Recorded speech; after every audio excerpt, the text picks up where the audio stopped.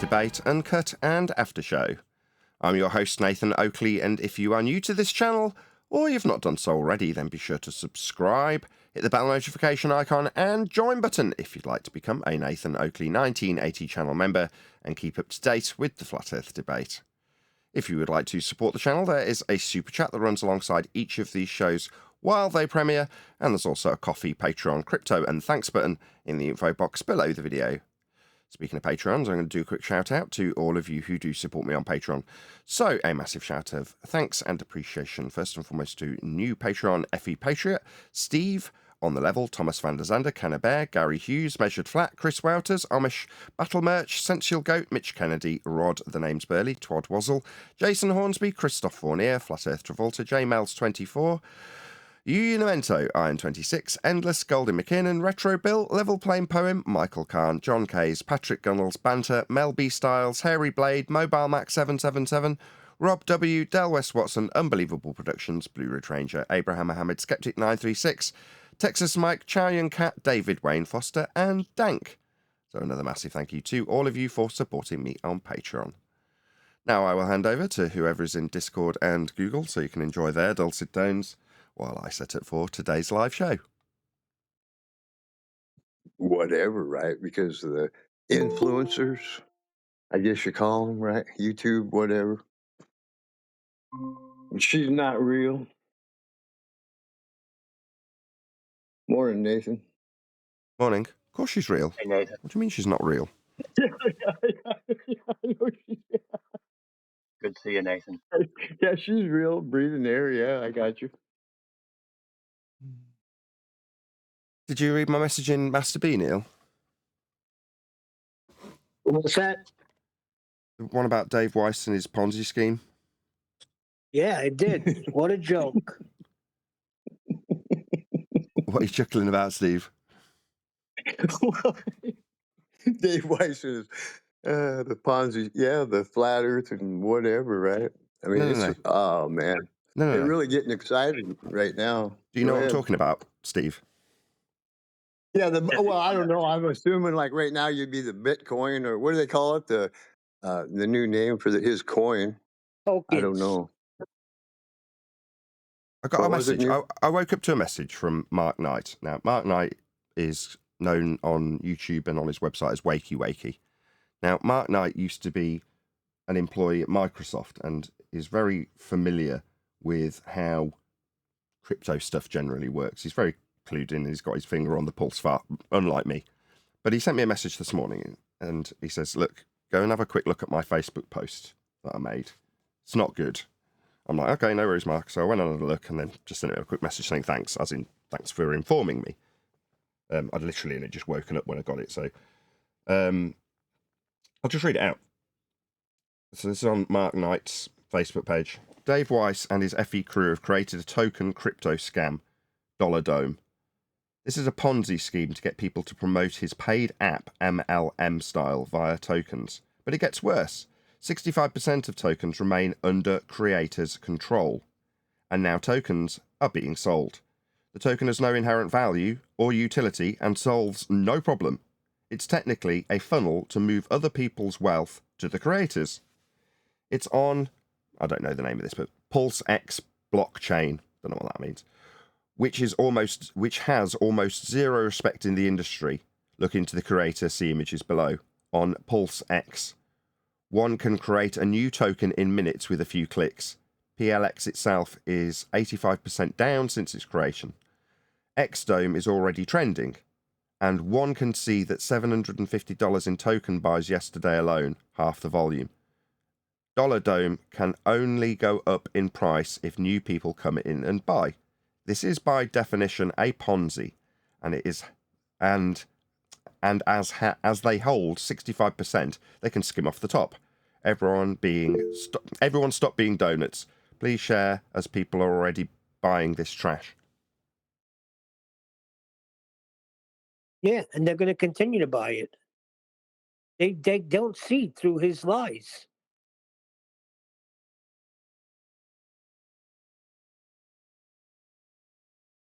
I don't know, lies. It's just a business venture that he wants to endeavour to do. And he's becoming the Logan Paul of Flat Earth, isn't he? You had people on your show yesterday in the chat defending Dave Weiss, actually saying, show me where David Weiss said it was a ball. Oh, he said it on Jesse Peterson's show. Could be a really big ball, end quote, David Weiss. Yeah, no shit.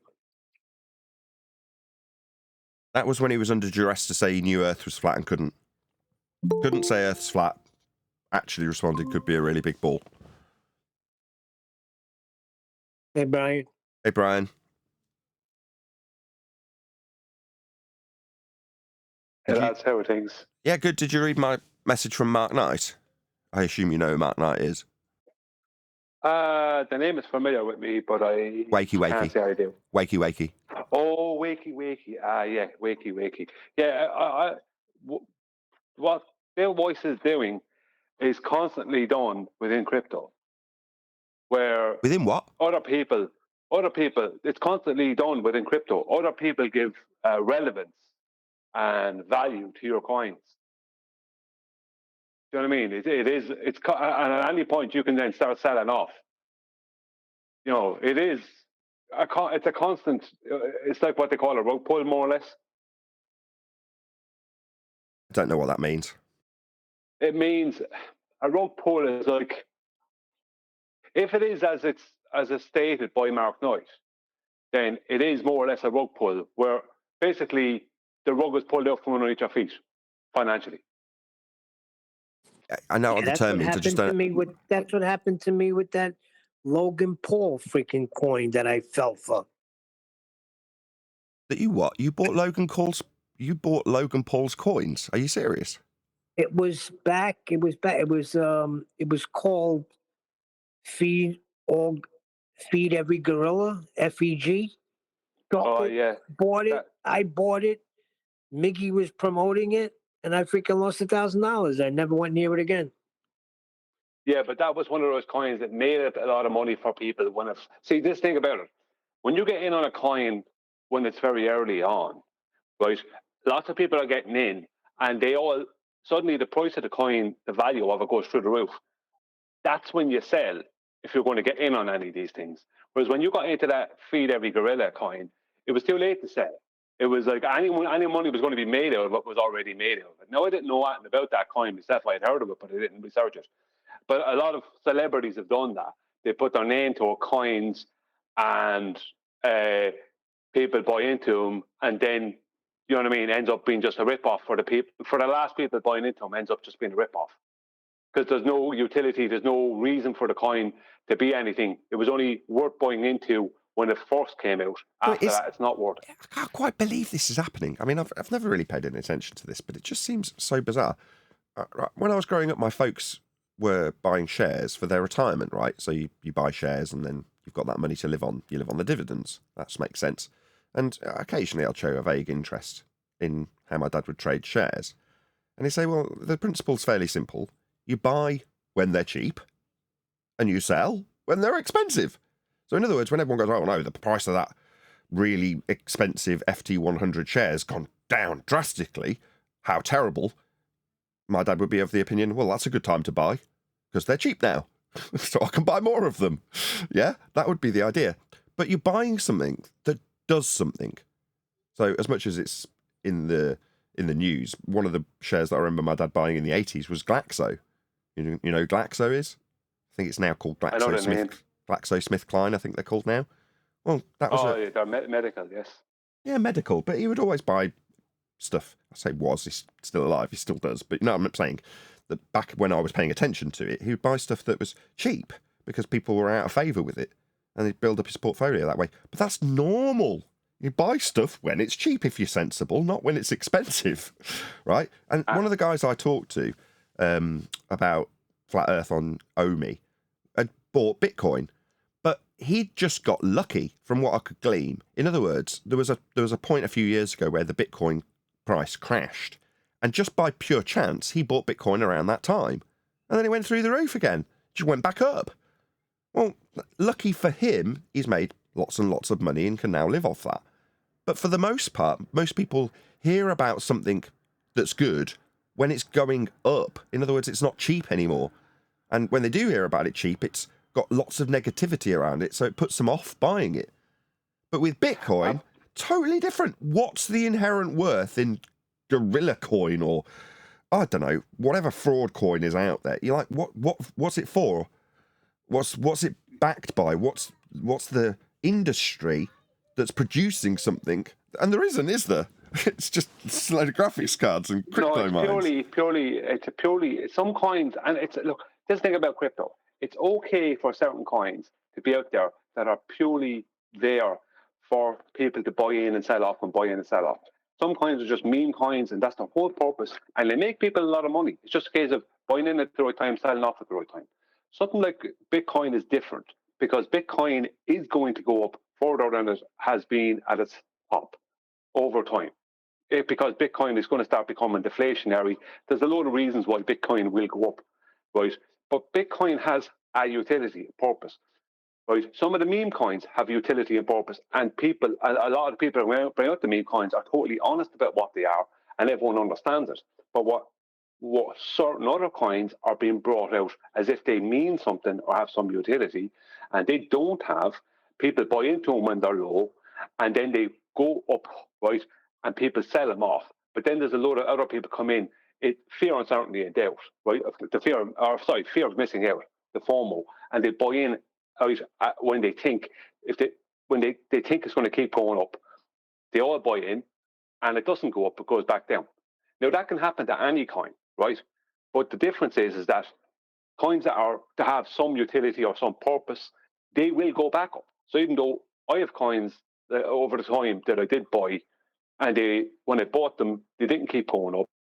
They went up a little bit and then went down, but then they went back up and went up past where I bought them at, this kind of thing, right? But there's certain coins like that FEG coin or Feed Every Gorilla, things like that, where they will go up. People will buy in early. They'll make money off them by selling off, right, as other people are buying in. So there's people buying in and people selling off, kind of, and so it's not noticed what's happening. And then the people that eventually bought in, like Neil, end up just making no money because they're never going back up again. Or if they are, it won't be for a long time. This kind of thing.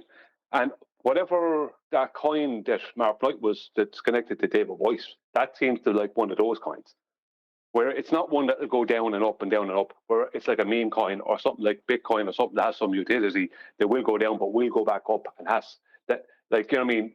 Like, people who trade in the stock market will own Bitcoin. Okay, just stop but a second. They won't own FEG. That kind of it. You've used a term. Now, I know what the word, but it's a bit like pulling the rug. I don't know.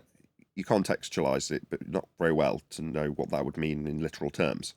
But now you're using another term. Now, I know what the word means, but I don't know what the context means. Is this just a buzzword when someone says the coin has no utility? With Bitcoin, you can buy and sell, and you can use it as money. That, I understand. That would be a utility for that money, right? It's a way of buying and selling. It's something that you can use as tender, right? So that's its utility. What's utility when you say it? Is it just the illusion of something? Is that what you mean? But what do you mean by utility? No, I mean something like what I mentioned as a meme coin you could say has a utility. As in, its only utility might be purely to be traded, and it goes down and goes up, goes down and goes up. You buy in at the right time, you sell off at the right time, you make money. You don't make money, right? But that's its utility, right? But something like that FEG coin or something like what I'm seeing with David Weiss's coin, right? They don't actually have any utility because they're not being honest about. They're given the impression that they have a utility outside of being a meme coin. And they're not even being honest about being a meme coin. It's like all that's going to be is people will give that value, and he can decide to sell off then if he wants. I got all this. Right. Stop. Just define utility for me in this context. But utility, when it comes to crypto, can be anything. It can be use within, let's say, the AI market. It can be used within the banking field. It can be used within anything like that digitally. Or it can just purely be used as a coin for trading. Like you trade it for to buy low, sell high kind of stuff. It's constantly a yo-yo. It's constantly going down and going up and going down and going up. And that's its whole purpose. But still don't understand go I up, don't understand. and then they go down, and that's it. I gotcha, but the share, when you buy a share, is a section, a chunk of a company. You're owning a tiny little piece of a company. It's different. Yeah, it's different than that. Just let me get to the end. Crypto is not a stock. I get that. Or a share. Just let me get to the end. But when you've got that with Glaxo, you're investing in the idea that they'll produce a product, sell it, make money, and give you some of that money in the form of a dividend. That's the idea. That's its utility, right? The idea that the company's going to produce something that they're going to sell for a profit, and you'll get some of that money. That is how I see its utility. But in terms of the coins, you're just saying the utility is the fact that it can or may sell or be bought. But what else? For certain coins. Like but when what I else? mentioned meme coins, that's their utility. The utility is purely like you have the king of the meme coins, which is Shiba Inu. Then you have Dogecoin. They're kind of the kings of the meme coins. But there's other ones actually that maybe after overtaking some of them now. Is that you say? But Doge? there's meme coins. But meme coins, the whole utility is selling and buying, right? They're not going to improve anything in the world. They're not part of the banking sector. They're not going to be involved in the medical world. That's it. Whereas something like a stock will have a utility. It'll be part of a company, this kind of stuff. Whereas what David Weiss, what I can see, I can't obviously convict them because I don't know everything about it. But from what Mark Knight is saying, it's basically one of these coins. There's not even a meme coin. You know, people buy into it, and he can decide to sell off then, make loads of money, and everyone else just, because he owns 65%. Everyone, according to that, Mark Knight is saying, that means everyone else loses unless they're smart enough to sell off just beforehand. Okay. He's a scammer.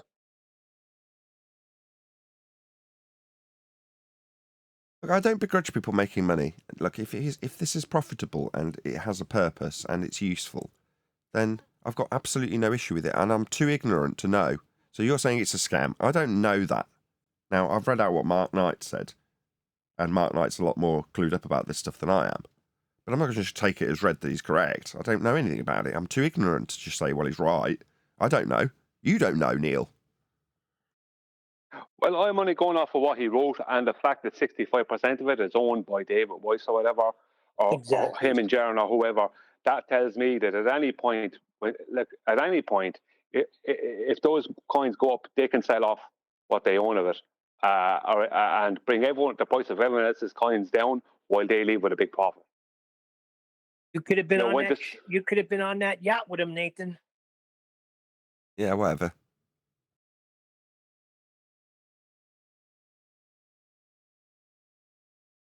It doesn't work on me, Neil. I've had a period in my life when I was extremely wealthy, right? Not now, but at one point. And even then, like most people's wealth, it's surface level. So, going out on boats when my now deceased brother-in-law had boats, yeah, I did that. So it doesn't hold a great deal of fascination. To somebody who's never done it, the allure of that type of thing can be very, very tempting. But it's just a facade. You know what I mean? Exactly.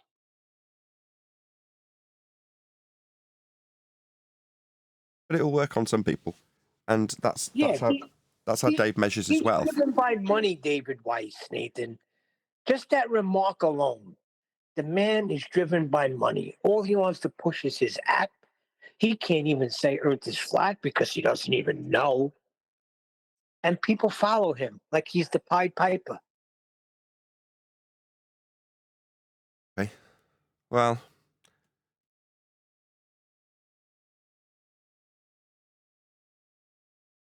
it's interesting. We have a weird community. You know what was better than going on a yacht or anywhere else was me driving 18 hours just to get home to be with my family. That's value. Nah, that's poor people problems. Well, in a way, yeah, because I have to go to New York to make a certain amount of money. But still, to me, that's more valuable. Okay. I mean, I don't necessarily agree. I mean, I'm piss poor, so obviously when you piss poor, you're worried about money a lot more. And if you're not, then you're not. So obviously I'm going to be jealous to a certain extent because Dave's in a financially secure position where I'm not. Good for him. But in terms of this particular coin, it just stinks. It just, to me, it's got a dirty feeling about it. I mean, you get a message from someone like Mark Knight about it. He just doesn't pop his head above the precipice very often. You think, oh, okay. Yeah, something else about David Weiss, and it's just a stain, isn't it? On a community that we don't even want to be part of. But the wealth does make things easier. I mean, what's the stress? How are you going to pay your bills? When you have a little money and you don't have to worry about paying the freaking rent, it does make things easier.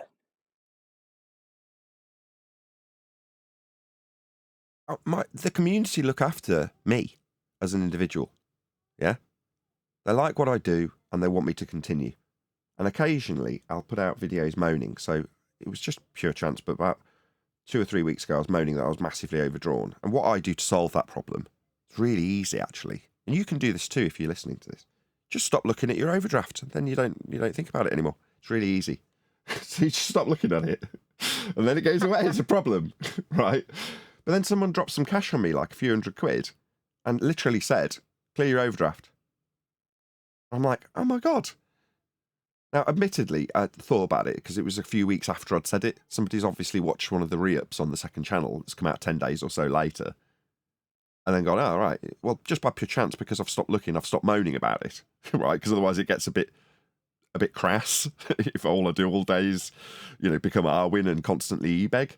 It's like, no, I've got to put it out of my mind so I can focus on what we do on the show. Otherwise, it just becomes I'm really poor, constantly e-begging show, which I don't want it to be, in spite of the fact that I am poor. So, as I was saying with Dave Weiss, when it doesn't have to be Dave Weiss, though. It could be anybody who's more financially secure than me. To a certain degree, you're going to be jealous. You're like, I want to be financially secure where I'm not. And you are. So, I'd like to be in your position. That is pretty much jealousy, is it not? Yeah? But in this instance, it's like, I've got to cover it in a way that makes it clear that I'm not covering it because I'm just jealous of Dave and would like to be in a more financially secure position, even though that is true.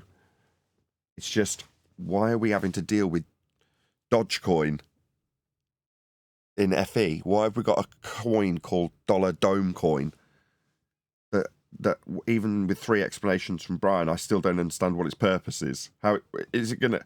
It's called Dollar Dome. No mention of anything to do with domes. No mention to doing it. It's all about money. It's only about money. Unless I'm missing something. It doesn't have a purpose outside of making somebody money. And right. That somebody... Exactly. Here's, if you go by percentage of ownership, if that's true, that's somebody's David Weiss. I would not invest in that coin. Now, I'm no seasoned crypto trader, but I know enough about it. I always research, and I ever did. When I was investing in it, I ever did. I researched it, but exception of one thing, right? I would not invest in something like that. Never. Look, he's using the Feast of Nonsense Dollar Dome, right? He's still using a flat Earth to make his money, scam people.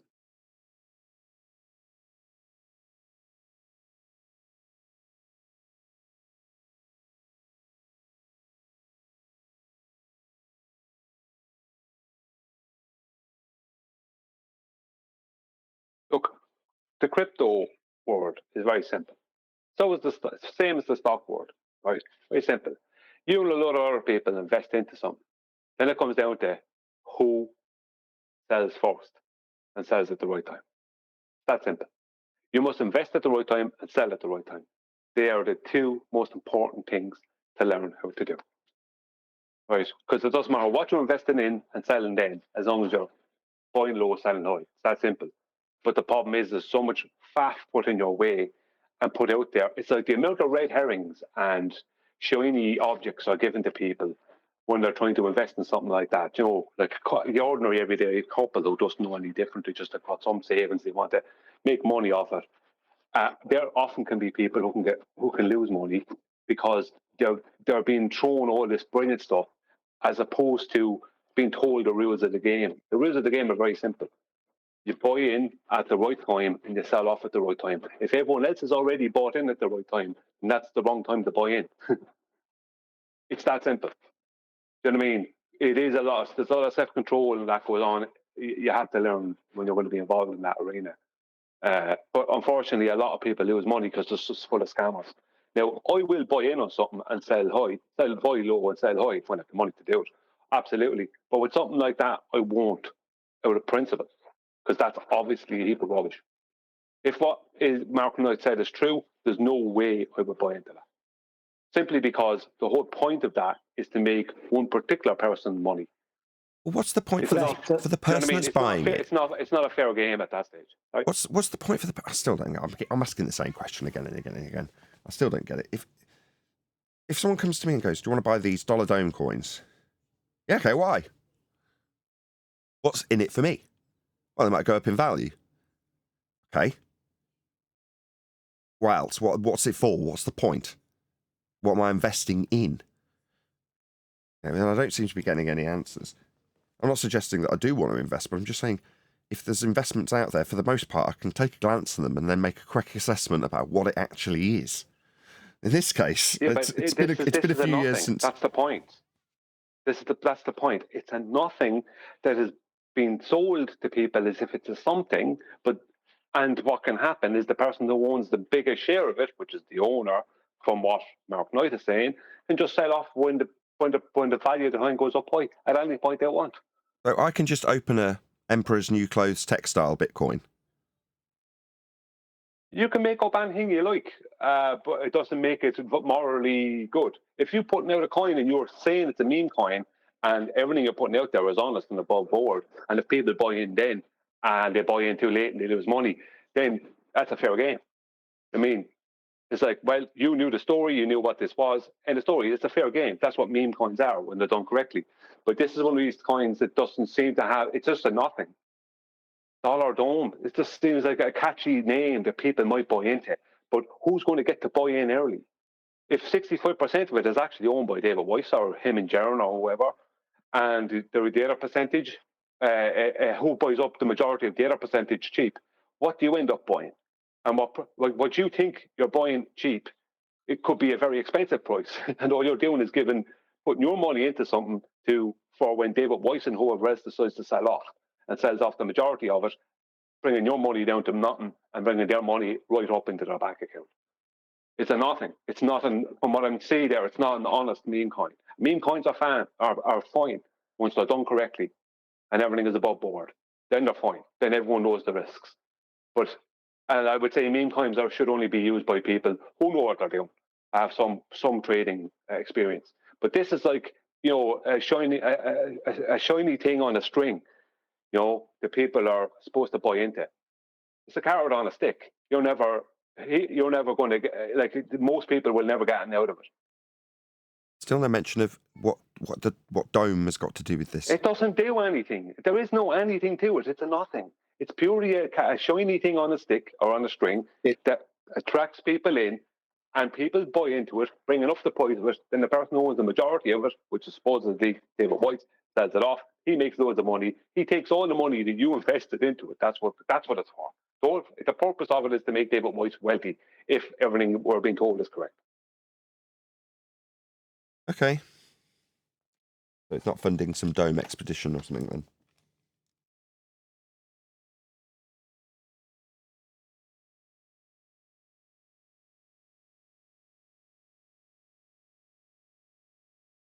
Interesting the title as well. So last week, at the end of last week in the politics Discord server, I was debating with somebody about the sky vacuum being fake, and when it got them to wanting to whistle past the graveyard, as I phrased it, and move straight on to, well, what's the dome? I wouldn't let them. And after the fact, QE, I don't know if you were there, Brian, basically pulled me up and went, it seemed like you were scared to actually tell him that there is a container. I'm not scared to tell anybody anything. I just didn't want to whistle past his concession that relinquishes his religion. It's like, yeah, but from the audience's perspective, you don't want to move on to that subject, which they can perceive as, you don't want to talk about the fact that we must be under containment. Like, I talk about being under containment all the time. It's like, no, but in that particular example, you didn't want to go there. Right, okay, fine. Then next thing we do on the next show is talking about Dollar Dome. You're like, what? That's a bit of a weird coincidence. I know it is just a coincidence. That's purely a coincidence. I was there the other day. QE's point was that from an audience, I was there because I listened to it and I was there when he was saying it. And I said something to him. He said, well, from a listener's point of view, it sounds like you have a weak argument. I have no hassle stating there's a container. Absolutely zero. Neither do I. Yeah, there is. Yeah. Yeah, it's just one of those. You only know with hindsight after you've had the discussion with the opponent that the perception is a certain way, as opposed to my feelings on the subject or my comfort in talking about containment for gas pressure, which is something that anybody who knows me is well aware I'm content to talk about.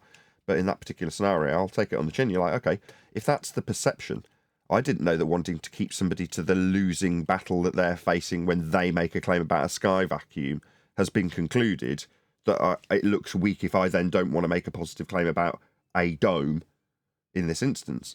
It's like, well, if that can be perceived as weak, then I'll take that on board.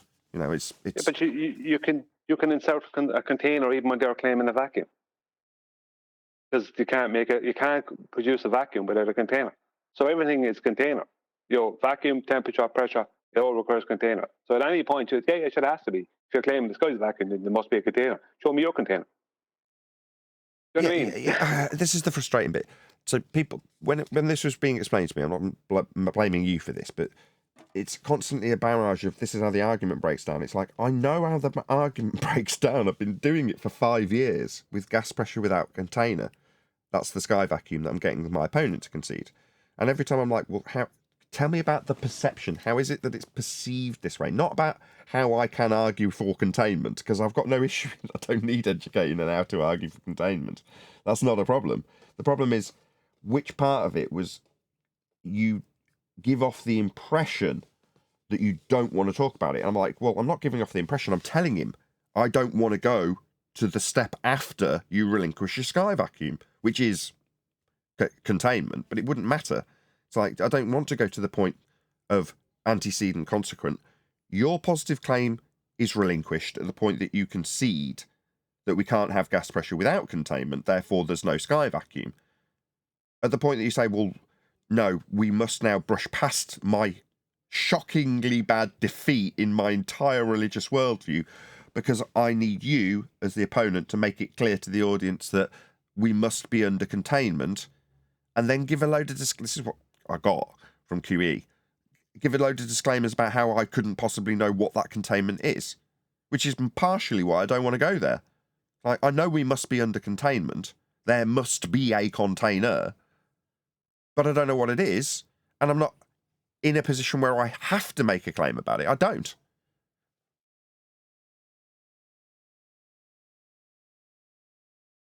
Yeah, but it sounds like you're ducking when you say that. One more time. That's probably the most useful bit. It sounds like you're ducking or dodging a question. Okay, that's the bit I need. The impression is that you're not answering because you want to avoid it, as opposed to you're not answering because what my actual genuine focus is we've got to the point where this guy's relinquished his sky vacuum belief and he's conceding it. I want to stick here. He's lost. Isn't that the main point? No, the main point from the perception that Neil's telling me is it seems like you don't want to go on and affirm that we must have containment. Well, no, I can do that at the beginning if that's the impression that it may create. I'll just state that overtly right at the start. We must be under containment. Now onto your sky vacuum. Problem is, my perceived issue with it is as soon as you make that declaration in the positive, in the affirmative, you can be held to it, and that becomes the focus of the discussion, as opposed to the worldview that everybody holds that the sky is a vacuum called outer space where men are floating around. It's like, once you get to the point you missed what I said a few minutes ago. Say again? You missed what I said a few minutes ago. When they claim a vacuum, then they must produce the container. Yeah, for the vacuum also. Yeah. I got that. Yeah. Yeah, So, you can't have a vacuum without a container either. I didn't affirm it, sorry. I should have acknowledged what you said. Yes. It's just as easy to affirm it for their sky vacuum. If they're going to suggest that there's going to be a 10 to the modus or anything ever, anywhere, that also will require a container. Yeah, I get it. I just didn't affirm it. So yes, now I have, overtly.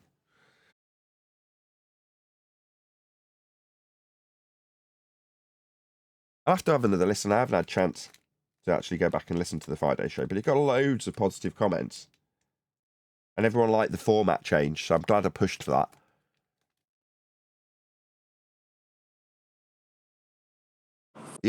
Well, that's basically how we started out, right? Politics, yeah, but there is one further minor alteration that needs to be the case, because it's down as just being me, and it's not. It's Flat Earth Debate at the politics server, and the Flat Earth Debate panel, whoever may be on the panel at the time, will be the people that potentially answer the question. If there's somebody that's more specialist in a certain subject than me, then why would I be answering it? If there is an answer available from the panel, then it's going to get thrown open to the panel. However, if it specifically says my name, I don't mind if they put my name in, as in that's got some weight, surprising as that may sound to me. But if that's got some weight to get people to actually queue up and ask questions, then fine. But it needs to be overtly stated that the Flat Earth Debate panel are there and are taking questions and answering questions, right? So whoever set up the room set it up on Friday, it was just my name. So therefore, nobody's expecting to get an answer from John, and I'm having to shut him up, and much to his and everybody else's irritation when they're obviously on the show so that they can answer questions they've got a specialist answer for. Yeah, but John wants to answer every question. He's got to relax a little bit. Yeah, a little bit. How are you? Morning, everyone. Hey. Good morning, folks. Good morning. Good morning. Good morning. How's it all going? Everyone had a lovely weekend? Yes, Nathan, we all really enjoyed it. We missed you being live. Oh, well, that's so terrible. We're back live now, so everyone's happy. Yeah, everything is roses. Everything's roses, apart from there's some shenanigans going on within the Flat Earth community that I woke up to this morning from a message from Wakey Wakey. Now, Mark Knight is a guy who I've known probably for about 10 years now, shockingly, because he was one of the first people I communicated with when I came to Flat Earth in a real sense. And so Mark Knight has put out a little message on Facebook a couple of days ago, and he went out of his way to contact me specifically about it this morning. So I woke up glazed-eyed going, oh, what's this message? And Mark Knight's telling me to go and have a look at a post on Facebook, which I dutifully did. And it's a bit saddening because, number one, I'm a bit too ignorant of this subject to know what's what, and no matter how much I seem to dig into it, I just get told there's nothing to see here. It's just a way of making money for people who are selling these coins in a kind of Logan Paul-esque kind of way, although maybe on a much smaller scale, I don't know. I'll just read out his post. So this is Mark Knight, otherwise known as Wakey Wakey's post on Facebook. So it says, Dave Weiss and his FE crew have created a token crypto scam, Dollar Dome. This is a Ponzi scheme to get people to promote his paid app, open brackets, MLM style, close brackets, via tokens. But it gets worse. 65% of tokens remain, quote, under creator control, end quote. And now tokens are being sold. The token has no inherent value or utility and solves no problem. It's technically a funnel to move other people's wealth to the creators. It is on Pulsex blockchain, which has almost zero respect in the industry. Open brackets, look into the creator, see images below, close brackets. On Pulsex, one can create a new token in minutes with a few clicks. PLX itself is 85% down since creation. Dollar Dome is already trading, and one can see $750 in token buys yesterday alone, open brackets, half of volume, close brackets. Dollar Dome can only go up in price if new people come in and buy. This is, by definition, a Ponzi. And as they hold 65%, they can skim off the top. Everyone, stop being donuts. Please share, as people are already buying this trash. That was the message from Mark Knight. There you go. That's what I woke up to this morning. So you think, great. So some other dirty, scammy, schemy coin thing being flogged in the FE community under the guise of it being to do with domes. And every time I've asked my panel, what the hell is this? I get told about Bitcoin and how it makes money, and there's no explanation to anything that has any association with domes beyond the name itself. So, I don't know. Maybe Brian can enlighten my audience, because I can't.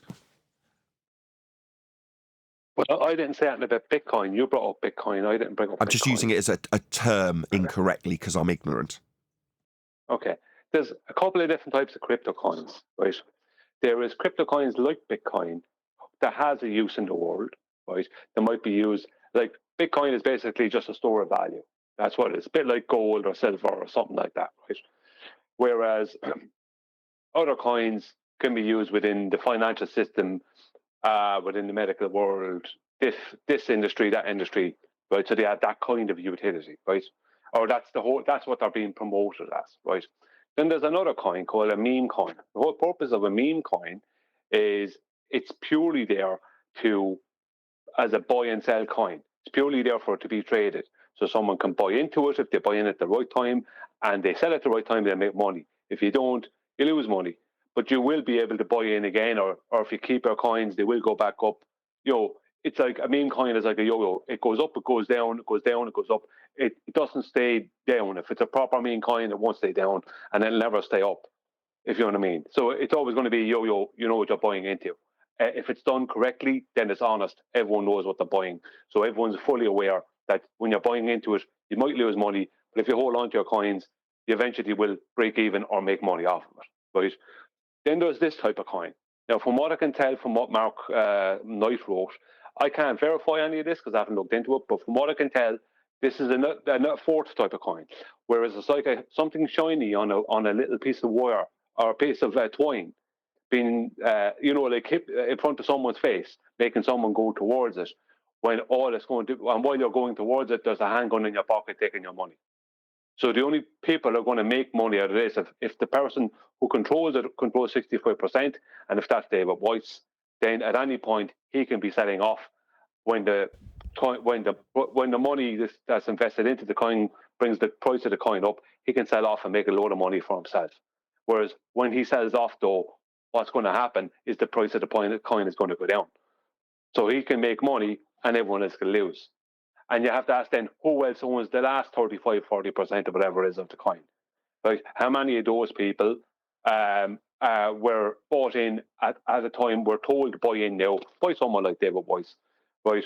And how many of them just know what they're dealing with, or are used to this kind of thing, know what they're dealing with, and they'll, like, there's some traders, they'll buy in and they'll sell out 3 minutes later. Do you know what I mean? Things like that, or they buy in and sell out a day later or 2 hours later. Yeah, this kind of thing. Again, so it gives the impression. Hang on, let me finish. It gives the impression that this coin is going somewhere, like a meme coin or something. Whereas it's not a meme coin. The whole purpose of it is purely to rip people off. Sure. Again, every time you use some of these terms, I hear familiar terms in terms of the stock exchange. Things like day traders. There's whole movies made about it. Like, hello. Hello. Okay. Shout out to TVH. Nathan, can you ask QE when is the final excrement? Okay, I'll ask him. Thanks for the super chat. Asram, yes, go ahead.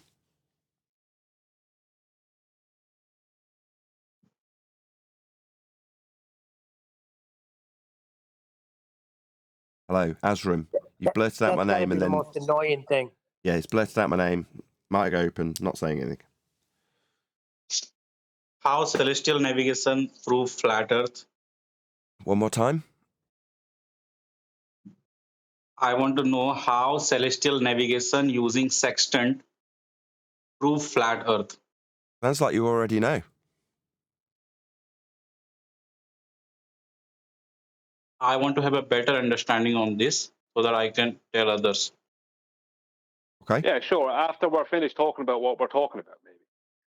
Because this is like a red herring away from what we're talking about for some reason. But it does sound like he already knows. Have we finished with that topic? No. Have we finished with that topic? Seems like it. Yeah. Go ahead. Go ahead with your topic. But it sounds like you already know the answers to your question. We don't need your permission. I don't need your permission to keep doing anything, whoever you are.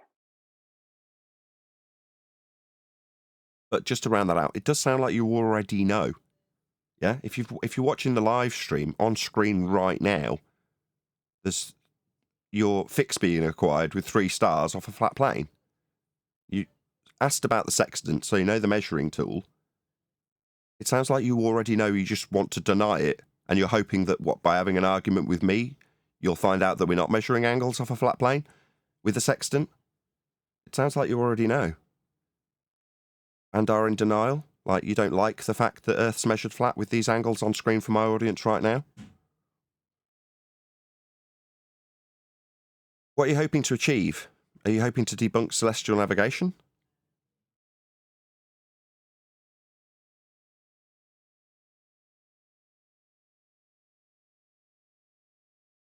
I'm asking you, Azam, what are you hoping to achieve? No, I don't want to debunk celestial navigation. I want to have a better understanding of this so that I can propagate this. So you can what, sorry? I don't want to debunk anything. I want to have a better understanding on this. Okay. I mean, it's on screen for my audience now. If you look at the live stream, obviously keep your live stream on mute if you go to YouTube. It's on screen. The process. Acquiring 3 circles of equal elevation, areas of equal altitude, with 90 degrees at the base of the star that you're measuring to your position along a flat Earth. That's what you measure with the sextant. There you go. That's it. It's not difficult to summarize, but it is quite complicated to learn. It took me about a year, maybe longer, to understand it. So in terms of complexity, it's not. There it is on screen. Hopefully that helps. What's your position, Azam? Are you a flat earther already and just want a better understanding of celestial navigation so you can tell your friends and family how Earth's flat? I'm doing a research on it, and I'm more inclined towards Earth being flat. Well, that's how it's measured, so that would make sense. What research needs to be done on celestial navigation? Well, like I just said, people have been doing it for years. Yeah, it took me a year to understand it. It took me about 6 months to recognise that I'd already had it explained to me once by my sister. Literally. Admittedly, there are reasons behind that. There was a death involved in the person that was the owner of the boats that were being, out with sextants to be shown to me. Therefore, a huge chunk of my life I just blanked out because it was very, very distressing. Like a tragedy in terms of the family when a death occurs. Some of the things that you do with that person get blanked out. You just don't want to think about them. So at some point while I was learning about how celestial navigation functions, in fact, it wasn't even like that. I was explaining it to my sister, and she had to stop me and go, "You do realise you've been out on the boat with me," and the guy was called Dave, my former brother-in-law before he died. We've done this. You've been shown how to do this. Why are you telling me this?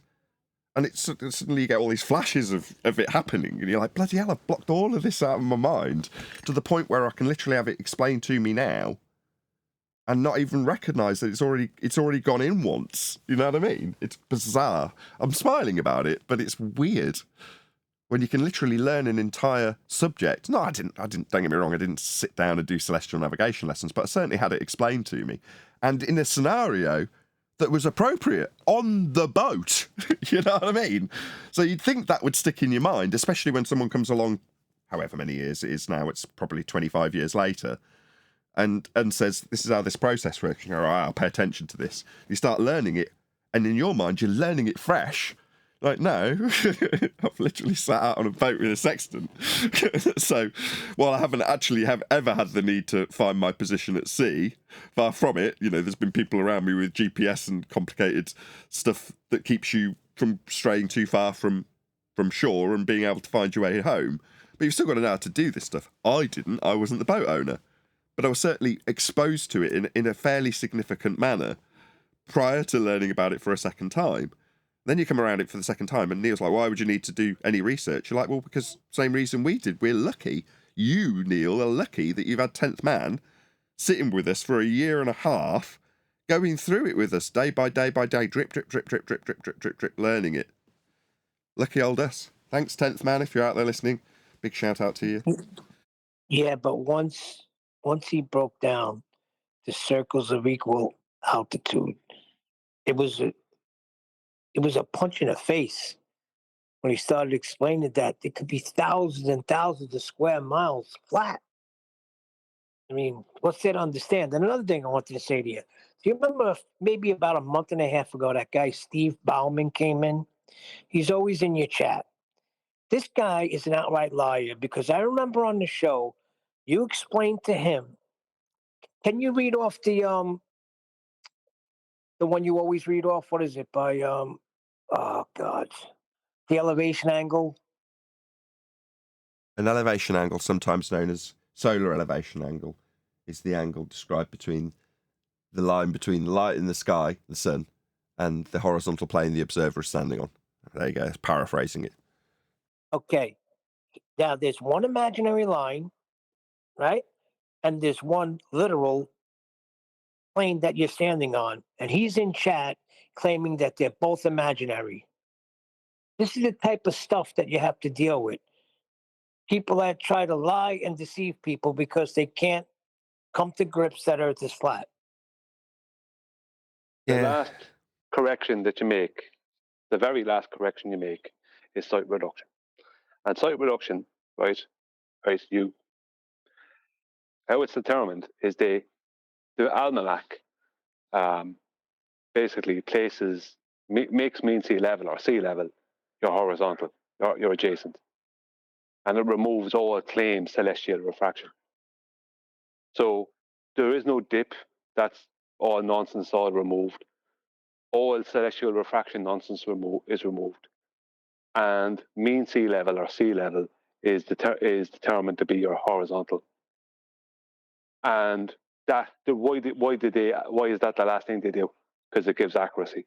So when they remove all the nonsense, right, all the dip nonsense, and they remove all the claimed celestial refraction, which is not refraction, they get accuracy. Isn't that bizarre?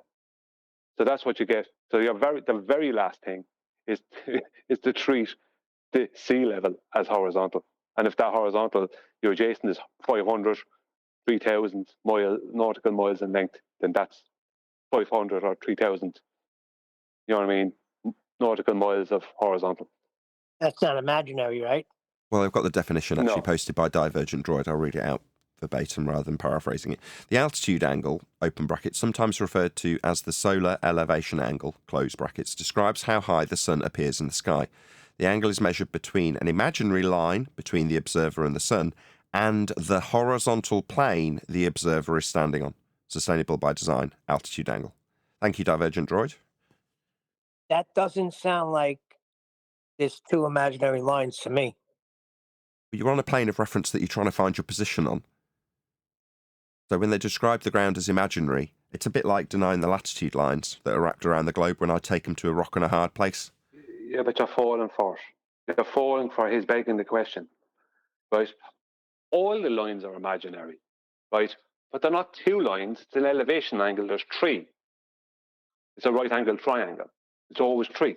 You don't use trigonometry to solve it, but you are always creating a right-angled triangle because that's an elevation angle. Because if you're not creating a right-angled triangle, it means you're not measuring the opposite.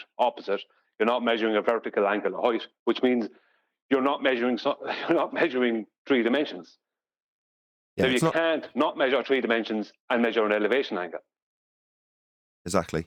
So when someone says, 1 second, Nathan, please.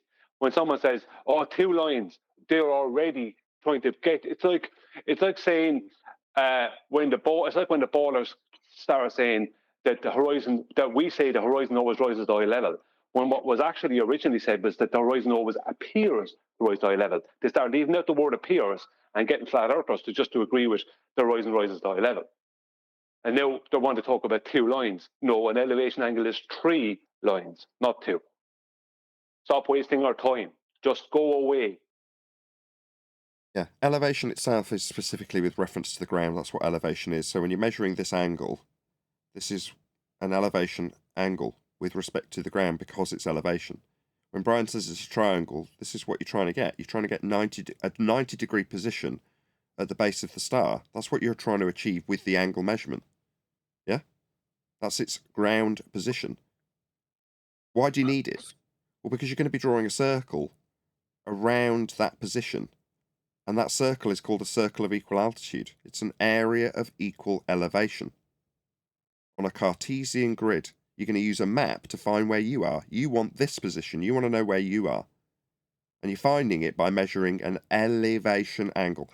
And when they deny elevation angles are with respect to the ground, they deny the principle of celestial navigation.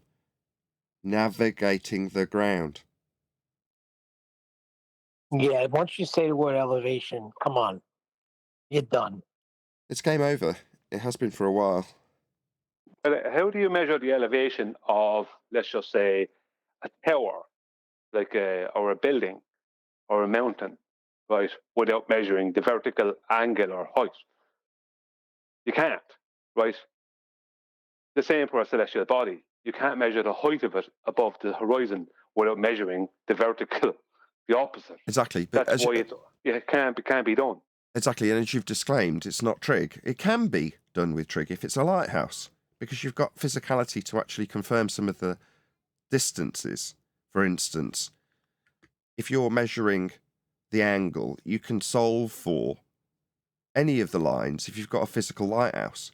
You can't solve for the actual height of the star or sun, but you're not trying to. You're not trying to find out how, when you do this celestial navigation function, this is the measurement of the elevation angle in this diagram. You're not saying, when you're here, going, where the hell am I? We are lost. I need to know exactly where I am.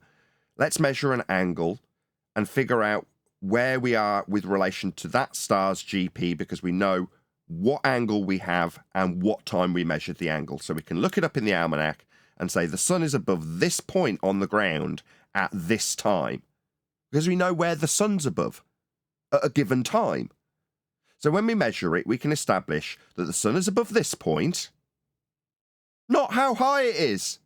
We're trying to draw a circle on the ground, because eventually we're going to do it with another item, or we're going to wait for the sun to move. So we can do it again and draw another circle. So we can hopefully get 2 points where the two circles cross over, and one of them will be us. Hopefully the other one is over land, so you know where you are. But if it's not, you've got to use 3. Or wait for the sun to move again, and then take its angle. Note its time, because we know where the sun is above at given times. So you can draw another third circle, at which point all 3 of the circles on the ground converge on a single point. That's your location. That's what you're trying to achieve. So what do we get from our opponent? You can't solve the opposite. What? We're not trying to solve it. We're not trying to find out how high the sun is above the ground. We want to know where it's above, at what time, so we can figure out with that information where we are. At no point do we go, how high is that sun? It's irrelevant and not possible to solve with celestial navigation. Now we substitute this sun for a lighthouse. We've got a physicality, we can confirm it. Yeah, we can calculate how high the lighthouse is. We can use trig. We just can't do that when we're trying to find out where we are with an item in the sky, and the only information we have about it, and the only relevant information, is where is it above at this time? That's all we need, so we can find out where we are on the ground. So solving the height is not part of this process. It's completely devoid of function. It has no use. We're not trying to get to the sun. We're not even trying to get to this position below the sun. We just know where the sun is at a given time, and we can use that information to find out where we are on the flat ground that we must measure for the angle. I'm done. Yeah, why would we need to know the height of the star or the sun? It's Makes useless. no sense. Surplus to requirement. because it's surplus to requirement. You don't need that information. You're not trying to get to it. You're not trying to get to the sun. And how high it is above the ground is irrelevant. It wouldn't matter if it was an inch or 20,000 miles. It's above the ground at a given time. That's all that matters when you're trying to find out where the hell you are. All elevations are apparent because they're all angular. So if you're measuring an elevation, right, with an elevation angle, then you're measuring an apparent height. The difference is if you're measuring the apparent height of a mountain from its base or the apparent height of a lighthouse from sea level, the difference is that when you raise up from that elevation, the angle to the top of that mountain or the top of the lighthouse will change. Whereas that doesn't happen with the celestial bodies, so it's impossible to give them a height because as you raise, they appear to raise with you. So you can't. That's why you can use celestial navigation from an airplane. You can take elevation angles from an airplane because the angle that a pilot will get will be exactly the same as the mariner will get to the same celestial body at the same time, 6 miles below them. We're going to stop here. How can they both get 32 degrees or whatever? We're going to focus on this. This is the end quote from Adam Meakin. The majesty of the heavens, end quote. What Brian has just described is the fact that the position that is being measured with this angle does not change with height. What does that mean? Okay, so on the screen you've got a plane with an angle coming from it. Because of the way that the stars present themselves to us, that is to say their angle doesn't change as you raise in height, as weird as that may sound, it means that all of the angles that you get, regardless of what height you take them from, so long as you establish horizontal, the point on the ground will always be below the point where you measure. Because the plane of the surface is parallel with the plane that you establish when you're up in a hot air balloon. So you're up in your hot air balloon, you're measuring an angle to the star, and the angle that you are measuring is identical to the angle that the guy below you is also measuring. So there's a guy directly below the hot air balloon and a guy in a hot air balloon, both with sextants, both measuring angles to the same celestial item. They both get the same angle. That means that when you establish in the hot air balloon that you have a horizontal for your angle measurement, the point on the ground below the sun is the same for both measurements because the ground is parallel with not only the sky, but with, shockingly, all horizontals, sorry. All horizontals are parallel. Yeah, shocking, isn't it? That means this principle, because it adheres to the principles of all horizontals being parallel with one another, it doesn't matter where in altitude terms you take the measurement. Now that tells me two things. Number one, we haven't got the slightest idea what the stars are, and how they behave is completely alien in terms of how other physical items behave in our presence. The stars behave like nothing else. But how they behave, number one, only affirms a flat Earth and only functions if Earth is flat, and does function with a flat Earth, is measured with a flat Earth, and has created all of the maps. Now, those 5 items summarize how Earth is flat, how Earth is measured flat, and how the majesty of the stars gives us a usable tool to find our way around. But only, and I'll say this again, only if we accept that all horizontals are parallel with the plane of the surface of Earth. Earth is flat. That was well said. Here it is on screen. What a coincidence. I like this new reel. I made this for the meet I did in public. Any word on whether or not we'll be seeing public appearances from Simon Dan or Dave McKeegan? When are they going to go out in public? Are they still stuck in their echo chambers only? I put it out there. I hope something will come back in regards to when they'll be doing as I did in the last week or two. Go out and make public appearances, show your face, debate people live. I want to see when Simon Dan's going to do that, the abject coward. Or Dave McKeegan, the total coward, stuck in their online-only internet echo chambers, never to be seen in public to be heckled about their globe faith and their religion. Nevertheless, that aside, here we are. Parallel plane, equator parallel with labelled parallel. That's what we've just described. If you're measuring and you assume that we've got a lighthouse in this, let's say this lighthouse comes to just here, off this plane, right? Forget about the circle around it. That's just a protractor, right? But if you're measuring a lighthouse and the lighthouse comes up to this high, you appreciate that when you measure the angle from up in the sky, you'll have a really acute angle to the top of the lighthouse. Whereas on the ground, you've got a much, much wider angle, yeah? The stars don't do that. When the guy here measures the star and the guy here measures the star, they both get the same angle, which would infer it's in two places. Nope. Just that's the majesty of the heavens. We don't know why they do that. We don't know what the stars are, but we do know that they do this. That is to say you get the same angle. So it works functionally as described here. Now, this diagram's describing the insides of a globe Earth. Why? Well, because this kind of nonsense is what you have to do to infer that any of these angles from the centre of hell have anything to do with an outside edge of a ball. It doesn't. But this kind of mathematical chicanery is what we get to convince us that we're in a ball, as nuts as that may sound. But yeah, all horizontals are parallel with the plane of Earth. Earth's flat.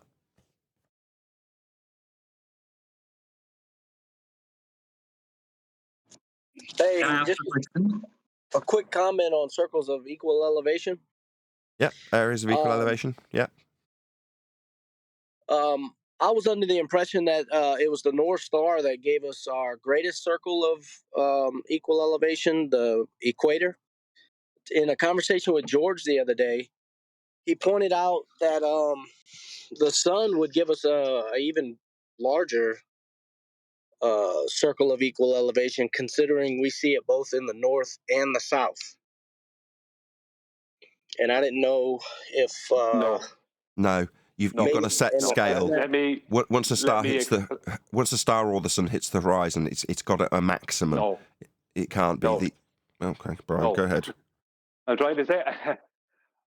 I've been waiting for a long time to try and correct this.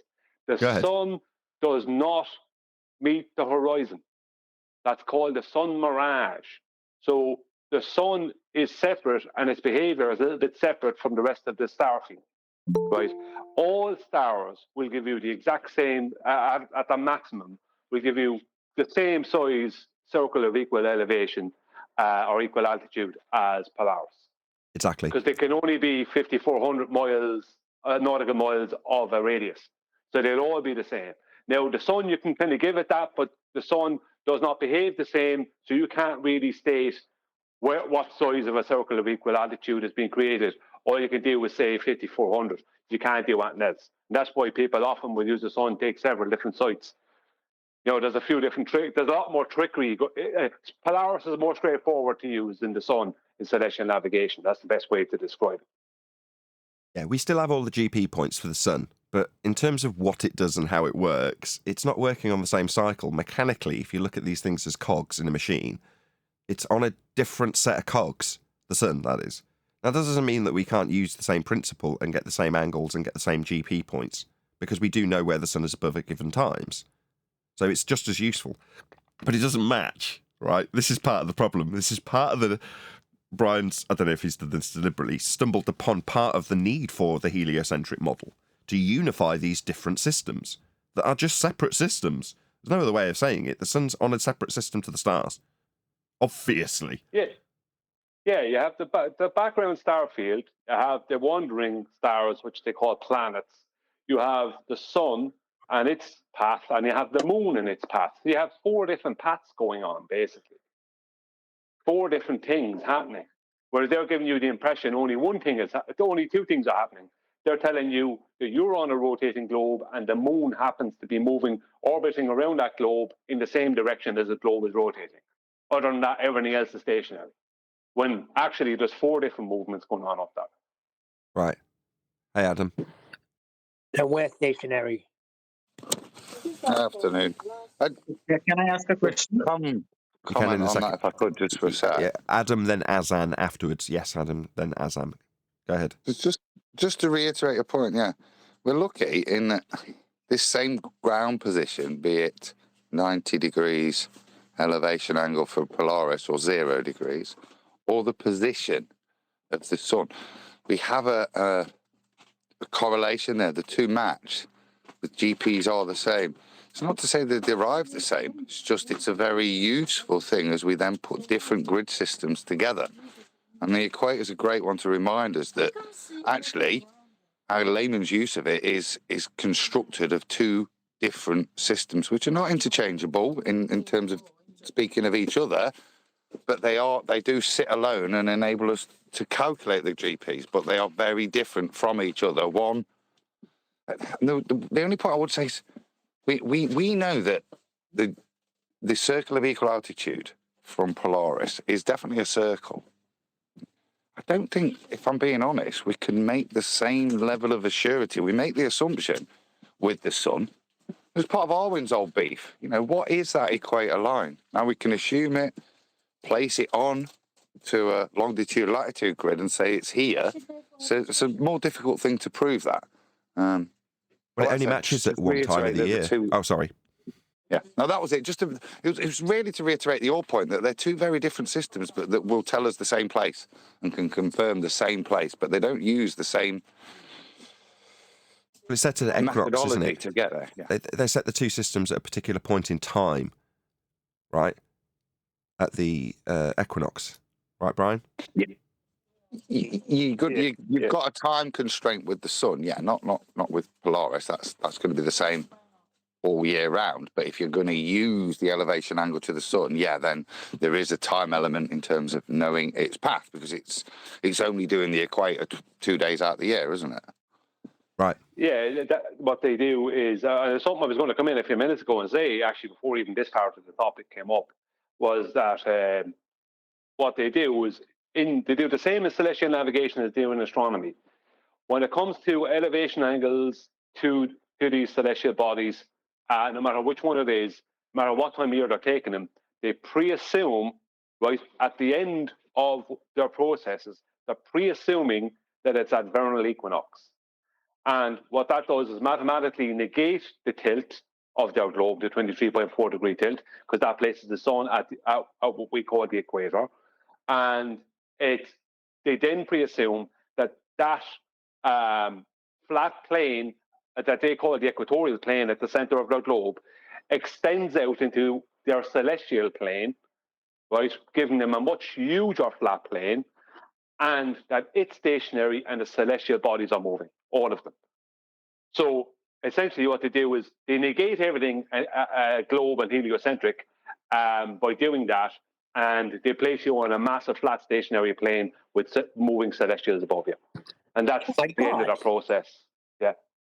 Okay. Wow. Just 1 second. Azan, go ahead. My question is regarding you're saying that the elevation angle will not change if we change the height of the observer. But if we take the measurement of an elevation of angle of a building's top, and it will differ when we measure it from the sea level and when we measure it from a different height. But why doesn't this happen in case of sun? Don't know. In case of the sun. Yeah. No, it does. The same principle applies. No, I think what he's asking is why you just said that the observer's height won't change the elevation angle because it will be parallel to the horizontal plane. Yes. So it does change in case of the local thing like building's top. But why does it not change in case of sun? What I said was the majesty of the heavens. Are you asking why doesn't the angle change when you raise in altitude to the sun? Is that what you're asking? It does change in case of building's top, but it doesn't change in case of sun. So what do you mean by build? It doesn't change in terms of... I don't know about sun, but with the celestial body, with the star field, and that, it doesn't. I don't know about sun, but with the stars, like Polaris and all them, there's no change. When you raise, they appear to raise with you. Why that happens, none of us know. It Nobody applies to knows. all celestial bodies. Yeah, it does happen with all celestial bodies. Brian covered it earlier with a disclaimer about what the sun does at the horizon. But with that, notwithstanding that exception, the same principle applies with all items that are in the sky. Yes, you said buildings stop. What do you mean by buildings? Is that what you said? Buildings stop. I didn't quite catch what you said. I got building. What he was saying is terrestrially, as you raise, the angle to the top of that building will change. But how come that doesn't happen with the stars? We don't have an answer for that. The fact that it does do that is useful because it means that at all points in elevation, you can make the same parallel plane with the ground and infer the ground position parallel with your position on the flat ground that it must be for this to work.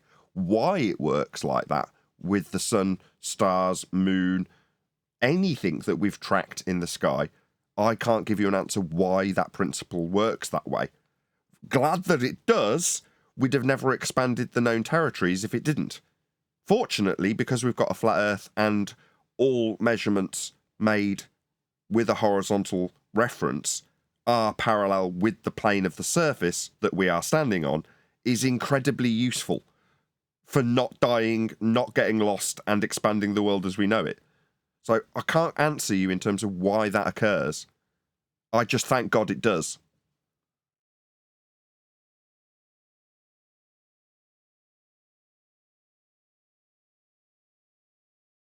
The why I can't give you, the how is all I can give you. And the how has been turned into our maps and navigation systems.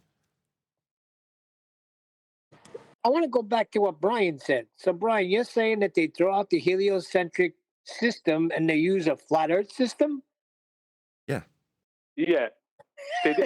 In both celestial navigation and astronomy, what they're doing is essentially they're reverting away from global heliocentrism and a stationary flat plane that's covered by a celestial dome. It's on screen now. It's on screen. Yeah. And when I say dome, I'm not talking about... Sorry?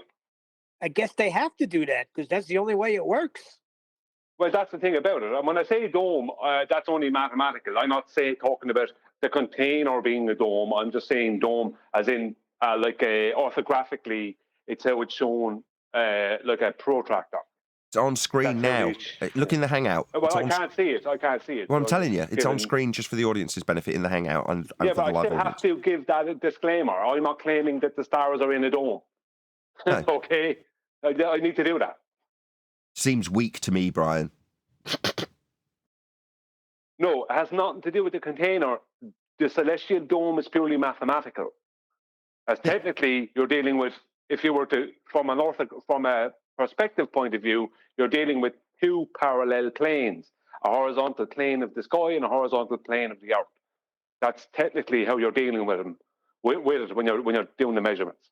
Yeah, like on screen. So this is a glorified protractor, right?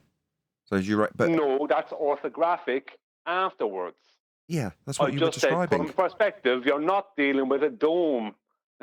No, you did. In terms of what you actually deal with, you're dealing with two planes: a plane of the sky, a flat sky, and a flat ground. Now, your view that you can create in orthographic is what's on screen. When you map out what you've measured, the points receding to the horizon would appear lower as per a protractor view, if you will. Yeah, this Polaris axis that you can see on screen, if that was lower towards the horizon, it's lower on the curve of the protractor. But that's a extrapolation from the actual view that you get. What forms this view is a parallel plane with a parallel sky. That is to say, you need a flat sky and a flat ground for this to function, and you need that flat plane and flat sky to not change as you raise in height. Praise be to Jesus. Yeah, orthographically, it doesn't even have to be a dome. That's what a lot of people don't understand. It doesn't have to be a dome. It can curve into it. Or it can be like two right-angled triangles where the opposites are back-to-back to each other. Let's say orthographically, at the top of them. Sorry, Adam. Orthographically, it can't be a dome. It's a flat, parallel plane of the sky, parallel to the surface, orthographically. If you were to draw it actually orthographically and not draw what you see with your eyes with perspective, which is what makes the dome, the perspective, not the shape of the sky, yeah, then it would just be two parallel planes, orthographically. Well, hold on, stop. Hold on. This is the critical point. This is how they've hijacked our world. Adam's just summarised how they've turned the world we view into an orthographic spherical globe that we're standing in to measure the angles we see with perspective, and then project those points up onto the protractor. Now, the dome that's being described is the dome that I'm saying is a protractor in orthographic view, not some dome that's forming containment. It's the dome that becomes the globe surface. Yeah, what I'm saying is that the dome is a mathematical extrapolation from the angles you're taking in perspective view. But if you were to show it correctly in orthographic view, you just have two straight lines parallel to each other. Two horizontal lines parallel to each other. If I'm at 50 degrees and there's Polaris at 50 and I'm now at 70 and there's Polaris at 70, is Polaris orthographically any lower relative to me when I'm at 50 or 70, or am I just further away? Don't know, but by perception. Sky. But by perception, you're just further away. Yeah, but if I'm to invoke a dome, then suddenly I am changing the nature of the sky from the thing that I know that it's a parallel plane to the surface I navigate. Yeah, I take those angles based on the distance and the perspective. If I then transpose those angles into a repositioning, as opposed to the knowledge I had, which is it's a position on a flat plane, which I read through perspective, that's when we start to, as you say, change people's reality of what measurements you've taken, what the implications of that, and re-gift it a new explanation. In this case, the sky is curving. Even in a flat earther's world, it's curving to form a dome. No, it's not. Nope. All those stars are the same height. Precisely. All the same height, and all the same height at all elevations, with respect that you are taking it higher off the ground at one point versus another. Again, this... I smile while I say it, because it makes no sense in a terrestrial term to say that something will remain the same elevation angle as you raise in elevation. Well, how can that be? Well, it can't with everything else that we experience. But the stars do function that way, and that's how we've expanded the world. But that's part of the reason why they portray it like a protractor orthographically. Because if you try to make it two horizontal planes orthographically, you're going to need more than two. Because when you change your position in relation to the star, then that point on the, let's say, the sky ceiling, for want of a better term, is going to change the height of the sky ceiling, apparent height of it, in relation to you.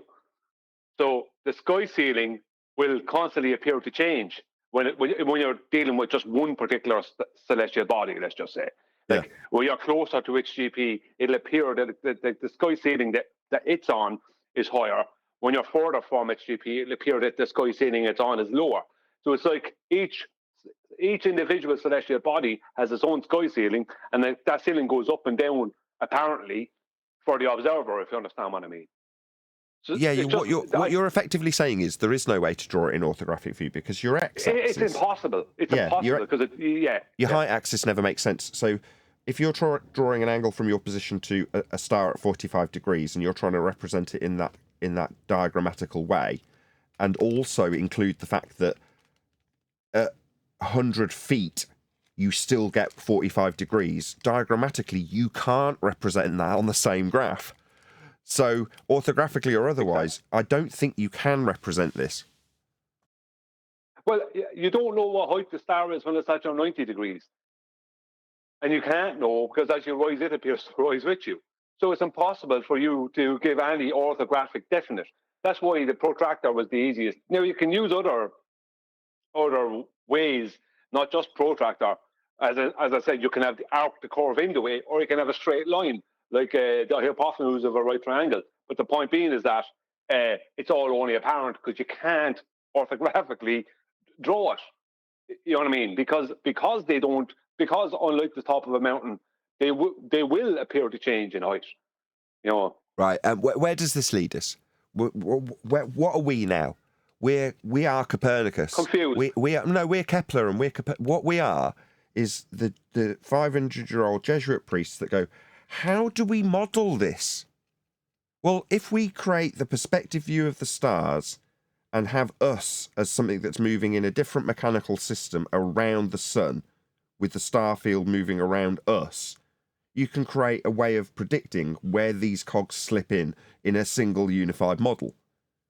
You get more and more crazy. You start off by going, how do we represent the fact that the angles stay the same as we go up in height? Well, let's just represent it from a single point in time and have it represented as a dome of the heavens around us with the perspective views that we took, so we can start creating a model with that. Well, from there, you end up 500 years later with a globe, with us standing on it, moving around the sun, to try and make head nor tail of what are separate systems. All the globe is trying to do is create one system where all the cogs work together, and they don't. So that's where we end up in the madness that we're in now, with a religious belief of being in a sky vacuum moving around the sun.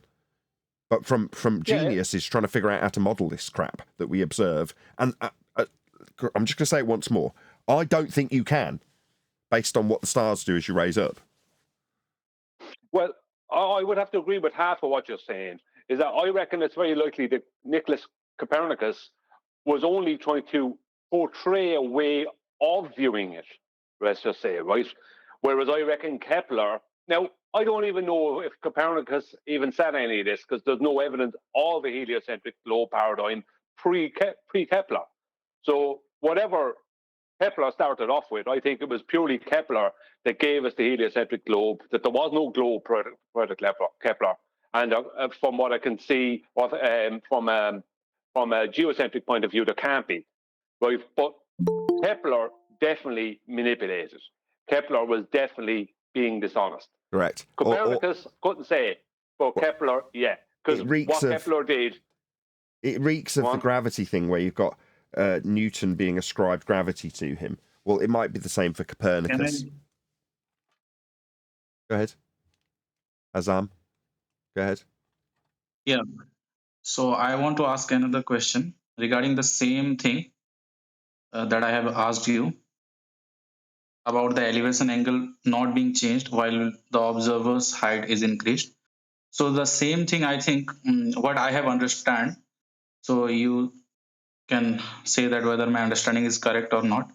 That the same thing cannot be diagrammatically shown if we consider the sun to be far enough, like in an infinite distance. The same thing cannot be diagrammatically shown on the paper. Is this my understanding correct? So you're saying, yeah, these. Well, number one, they're two different systems. That's the problem, and that's the reason I'm connecting it to why we'd need a heliocentric model in the first place.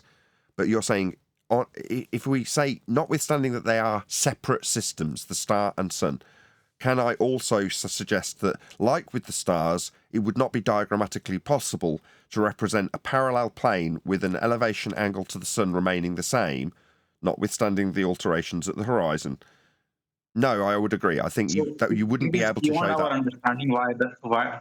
So it is beyond our understanding. Why does this happen? Absolutely.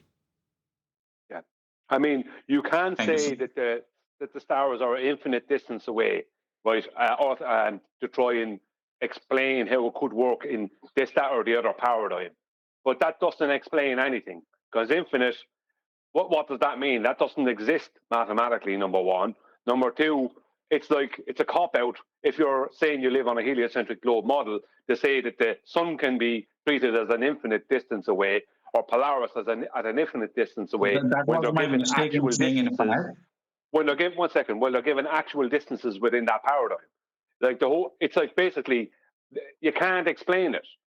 We have no reference terrestrially for anything that's happening in the sky. The two systems, the two places are completely alien to each other. Finished. Did that answer your question? You interrupted at one point, presumably because it was unsatisfactory, Azam? Did you ask something else? Yeah, it's satisfactory to me. It is, or it isn't?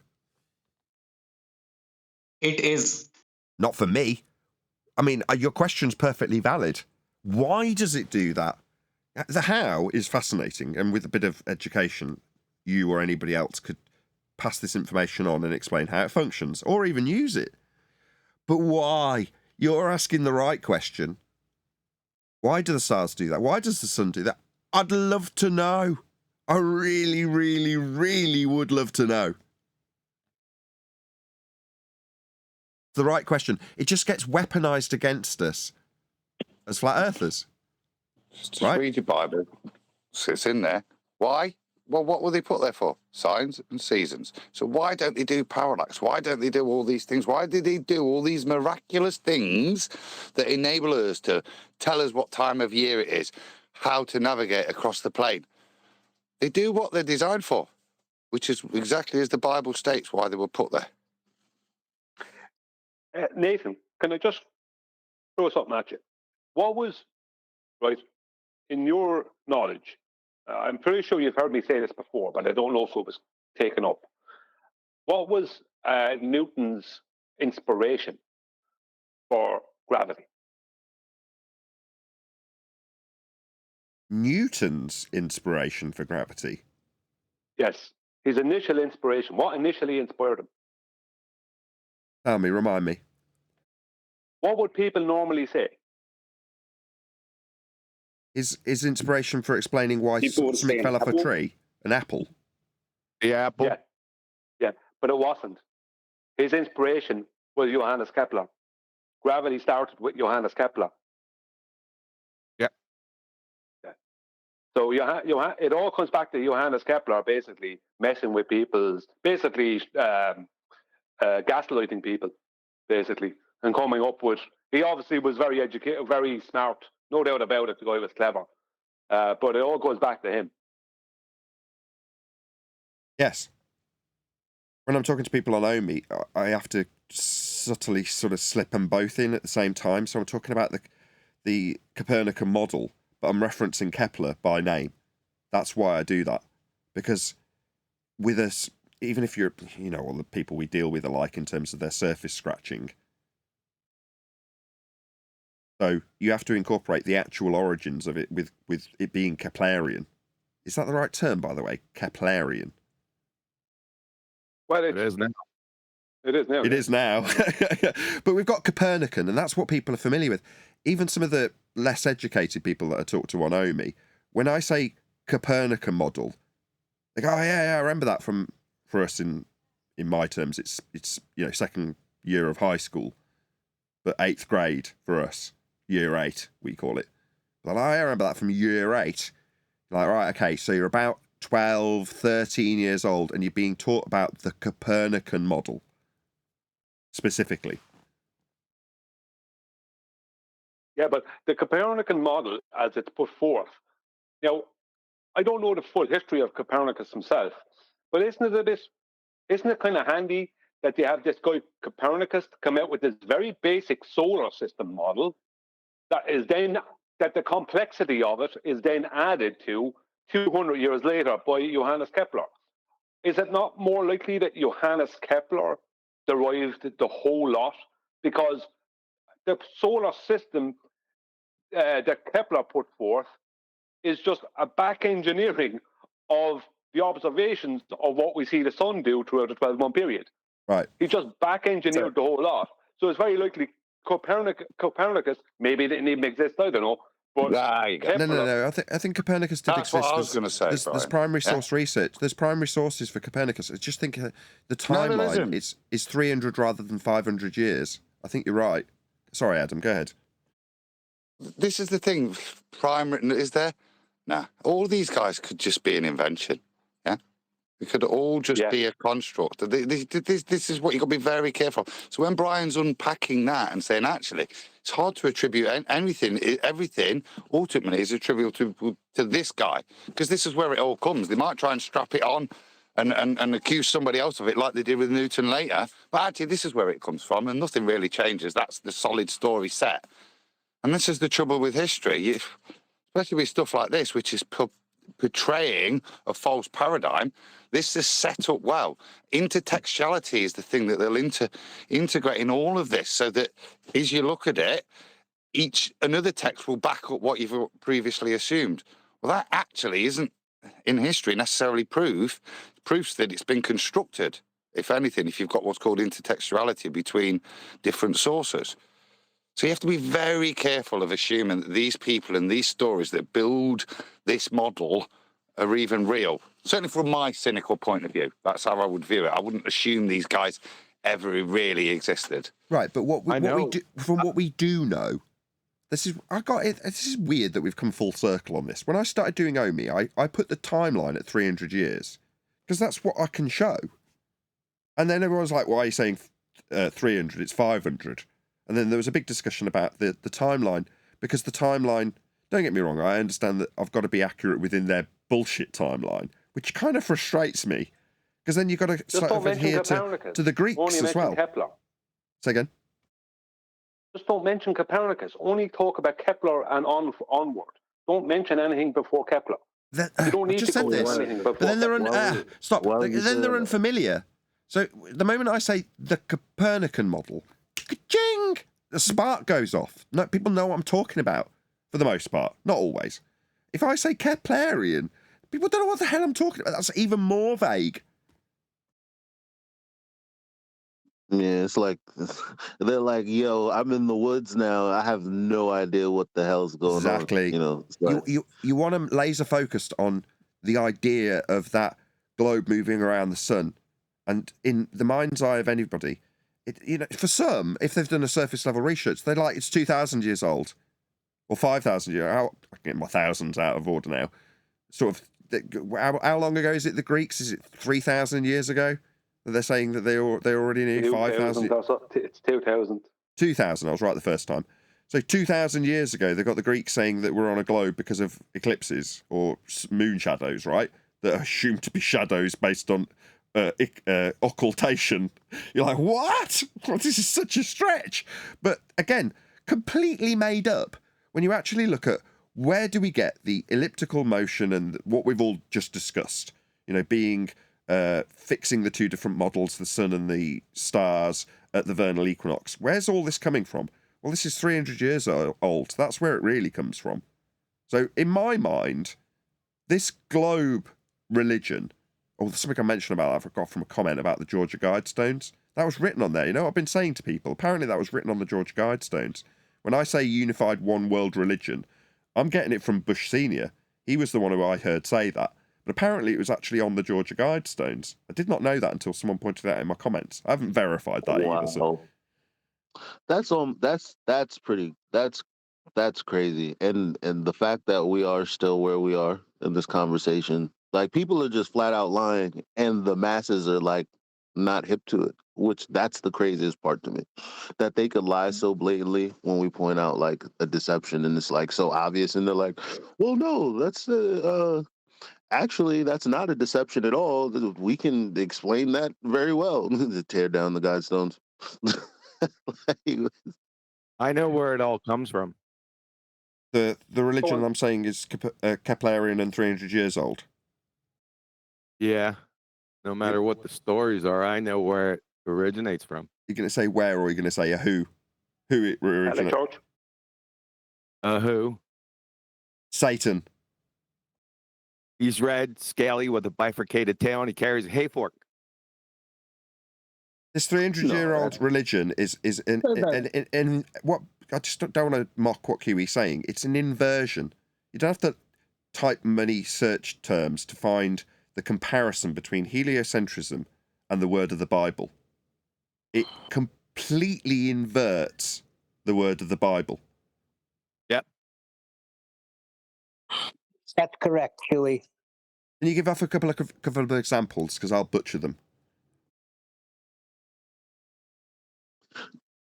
Isn't that ironic? That this Hold system. On.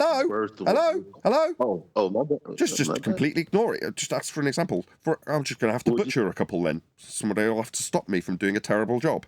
The Christians will moan in the comments.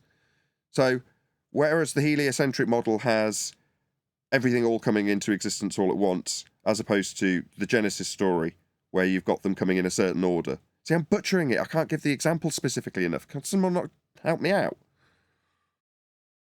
Yeah, The everything sun's is created on from the nothing fourth as day. opposed to created from Oh, a three creator. people at once. That would be even better. The sun is created on the fourth day. Neil, this is It's useless. basic. It's You need to compare. Oh my God, this is like pulling teeth. Let me give it to you. In heliocentric lore, right, everything is created from nothing. Whereas in reality, in the Bible, in reality also, everything is created by a creator. Completely different, two completely different It's too broad. opposite ends of the scale. Yeah, that's fine, but I want specific examples. And short of going and finding my iPad, which isn't right next to me by chance, and typing in the search terms to find the word of the scripture where it says the sun and moon come after the ground come, or something like that. Whereas the I had a list of them on that one presentation. Remember, I went through them. Yeah, that's why I was hoping you'd help me out, and now we've got this falling apart of the seams instead. Me butchering it. I just woke up. I'm not here to support your work, counselor. Oh, well, I'm sure someone will post a link in the comments to this juxtaposition between heliocentric inversion and the actual word of the scriptures. But it would have been nice to have a couple of examples. QE's list. I never heard that list. Come on, QE. Shut up. Gave it about 5 or 6 times through the years. The hell up. So if you're watching now, just know if you haven't heard them the 5 or 6 times, it's only reasonable that it's basically your fault. That's Dan Skippy. I mean, how hard could it be to find it? Pay peanuts, you get monkeys. What can I say? I actually gave you the one. I gave you something, and you didn't. You put it down. I said it was too broad. I said it was too broad. It's all encompassing. AKA too broad. It is the absolute be all and end all of the whole thing. Look, there's a list somewhere with direct quotes from Doctrine of Heliocentrism. Doctrine of Heliocentrism being, in this example for Brian, so I'm not demeaning it, is Big Bang, everything created from nothing. And then it has next to it, word of the scripture, God creates X, Y, and Z. Yeah? It puts them next to each other. But I just don't have the list to hand. Anyway, I don't think we're buying time for QE to dig it out. He's basically said, sod you guys. He's eating toast. I'm washing my hands of this. I've done it already. The only reason you know about the list is because I was the one to publicise it to you. And now I'm your bitch to go and get it for you. Johnny on the spotlight. No, I'm eating. Which is perfectly fine and also probably a good opportunity. No, that's the problem. Maybe he hasn't eaten yet and he's grumpus. You're supposed to know stuff about the Bible, Neil. You give us a few quotes. I do, but he's got a list. I want to hear his list. We'll get to the list some other time because Where's Meekin? He surely has something. I'm going to round out this live show and say, if you are watching this on either Nathan Oakley 1980 or Nathan Oakley Premiering streams, then stay tuned as there will be an after show to follow. The Sextant. How does owning a sextant prove a globe? You know what I mean? It's like, it means nothing. I own a sextant. What is a sextant, Brian? What does a sextant do? It's an angle measuring device, right? Yeah, exactly. It measures elevation angles, and it also measures horizontally. Go on, yeah, how's he going to get that on a globe? You don't. You don't. That's the end of that story. Yeah, but it's this stupid nonsense. I own a sextant. That means what I'm claiming to be right is right. How does owning a sextant make the Earth a globe? Just because you own it. Like, that rationale is so weak. Well, it's the starting point. It's their pain relief. Well, it's because Rumpus used to get away with it 10 years ago. Rumpus used to say, sextant proves the globe. You can't use a sextant on a flat Earth, was the way he phrased it. Okay, well, in the mind's eye of somebody who hears that, so sextants prove a globe then. Well, no, you think the outside edge of that curved surface of the measuring tool is the globe. It's not, because it's actually the celestial sphere that's going to have projected points from the equatorial plane projected up into a globe surface, which has lines from the centre of hell plotted through a map, through the map onto the celestial sphere that runs parallel with the surface in a spherical way. You're like, this garbage doesn't in any way suggest that a sextant works on a globe. It doesn't. It's got to have flat Earth to make the angle measurements. No, It's absurd. I dropped the mic on. Yeah, Yeah, Brian. Go on, Neil. No, you go. I go after. I said to him, I said, okay, answer me a question. How do you have an elevation angle off a curved surface? You don't. Goodbye. Yeah, that's it. Game over. No, Kiwi said it best back a couple of years ago now. They're reifying it's what you were saying, Nathan, but just kind of condensed. They're reifying the arc scale of the sextant into being the surface of Earth. But what they don't realise is what they're actually doing is placing that at their equatorial plane at vernal equinox, making it a much bigger flat plane and making it stationary and measuring an arc in the sky. That's what they don't even realise they're actually doing. But this diagram, because the arcs, go on, Nathan. Well, it's on screen. It's just by pure coincidence. These slides I've picked for the presentation I did are absolutely appropriate for the show. I'm glad I used them. But what we've got on screen is somebody standing on the, let's call it the equatorial plane.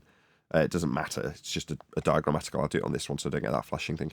Right, so you've got the woman standing on a flat circle, right? And she's measuring stars. Now, you can obviously easily picture how this is a protractor wrapped around her, creating the view of the heavens. Well, if you just wrap a globe around her, that would be as I've just described. The projected points that run, let's say this is a measurement, so we've got the North Pole here in this depiction.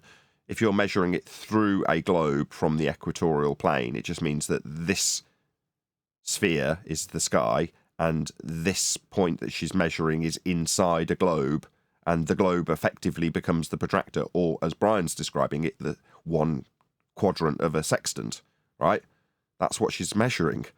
But to project out the points that then become the globe, you have to have a flat plane with a circle around you that is the globe, and then a circle around that is the celestial sphere. That's how the evolution of the model comes to pass. But it all begins with this woman standing on a flat plane measuring angles to the stars in the sky. And on the arc scale on the sextant is only up to 60. Because the way it's used, it doubles that. So the arc scale is not even 90 on a sextant. No. That's only if you use like something to reflect off. So if you like establishing the flatness with something like molasses. I know what you mean. Yeah,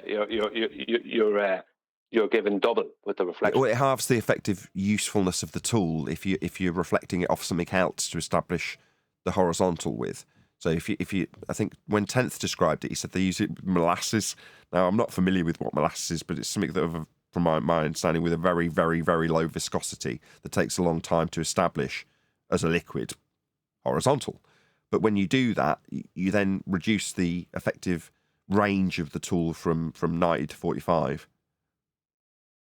I know. I think that there's something I can't remember. This is something that I always forget. It's something to do with the arc scale not being 90, and there's a reason for it. And I keep forgetting it. Every time I look into it, it's just one of these points I keep forgetting.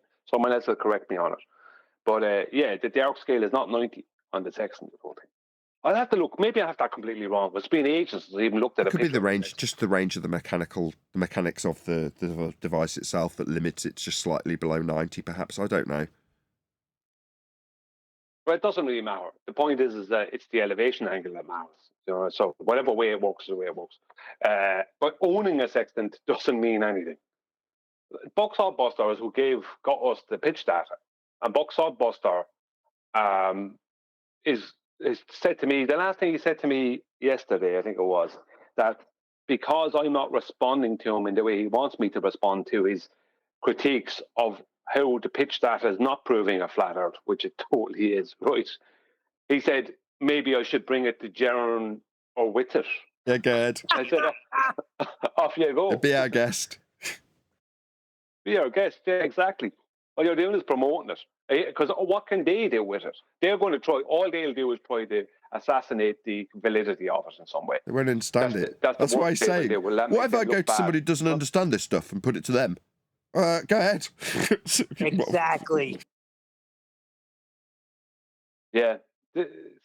Buck Sodbuster, it's a strange guy, because he went out of his way to help me out, and now he wants to debate me every day on just the nature of objective reality. Yeah. Like, pain. He's in the plane pain. doesn't dip its nose below 0. 0 is horizontal, but they want horizontal to be a series of tangents from point to point around the surface of a sphere. It's weird. Yeah, They're obsessed with us, or in this case, he's obsessed with you, and he can't get you out of his head. You're living rent-free. And their, as anti-flat earthers, obsession with us is highly publicised by YouTube. It's weird. It is weird. It is weird. I mean, do we even think that horizontal can be a circle, which is what they're actually trying to claim? That horizontal is that what we would call horizontal is a series of tangents from point to point around the surface of the globe, which means from that first horizontal that you'd be using as a pilot, the second horizontal is at a pitch below that. How can horizontal be a pitch below horizontal? It's nonsense. I remember you first telling me this. You told me this about a week ago after the first time. I assume this is the exact same conversation, rinsed and repeated 50 times from Sodbuster or whatever it's called in comments. Yeah, because you went through it the first time with me, and it's like, oh, so it's just going over and over and over and over and over and over and over the same thing. What a shock. Oh, it's not just from him. Let me read out something. This I'm getting this from loads of them. This is their go-to. Let me read out a comment I got from Trevor Austin, commercial pilot.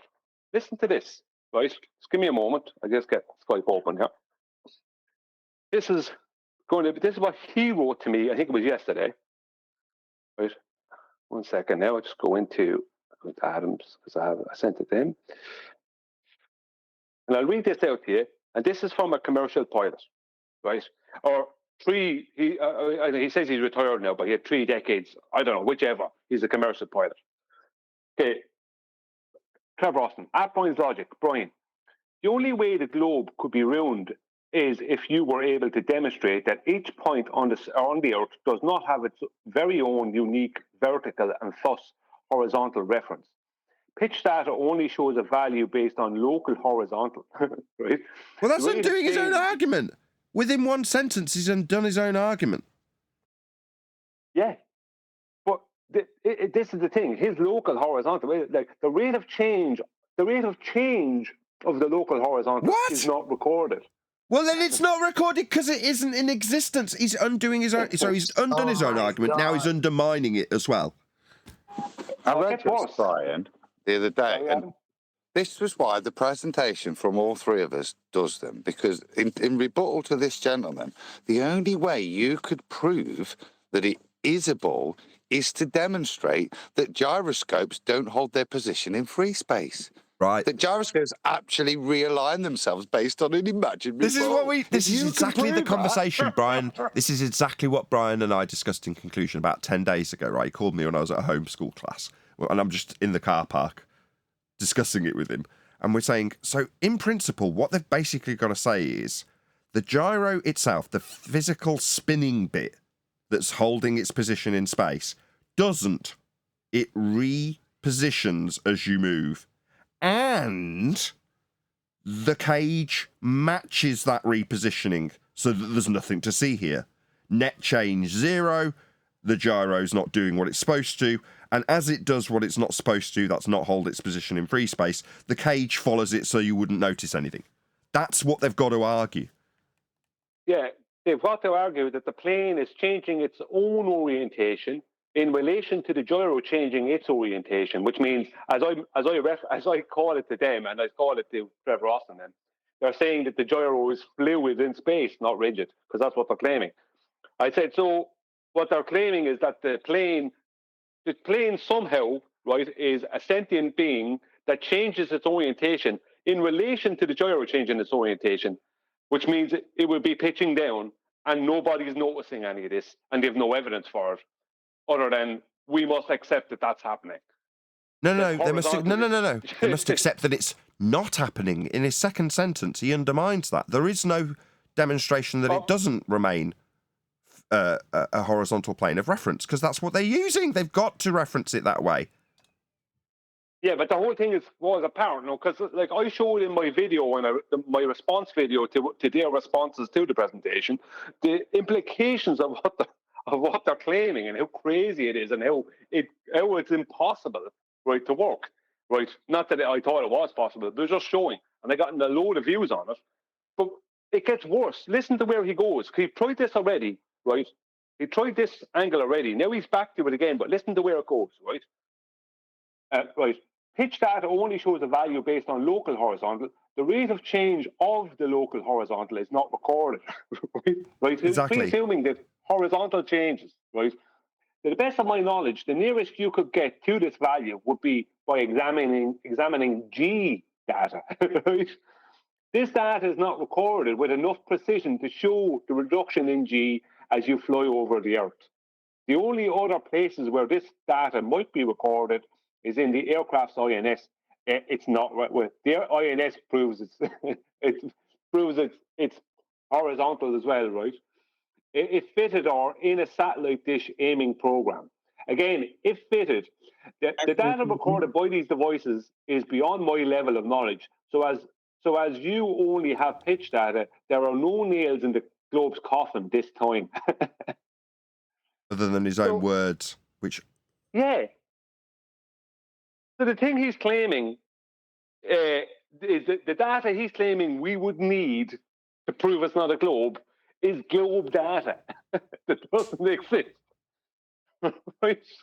Yeah. He's saying we must get globe data to prove the globe doesn't exist. So we must break the question of the globe. Yeah.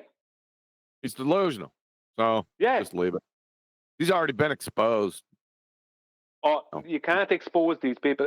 He has, but like he keeps sticking his head up because what's happening here is there's no sign of Wolfie in the rest of them. He's the only commercial pilot there trying to defend any of this, and he keeps on being put forth by the ballers to defend some of this. And he's in my chat, my comments, and he's correcting the ballers on their attacks on me because they're incorrect in a lot of things they're saying concerning flight, and I'm correct, and he's trying to make it seem like they're just a little bit wrong without saying I'm correct. You know, this kind of thing. But he keeps putting his head out there. It's like, just stop being involved. You know what I mean? It's stupid.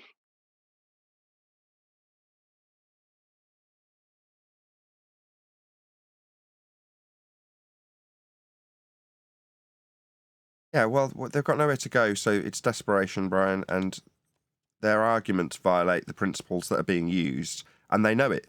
So they disclaim it in the next breath after saying it proves nothing. It's madness. That's why he's non-stop living. You're living rent-free. That's why. Well, it's getting to ridiculous degrees because somebody wrote into my comments that I wrote these words, something about math, ignore the maths and blah, blah, blah. And I said, there was no maths in that presentation, right? I said, I didn't say that. There was no maths in that presentation. It turns out I was referring to, I did say it, but it was referring to maths that were at the bottom of a diagram and I wasn't using those maths. And I just said it offhand. So then when it was pointed out to me that I did say it, right, and I'd forgotten about it because in my head it wasn't part of the presentation, you know, it wasn't part of the planning of the presentation. I just said, all right, I did say it, right? But it was just a lapse of memory. It was inconsequential to the presentation. Then they started calling me a liar. Do you know what I mean? Yeah, it's like character assassination's all they've got, Brian. Yeah, straight away. So I called him out on it straight away. The fella started calling me a liar. I said, okay, prove or lied. And he came up with that. I said, no, that was a lapse of memory because that had nothing to do with the presentation. And I said, prove or lied or else you're getting removed. And he's been on my channel for a long time now, constantly commenting, and I removed him last night because he had no proof that I was lying. He was trying to make me into a liar. Another guy came in who was constantly in there trolling, constantly attacking me, constantly arguing with me half the time attacking me. He called me a liar. I removed him.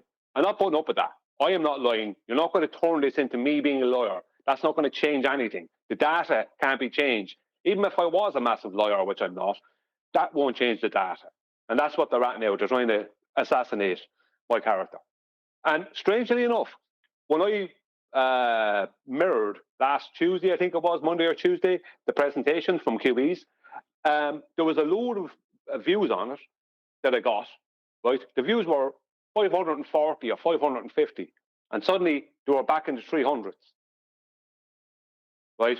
For some reason. So it's like YouTube took views away from it. It was bizarre. And the views, if you look at the comments, I have more comments than views on that particular presentation now. I have a load of comments. It's nearly equal on my next video responding to the ballers on it, on their claims about it. I have nearly equal views and comments. But on the presentation video, I have more comments than views because they didn't get rid of the comments. They just got rid of the views. YouTube. It's crazy, like the stuff they're at trying to. I think this is going to become a much bigger problem for the ballers. Much bigger problem.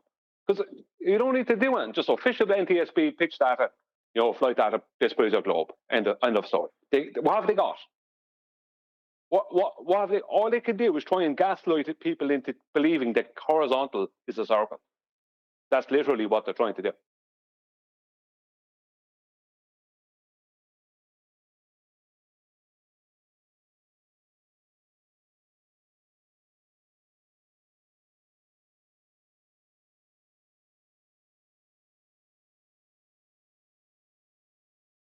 Oh yeah, we are flying around the globe, but we never have to pitch down.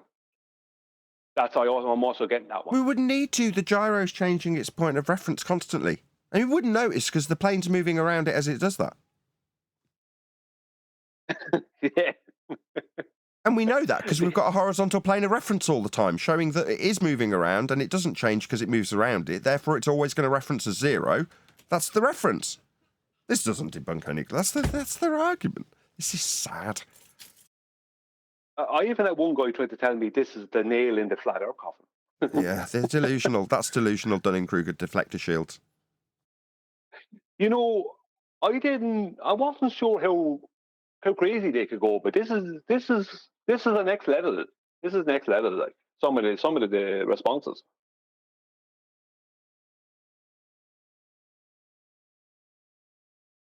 Next level delusion only. I use level, lad, sorry.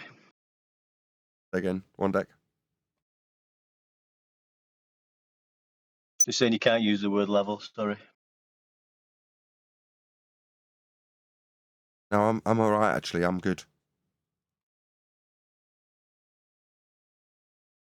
No, one deck is saying that they can't use the word level. Yeah, I got that.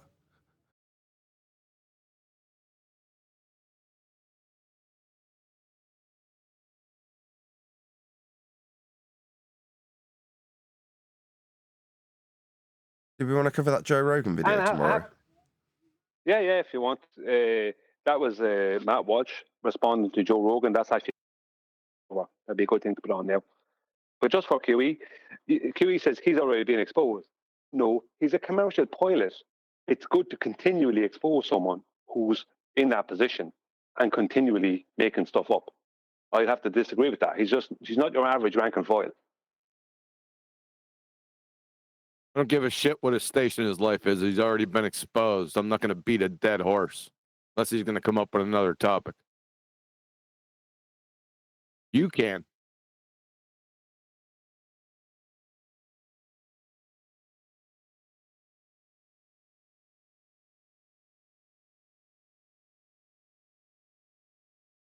Yeah, you can flog that dead horse, Brian. Yeah, he's only a commercial pilot, and this is only a very pivotal time within this argument, considering it's just the pitch data. I mean, there's no need to continue focusing on him. Anyway. There's no need for sarcasm, and there's no need for QE to be flippant about this. But we all have our quirks.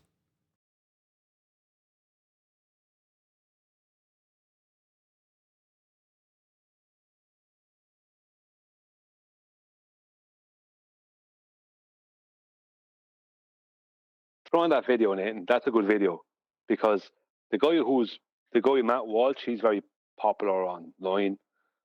He's a well-known. He's after coming out with a few documentaries that have become very popular, but he comes across as like this logical thinker. When it comes to this issue, logic goes out the window. Throw it on. You'd enjoy it. Yeah, we will. We'll cover it on tomorrow's live show. No, now.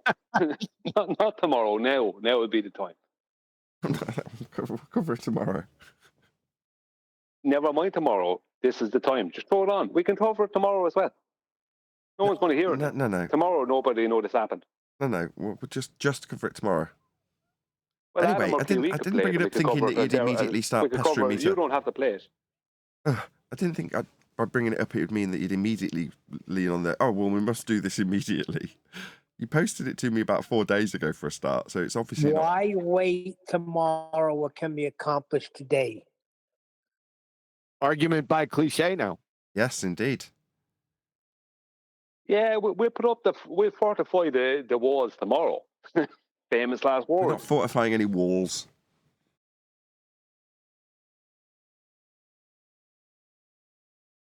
Just play it. I'm not going to. We'll cover it Just tomorrow. the first 3 minutes. Leave it play for 3 minutes then. We just respond to the first 3 to 5 minutes.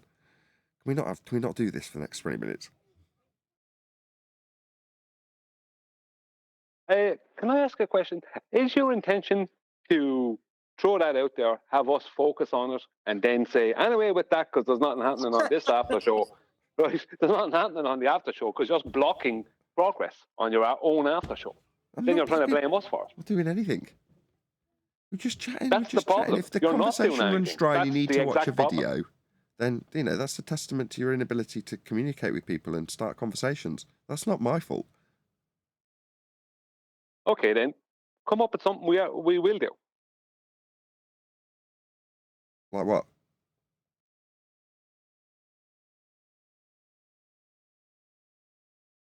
It's your show, right?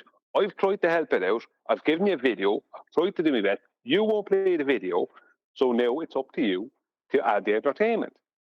Try to do my best. You watch QE's show? Say again? You did a show. I did a show. Amazing. Yeah, and? Yeah, talking about Candace Owens and getting duped. That was 2 shows ago. What was the most recent show about? Scams. Wasn't it on the same subject? David Weiss's scams. No. Oh. Have you not heard that? Go to Master B and have a look at the post from Wakey, Mark Knight. Have a quick read. I've read it out twice already, so I don't read it out again. What does Wakey have to do with my shows? Nothing. We're just chit-chatting, changing the subject. Yeah. Transitions are a problem, aren't they?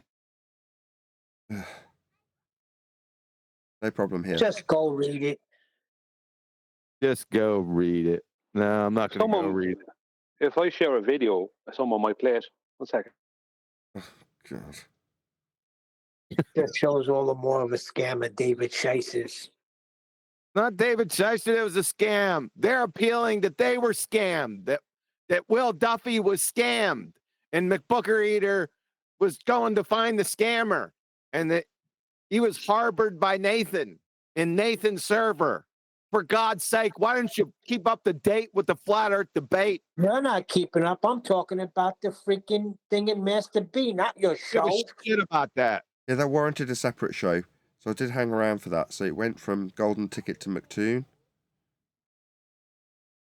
Yeah. McBooger Eater. Yeah, that warranted its own show, I felt. I did too, but I wanted to do the whole thing. Fair enough. Shared. It just sort of, you sort of burying the headline in what you covered on McToon, because it's right at the end of the show. I mean, it's not right at the end, it's halfway through sort of thing, but you know what I'm getting at? No. If you just started a new stream and retitled it, it's a video in its own right, but now it's the end half of another video about Golden Ticket. Yeah, it's like connected. Anyway, what's the title of the video? I'm just I can't remember. What is the title of your video?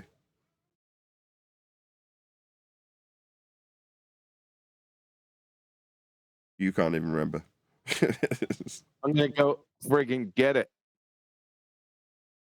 So, the title of the video, Tube. God. QE Live, the treatment. TFE, the golden shower ticket, and McBooger Eater Super Sleuth.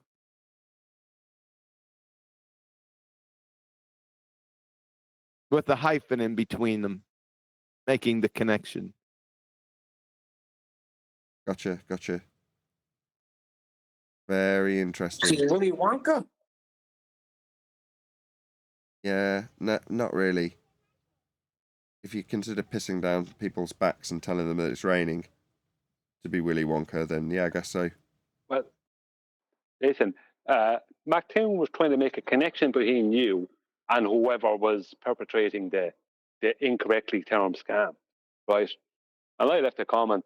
He was saying that this guy has been he's over on his Discord, and he has even personally debated the guy, but then he tried to connect you and Flatside to it, because he's been over on Flatside's and he's been on yours. But he tried to say that he's over on your Discord. It's like, Nathan doesn't have a Discord, I said to him. So the connection you're trying to make between Nathan and this guy and Flatside and this guy, you actually have a greater connection to him than any did. Which was true. He was trying to make a connection between you and this guy, the man Neil Moon or whatever the guy's name is, and that he's claiming did whatever, and you, that doesn't exist. It was a complete, and he tried to attack Flatside as well, but he actually attacked you in his video.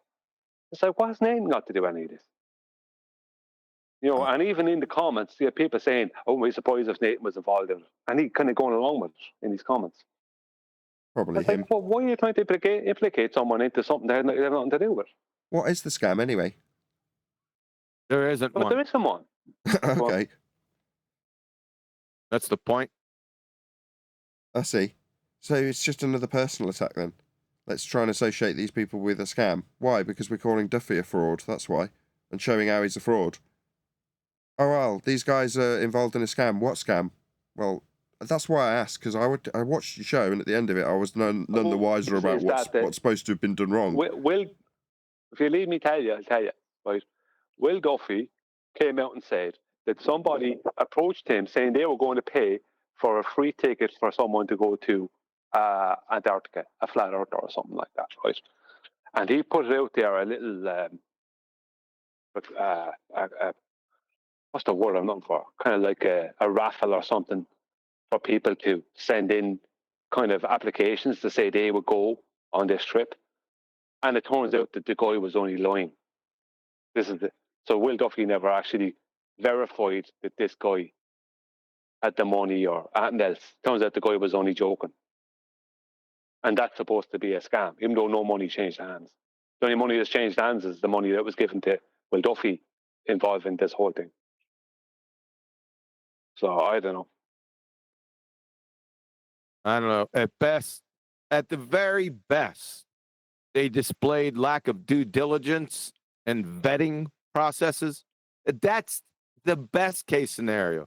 The worst case, this was all fucking set up by retard baltards to smear non-flat earthers portraying themselves as flat earthers to make the public think that flat earth is kind of goofy and shady. Yeah, so there it is. There's two friggin' choices. Yeah, they've sunk so low that they've got to put in pretend flat earthers to make flat earthers look bad. So not only are they not succeeding in the personal attacks against the individuals, they've got to create fake individuals to make them look bad so they can personally attack fake individuals. Wow. Yeah. That's sad. Yeah. You got it. Meanwhile, the argument... This only happened recently with the man Will Duffy came up with some German flat earther who nobody knew of. No one in Germany ever heard of the guy. He had 200-something subscribers. Nobody knew who he was. And this guy turned up, and he was supposed to be going on this trip, and then he decided he wasn't, and there was some nonsense went on that made him look bad. You know what I mean? It's like nobody knows who this guy is, and he's disappeared. I mean, who these made up, like this is going on for years. It just hasn't been used as publicly as this. You know, I remember Wolfie years ago brought up some flat earther who claimed to make a bet with him, but nobody knew who this guy was. This guy had nothing to do with anything, and the guy lost the bet and wouldn't pay it. It's like, this guy doesn't exist as the person you're saying he exists as. Nobody knows who he is. If he was a flat earther, people would have known him. You know what I mean? Things like that. So they're at this. It's the same scam they're at with scam. They're nonsense. Maybe not scam, but it's their nonsense that they're at for a long time. They're just doing it in this way now. Yeah. Well, basically, this might all backfire really badly on a lot of the dudes, the anti-flat Earth dudes, because they don't do due diligence. They do just take people at their word. You know what I mean? They will look for the easy explanation where someone else is just telling them this is how the rebuttal works. You know, that kind of stuff will mean that they'll end up getting scammed by someone like Will Duffy. And what's he got to do in the meantime? Well, he's got to create scenarios that make flat earthers look bad while he's scamming everyone. You know, like, what? But when they all get caught out, it's like, yeah, we've been telling you the guy's a fraud. This whole thing's a fraud. We've broken down it, not based on him, right? I mean, literally, someone in Skype's just sent me a link to how Will Duffy's a fraudster and how he's being investigated. It's like, no. I'm only interested in demonstrating the affirming the consequent, the begging the question, and the false dichotomy. That's to say, the argument against the flat Earth or globe that is supposed to be taking place here. That's the only bit I'm interested in. Meanwhile, everyone else is getting scammed into putting up 40 grand GoFundmes to take a 15 grand trip. You're like, do you think this is going to work out well for you, Globies? This is going to look awful. And all you can do is fabricate scenarios where flat earthers supposedly look bad. That's the best you can do. Oh my God. This is falling apart at the seams, isn't it? This whole Antarctica scam. It's non-flat earthers. This is very important. This is a very important point. It's a false dichotomy. Guys need to catch this and stick with this, right? I already pointed out about 3 times. First of all, they're saying that this is a flat earth versus globetard issue. Nah. It's two Earth versus globetards. It's at best, it's two Earthers, and at worst, it's non-flat earthers. And they're trying to portray it as flat earthers, all intertwined inside a numpty dipshit scam the alleged scam that's not a scam. By the way, that GoFundMe is over $5,000 now. This has always been a thing for Will Duffy to have a play and make everybody look stupid, and he was never intending doing any of it. Well, it's making him look stupid. Well, and his staff, McBooger Eater, sci-fi scam. Yeah. Who else? To us, oh shit! Go ahead. To us, it looks stupid, but to other people, that's what he's trying to portray. Is we're all a bunch of scheming, backstabbing. Yeah. Yeah, I'd have to agree with that. Yeah, I know. I just said it about 5 minutes ago.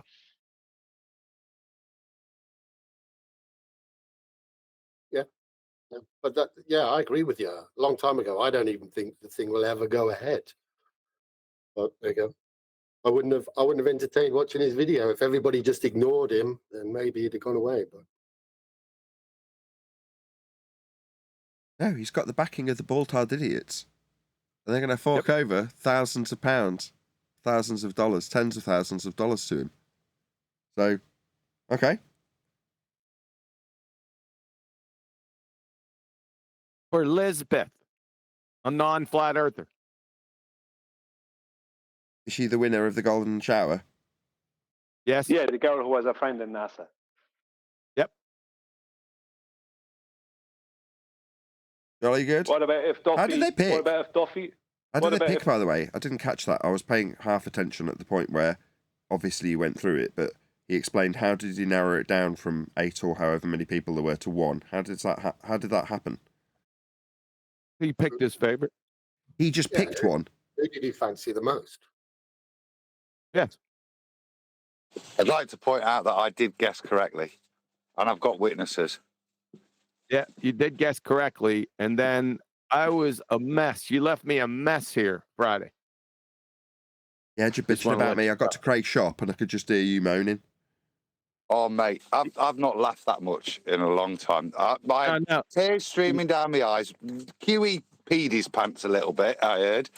That was funny. That whole review was hilarious when we did it. But you were off getting curry, right? You missed it, and you didn't tape it. So too bad for you.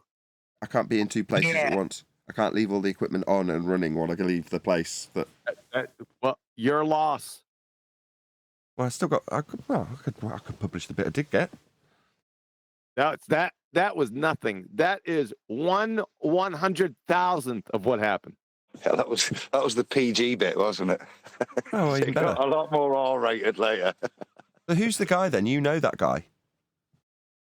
I knew one of the guys on there, Rizwan. Yeah, he's. I met him at Flat Earth stuff in Nottingham. So when 8 or 9 years ago, when the first one was in the paper, and then when we did a live stream on Flat Earth Debate, he popped up, and he's also popped in the shop just to say hello. You know, I hadn't seen him in years, but as soon as he came up, I'm like, I know that face.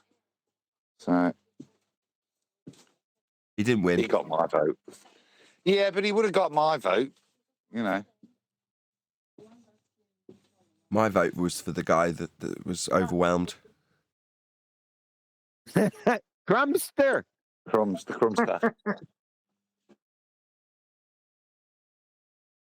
I mean, the obvious choice was the guy that's trained militarily, has his own decent channel, purports to be a flat earther, and seemed to have decent argument with Will. I said this at the time. Yeah, you've got Blondie and the girl with glasses who made it, right, as the choices, and then you've got Mr. Counselor, the Crumbster, and Mr. Muscle.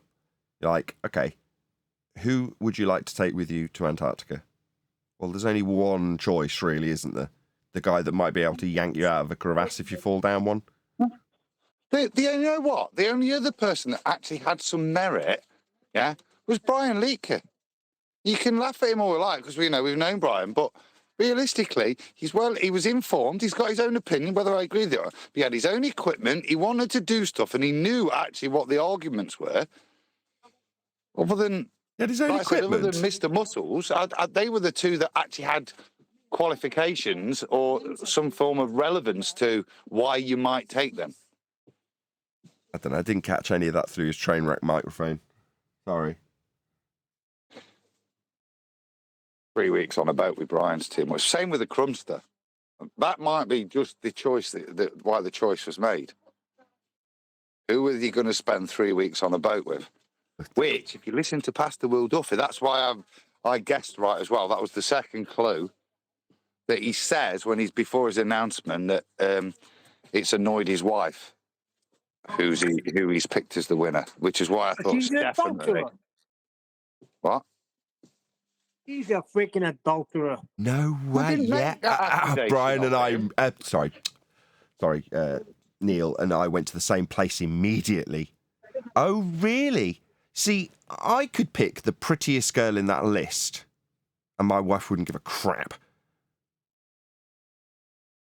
Yeah, but he had to say it on screen, which says a lot about their relationship, that A, she had a go at him, and B, that he felt he needed to justify it on air. Yeah. Well, this is the thing. He's going to go down there, as we said, with his blue marbles. What it is who wants Elizabeth there is all the ballers who have a little fetish. They have this little fetish about this naive, kind of good-looking flat earth girl, right? And they have this little thing. Remember Rachie when she first turned up? The amount of baller simps, my God, it was, vomit-worthy, the amount of simping that was going on. Oh, I'll help you out with that. Oh, absolutely. You're really brave. The rubbish coming out of these fellas. They simped the hell out of Rachie, right? Because as far as they were concerned, she was this naive flat earther who was good looking and needed some kind of guidance, and they'd give her guidance, if you know what I mean. None of it was true. Fellas. Yeah, none of it was true.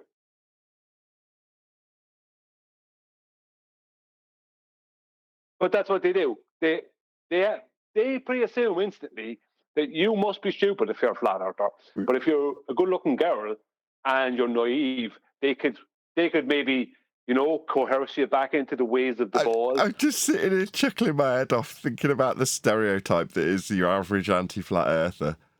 Oh my God, this basement-dwelling, sweaty globe cuck who wants to simp for anything female. Oh my God, these people are pathetic. They're very hateful. Simps are like that. And they work in tandem with each other.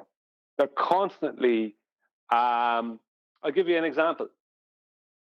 Last night, for the first time ever, I reported a video, this shorts video, from this guy called, you know that guy Andrew Johnson?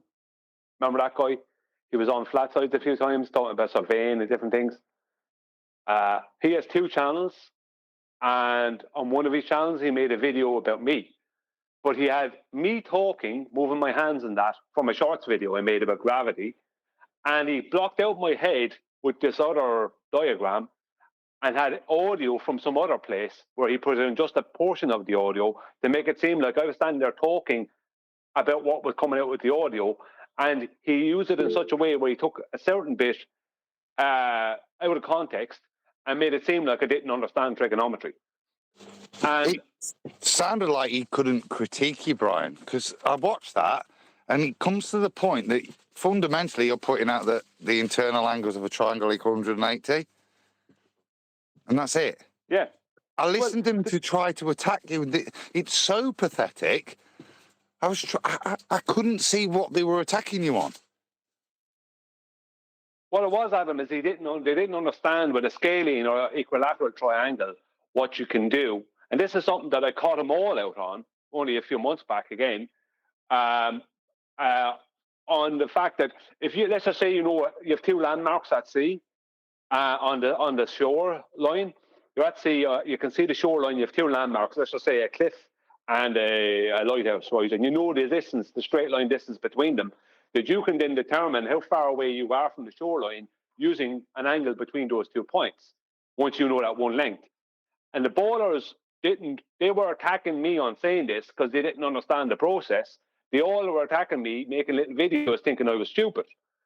Well, because what they didn't realize is you can then take that angle, right, with just that one side length, with a scalene or let's say an equilateral triangle, you won't be able to with just your angle and just that side length, you won't be able to solve the rest of it correctly. But what you can do is you can break it into 2 and make 2 right angle triangles out of it.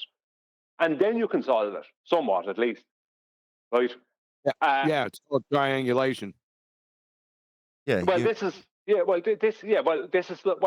it's a use of trigonometry. But they didn't realize that this could be done.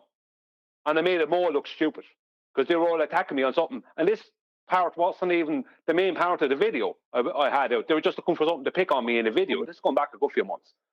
So they picked on this thing, and I made them all look, I embarrassed a whole lot of them. And suddenly Andrew brought out this thing 7 months ago. I hadn't even seen it. The first time I seen it was last night. But because it's so dishonest, I reported it as misleading. And I never did that in all my years on YouTube, but I did because I had enough of it. Because they're doing this stuff all the time, and I don't even know what they're doing. I 7 months ago that was put out, and I never saw it. No one sent me, and I even tried to leave a comment on it, and the comment wouldn't go in. It's nearly like he has on this channel, he has me blocked from that channel, so I can't comment. So he can make a video like that about me, and I can't even comment on the video. And it was things like that. I just saw red. I had enough of him, enough of these people and their nonsense. So Adam, you're right. He couldn't really critique me on anything, but he also didn't understand. He also didn't add in the context of everything I was. If he added in the context, more context towards what I was talking about, there wouldn't be a problem. But he's trying to do me on something that he can't even properly do me on.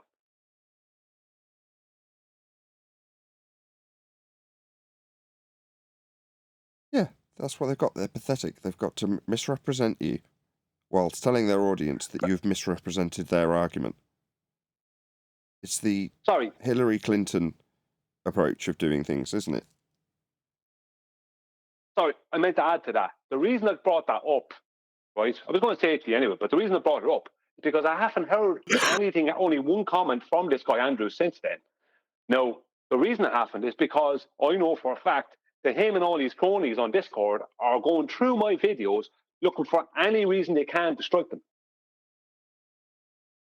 That's what they're. I don't need to be told that. I know exactly what they're doing. They're all gone quiet. They're all looking through my videos, scouring through them to see if they can critique them or flag them or something, in some way. Get me strikes in some way. I just remembered something about Andrew Johnston. So, how ironic. He came to my comments and moaned that in a speech bubble on a video that I'd edited of him describing how Earth's flat with flatzoid, one of the quotes, and I put it in quotes and in a speech bubble, was it's flat, end quote. And he came along to my comments and was furious with me. How dare you put that in quotes like I've actually said that? I said that at no point. It's an outrage. So then I went and got the video of him saying it, trimmed it out with a timestamp and sent it to him. And he was pissed. Because he's said it. Now, he can't unsay it, but in his mind, he'd never say such a thing. No, you're describing to flatzoid how you measure Earth flat. And when you say it's flat, in context, telling flatzoid how he would disclaim it's flat, when you realize that it's flat and that's how it's been measured by him, he feels that it's not something he'd say first and foremost, and out of context. It's like, no, it's a quote. You don't have to like it. But what's their response to that? You said it's about 7 months ago. It's probably about the time I did that to Andrew Johnston. So what's his response? Completely misrepresent you and edit a video where you're saying something you're not. Well, earlier on I was speaking about something like that happening to me, where someone said, I said this in the presentation, their flight presentation. And I said, I don't remember saying that. I said, I don't, there was no maths involved in that presentation. But I had made an offhand comment about a diagram that I'd forgotten about.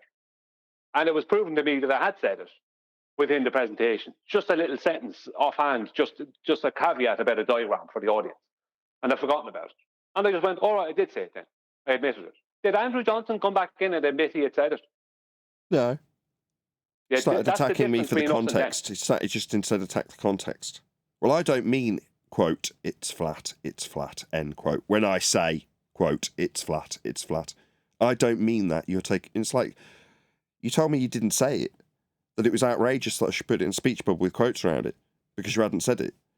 Yeah, you did. Yeah, you have. And you don't have to bleed and like it. But you can throw your dummy out the pram because you don't want it restated with quotes around it with your face next to it. Tough luck.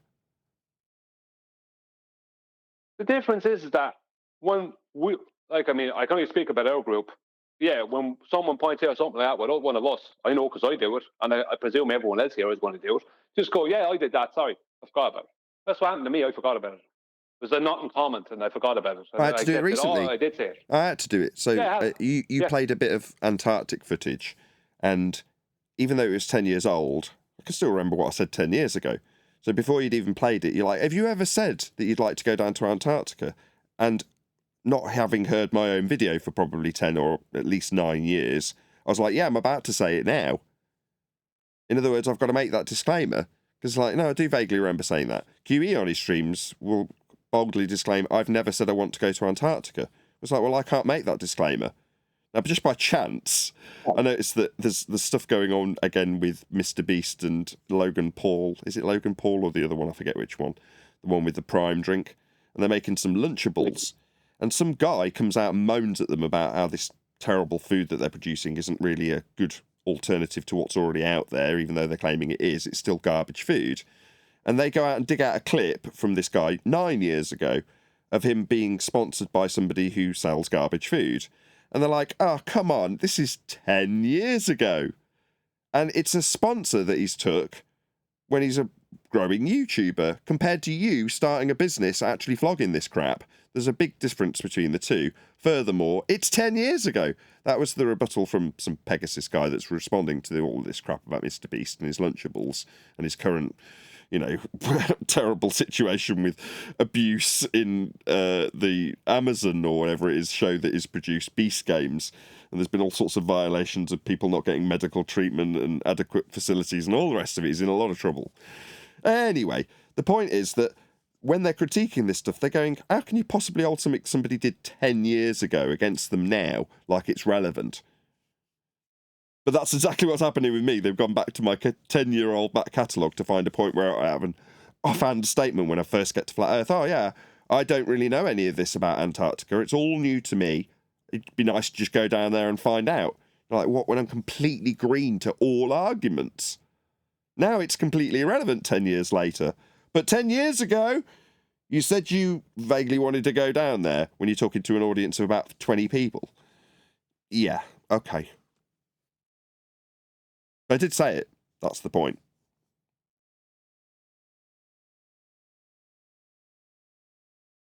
Yeah, but you just have to admit them when you say it.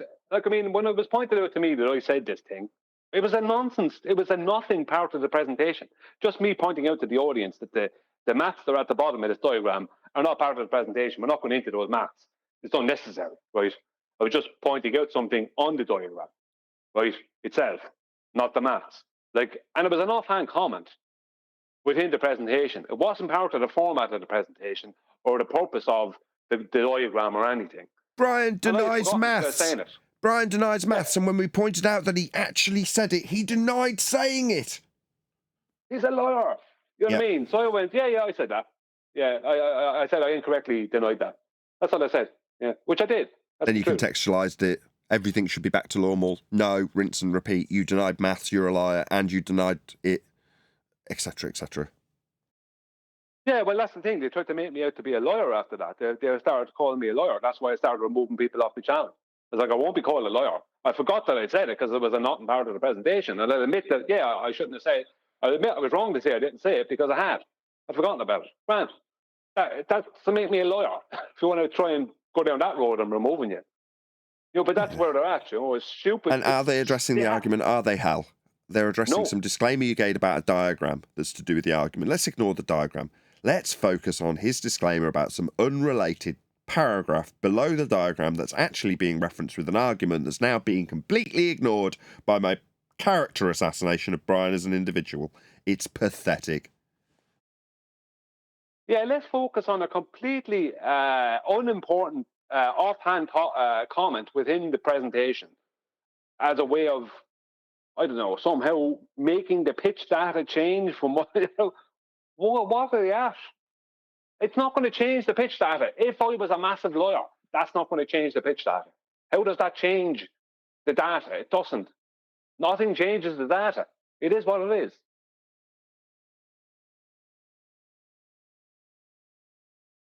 They're not ever going to address our arguments, Brian. It's always going to be the character assassination first and foremost.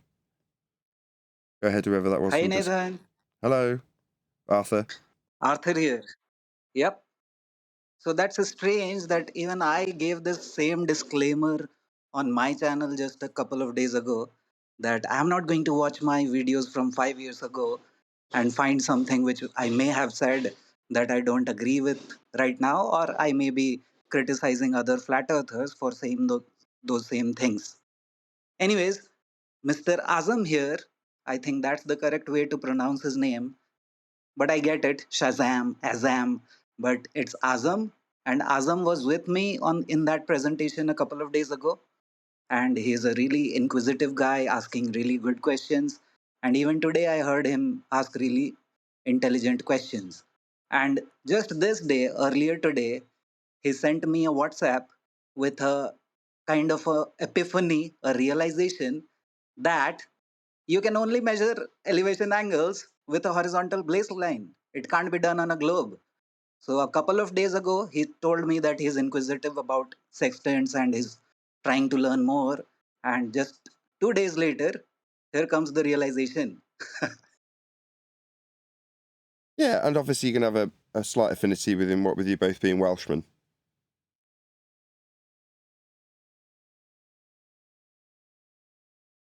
Indians, proud Indians. Oh, you're not Welsh?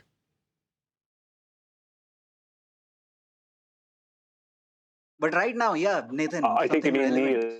Right now, I'm sorry, Brian, but right now, Azam also asked another question when I pointed out to him another of the stupid things, another one of those stupid things that non-flat earthers who are pretending to be flat earthers keep saying, which is horizon rises to the eye level. So, can you please give us a brief description of why making such a claim may be not so beneficial or counterproductive, being a flat earther?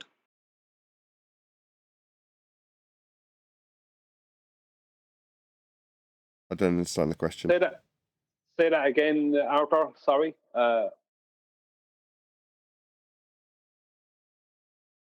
Will you allow me to repeat the question? Yes. So I said many flat earthers say this thing that horizon rises to the eye level. Right? You're familiar with that statement? It's incorrect. It appears to, but yes. It appears to, but it's incorrect.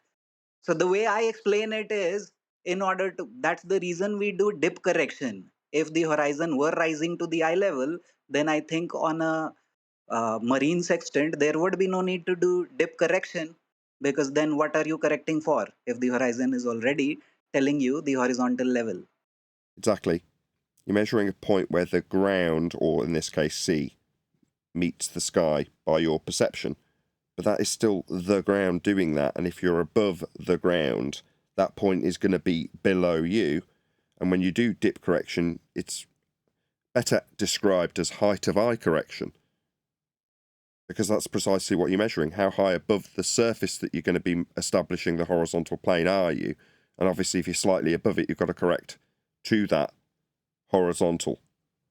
That's what height of eye is. But precisely that's why the horizon, while it does appear to rise with you as you rise in elevation, opening up your angle to the surface is still below you.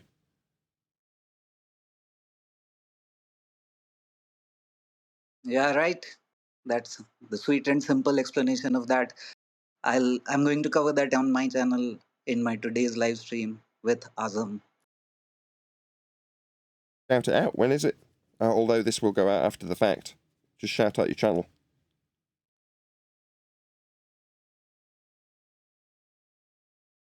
Arthur B. Flat, I'm going to go live in about 1.5 hours. That will be 10 p.m. by Indian Standard Time. And usually I go live at around that time in India. Cool. So yeah, check out my live stream. Arthur.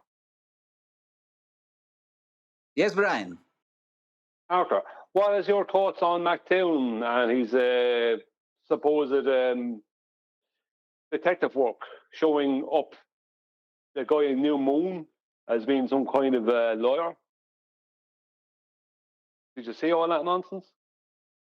New Moon is Indian. No, I don't follow McToon at all. Well, this is just something. You know that whole the final experiment nonsense with your man Will Duffy. Yeah, that's what I covered in my previous live stream, and I named it the final excrement. Yes, the final excrement. That's a good one. But Will Duffy claimed that somebody approached him, and that person said they were willing to pay for a flat earther to go to Antarctica with him. Right now, Will Duffy did like a raffle type thing where he ended up picking out of 40 people one flat earther, this girl, to go to Antarctica. Right, and the whole trip was going to be paid by this mystery person. Now, it turns out, according to Will Duffy, that this mystery person was only lying. They weren't going to pay for anything, right? But Will Duffy had not done any due diligence to find out if this person had the money or anything. And McToon claimed that he went through all the emails, and because he does this supposed as a career, some kind of an email detective guy, that he found out it was New Moon. You know your man New Moon? He's Indian. You've come across him, have you? He's been on Nathan's and a few other. Yeah. According to him, Yep. it's new moon. What do you know about new moon? He's a charlatan for starters, and then he goes by different names. He tries changing his voice as well, but he has multiple accounts and he goes by different names. And I suspect that there are times when he plays a flat earther as well. So that's a strange Is new moon, person. in your opinion, a ball or a flat earther? What his intentions or motivations are. And in your opinion, and the opinion of flat earthers in India, is new moon a ball or a flat earther? He comes to debate as a globe earther with flat earthers, but there are times when I have seen him debating globe earthers as well by presenting himself as a flat earther. So that's a strange guy. I don't understand. He has multiple accounts and maybe he's schizophrenic or what, I'm not sure. I did not care enough to find out, but that's all I know about him. And he was Because there on this my is channel like 2-3 years ago. Right, that's interesting, because I'm glad I got your opinion on that, because this is the guy that Will Duffy and McToon and Jerome Campanella and all these people are claiming is the flat earther who tried to scam Will Duffy and whoever. This is their kind of basic claim. Yet I wouldn't have recognized Neil Moon as being a flat earther because he's had such weird changing positions when I did encounter him.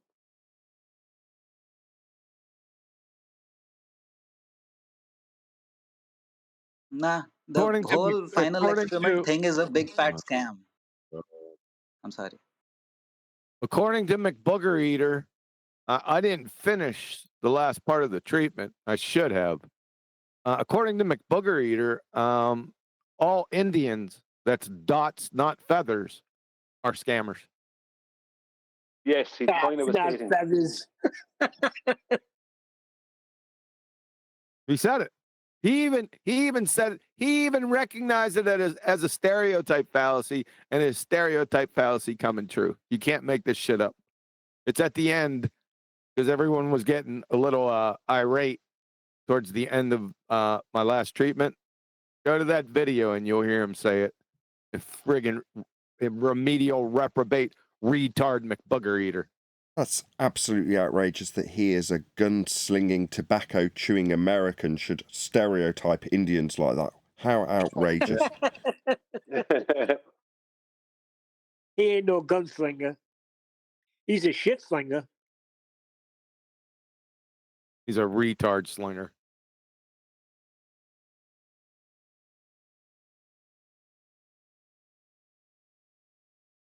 Yeah, Arthur, I'm glad I got your opinion there because I remember running into New Moon here or there, and his opinions on things and the way some of his claims, they were just bizarre. I didn't know what to make out of them. He never sticks around my channel because I exposed him a long time ago as being a charlatan. So what you're saying is, even though he professed to be on your side, you still did your due diligence and found out that he was a charlatan and therefore didn't associate with him. Will Duffy did a competition based on him. Is that correct? Yep. Not sure about that Will Duffy part, but on my channel, I played 2 parallel clips where he was pretending to be different persons, but I played those voices and left it to the audience to figure out whether they are the same or not. And that's what my claim of him having multiple personalities and multiple accounts is based on. I see. Because it never shows his face, so I matched his voice.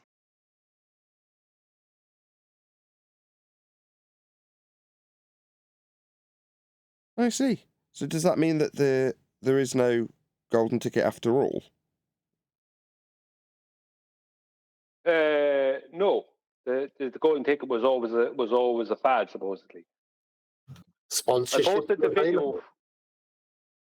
Just very quickly, Arthur, in Master B, I posted the video for you to watch if you want to see it involving Neil Moore. Okay, sorry, Craig. Just for clarity, is there still a golden ticket winner? Is that woman that was announced still going, or is it all bets are off because he was scammed? No, there's a GoFundMe for her now. There's no actual golden thing. Oh, There's a really? GoFundMe for her. Yes, I already told you that. Okay. Yeah, were you in chat not paying attention to my show? I was watching. No, you weren't watching. You weren't listening either. Yes, there's a GoFundMe. And I already said the GoFundMe currently right now is up over $5,000. Currently, right now. Oh my God, people are stupid. As of 9:31 on Friday night, I sent Nathan that very video, the one he should have watched, to be up to date with all the stuff that he didn't watch. So is that the Cassidy lady who won? Lisbeth. Yeah, she has a friend in NASA. This girl has a friend in NASA, and she won. Are you trying to say Elizabeth? No, Lisbeth. her name is Lisbeth. Did they run out of ink on the birth certificate? What's going on? You're going to have to ask her. Oh, trying to write the E. Just pen won't work. Well, I just write the next letter and see how you get on. Yep. Well, it's a bit like Brian, the way some people in America spell Brian, B-R-Y-A-N. No, this kind of nonsense. It's like, no, that's not Brian. So Brian, I let me just confirm lawyer. this little bit. Okay, go on, paterfamilias. I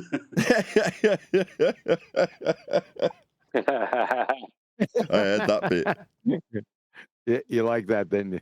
Yeah, I'll show it to you.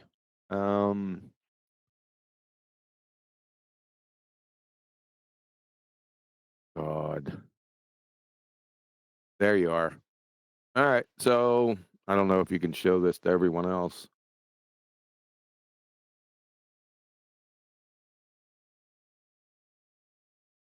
Yeah, I want to take over.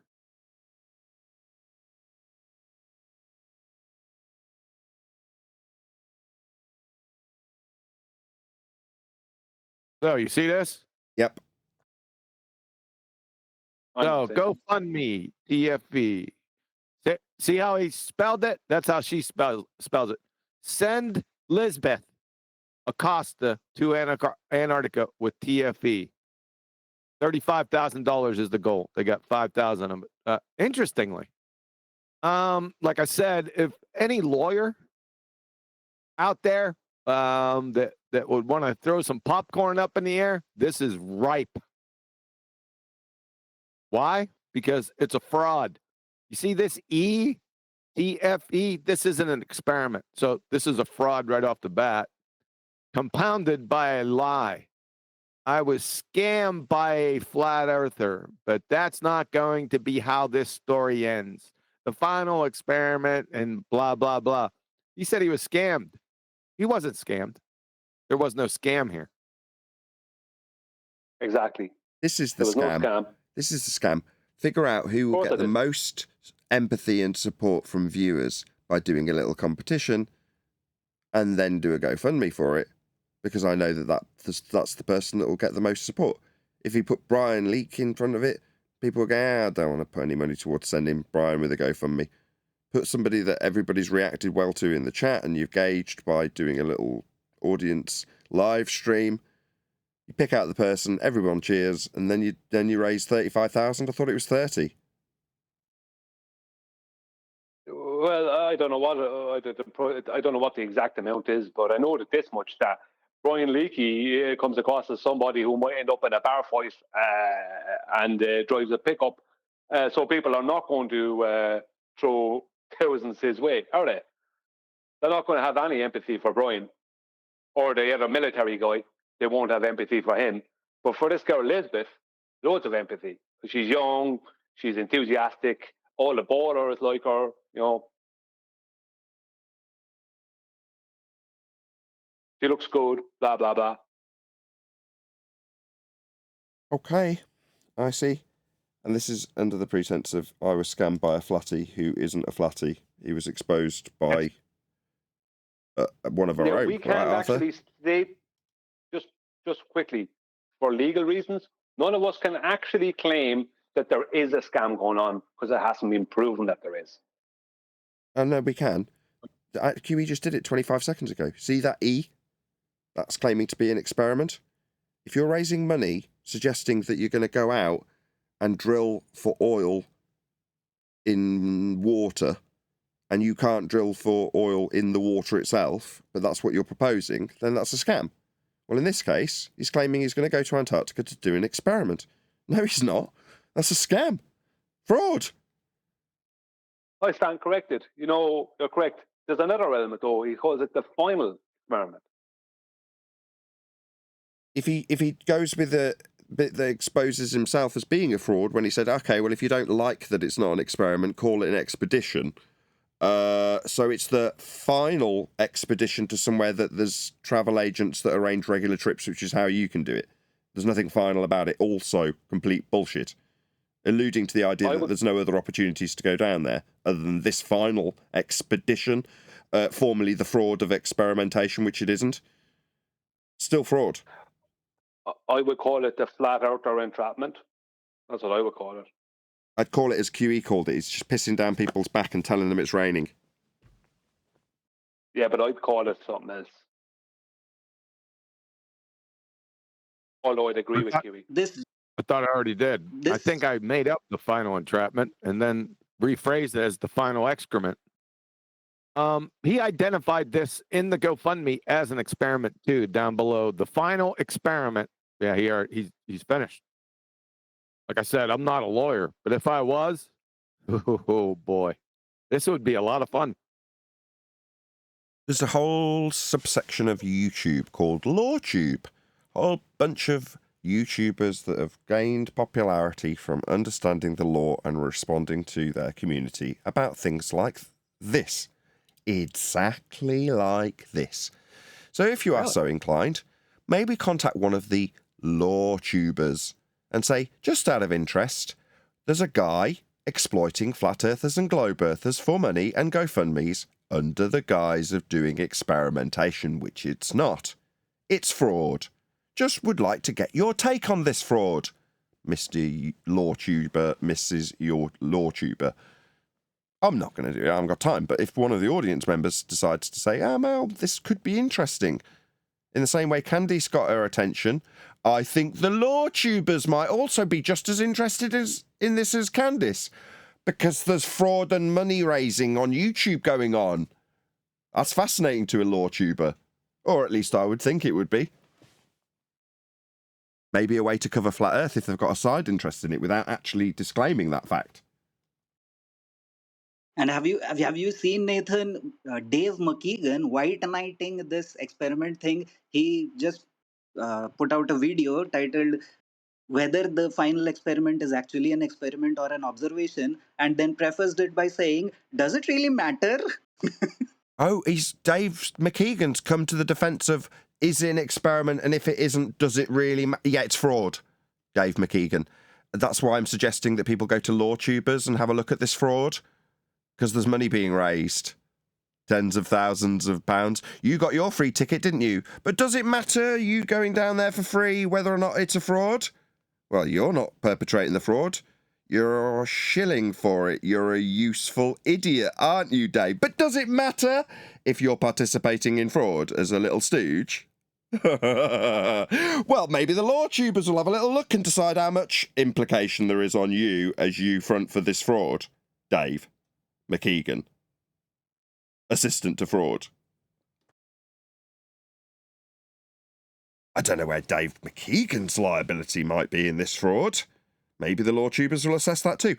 If anybody does happen to contact one of the LawTubers and say maybe he'd be interested in this, maybe ask, does Dave have any culpability in this fraud that's being perpetrated? Has he got a free ticket and is going around and shilling for it? Does he become an accessory or what? I mean, is he implicatable in a legal way? We would like to know. I mean, I wouldn't. I couldn't give a crap. Lock the guy up and throw away the key if he is. Or let him roam free with his stupid nonsense about triangles not working on a flat Earth if he isn't. I mean, I don't care either way. I'm not perpetrating fraud, though, so I don't care. I put a photo of the future flat Earth debate machine into Master B. Future flat Earth debate machine? This is an F450. I don't know what it is. An F2050. I don't know what it is. This is like 3 steps up from what your average Joe buys as a work truck. Yeah, I think it's a 450 or something they call it. It is something like that, or a 650 or something they call it. Yes, you can spec these up to about $1 million quid. There's nutters that buy these that convert them. So typically, I think this is one of them. Actually, this is one that's been converted. So typically, you'd see these with a whole bunch of utility equipment on the back of it, like I don't know, for the fire department or something similar, where they just need heavy duty. Yeah. This is like a fire engine. Oh, yeah, it's a big heavy duty. Yeah, it's a utility vehicle, big heavy utility truck. Yeah, it just does 3 doors in it. It's like, how many people? You're going to fit 9 people at least in that. Yeah, this is like an apocalypse machine, isn't it? It goes from being a fairly utilitarian Ford that's not cheap, but for what it is, it's cheap. It's just that's whatever government body needs a vehicle that's of a certain size to carry a load of equipment. Well, some guy comes along and goes, I can turn this into a luxury truck for your average Joe by putting a bed on the back of it. And then you end up with this monstrosity where it's got basically an F-150 or an F-250 bed, because you can see the wheel arches just don't even match at all on the back of it, right? Well, that's because they put a truck that's 2 or 3 sizes smaller, its bed, on the back of this monstrosity. And then you're like, yeah, it's a normal pickup. It's like, no, it isn't. It's absolutely enormous. It might as well be a fire engine. Y'all truckered out yet over the truck? I love cars of any description. I know about this. The conversation. Yeah, I know about this because I love all vehicles of all descriptions, this included. I've looked into these trucks because I just find all sorts of things like this fascinating. The fact that people would go out and customize a very, very commercial vehicle into a pickup. Okay, it is, strictly speaking, just a pickup, right? Well, just keep going with it then. Go ahead. Let's hear it again. Can you bring up a picture of a Lamborghini next time, Brian? Lamborghini's more than trucks. Lamborghini next time. No, the Lamborghini goes up on the back, Nathan. You wouldn't get a Lamborghini on that bed. Absolutely no way. You would diagonally. You might lift it onto it with a crane sideways, but yes, while you might be able to physically do it, it's not a practical transport vehicle for a Lamborghini. In fact, the bed is so impractical for the size of vehicle that it's just stupid, and it looks stupid too. Anywho, you done truckered out. Who's presenting Dave? Who's got machine? Go on, Kiwi. Who's presenting Dave? I am. Have you listened to this already? I have not. Did you want to? I just pulled it up because Flat Earther brought it up, and he's correct. Is the final experiment an experiment, and does it matter? Yeah. Do you want me to play this or not? Yeah, play a little bit. I want to play it. Play it now. Quick, play it. Play it before he stops you. Don't let him stop. Don't let him stop you. Hey, you're not in charge here, Brian. First and foremost, let me just make my screen look. I'm not, but I know we can manipulate the show into going longer. I see. Very good. All right, just tell me when to stop. Thanks for joining us for another video. Currently, within the realm of Flat Earth, one of the biggest talking points is the final experiment. Now, this is the brainchild of Will Duffy, who is going to pay for a... No. That's an anti-Flat Earth talking point / globe talking point with a false dichotomy that presents a globe versus a globe. So you characterizing it as a talking point within the Flat Earth community. No, we pretty much talk about Earth being measured flat. That's what we talk about. Now, the rest of the community, you've got the decent-sized Flat Earthers turning down this nonsense and calling it out as fraud. So, no, you're already wrong. You're categorizing it the way Will Duffy wants it categorized. Yes. What he meant to say was true Earth arguments, not Flat Earth arguments, triangles. That dog is smarter than you, dumbass cracker. Flat Earther and a Globe Earther. No, you're mischaracterizing it again. To go to Antarctica this December. No, that's true Earthers. That's Hanoi Jaren, Boy Zero Sky Grifter. Who else is going? I think that's it for right now. I've been fortunate enough to be offered the spot for the globe side, and we're going with the main goal of seeing if there is a 24-hour sun or not, because the globe model predicts there will be. Really? Globe model and the prediction? Would like to see that globe model. Is this it? Is this the globe model? Do you know what a prediction is? Triangles. You definitely don't know what triangles are. I don't think you know what predictions are. And even if it was a model, it wouldn't make any predictions. Be 24 hours of sunlight with the sun circling all the way around us, whereas on a typical flat Earth map, the sun should. What is this? What? All right. Stay north of any location in Antarctica. Though, despite flat earthers for years say. That's good enough. So he's summarised what we criticise in quite a succinct way. Thank you very much, Dave McKeegan. So you've got your assumption that your model is going to be tested. That is to say, if you assume you go to the bottom of a ball when you go to Antarctica in December, then your model suggests that you will observe the sun moving around your position for a full 24 hours. Okay, that's an affirming the consequent, begging the question. Stacked up in false dichotomy when you present the azimuthal equidistant projection that QE said, what the hell's this? As though it's a reasonable justification for you assuming that you're going to be dangling off the bottom of a ball when you arrive in Antarctica. Now, because you are probably the first to actually summarise the position. Hasn't been done by Will Duffy. You have. Creaky didn't even do it. When Creaky talked about it, he talked about, well, we've got globe earthers. That was as close as he came to actually summarising the begging the question of a globe in the first place. The assumption that you'll be antipodal on the bottom of it when you make the observation. Therein lies the fallacy. Then that fallacy is expanded out into what is claimed fraudulently to be an experiment when making a 24-hour sun observation. Observation, potentially of a phenomena, is not an experiment. But you affirm the consequent. If I am antipodal, I will observe 24-hour sun. I observe 24-hour sun, therefore I am antipodal on a ball. Affirming the consequent fallacy based on your begging the question assumption that you were antipodal when you got there. The mask, just to summarise once more, that affirming the consequent begging the question fallacy, you stack it up in false dichotomy against a flat Earth. Also, and I'll strap this on with reference to QE, who pointed it out because I didn't realise, there's another second affirming the consequent fallacy on the other side of the false dichotomy. Now, you're not summarising this, but I'm going to. If Earth is flat, we will not observe 24-hour sun. We do not observe 24-hour sun, therefore Earth is flat. Another affirming the consequent fallacy. Done. Saying there wouldn't be a 24-hour sun in Antarctica on flat Earth. On a flat.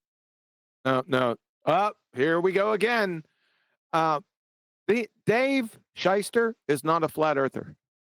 By his own admission on Jesse Lee Peterson, when asked, I thought you were a flat earther. No, I'm a true earther. Well, he said true earther, but we affectionately call them true earthers. So this is another false dichotomy, non sequitur category error fallacy because he's not a flat earther. Simple. Flat Earth, you can't have a 24-hour sun, a midnight sun in Antarctica. And I totally agree. In both models, we're supposed to have... I object.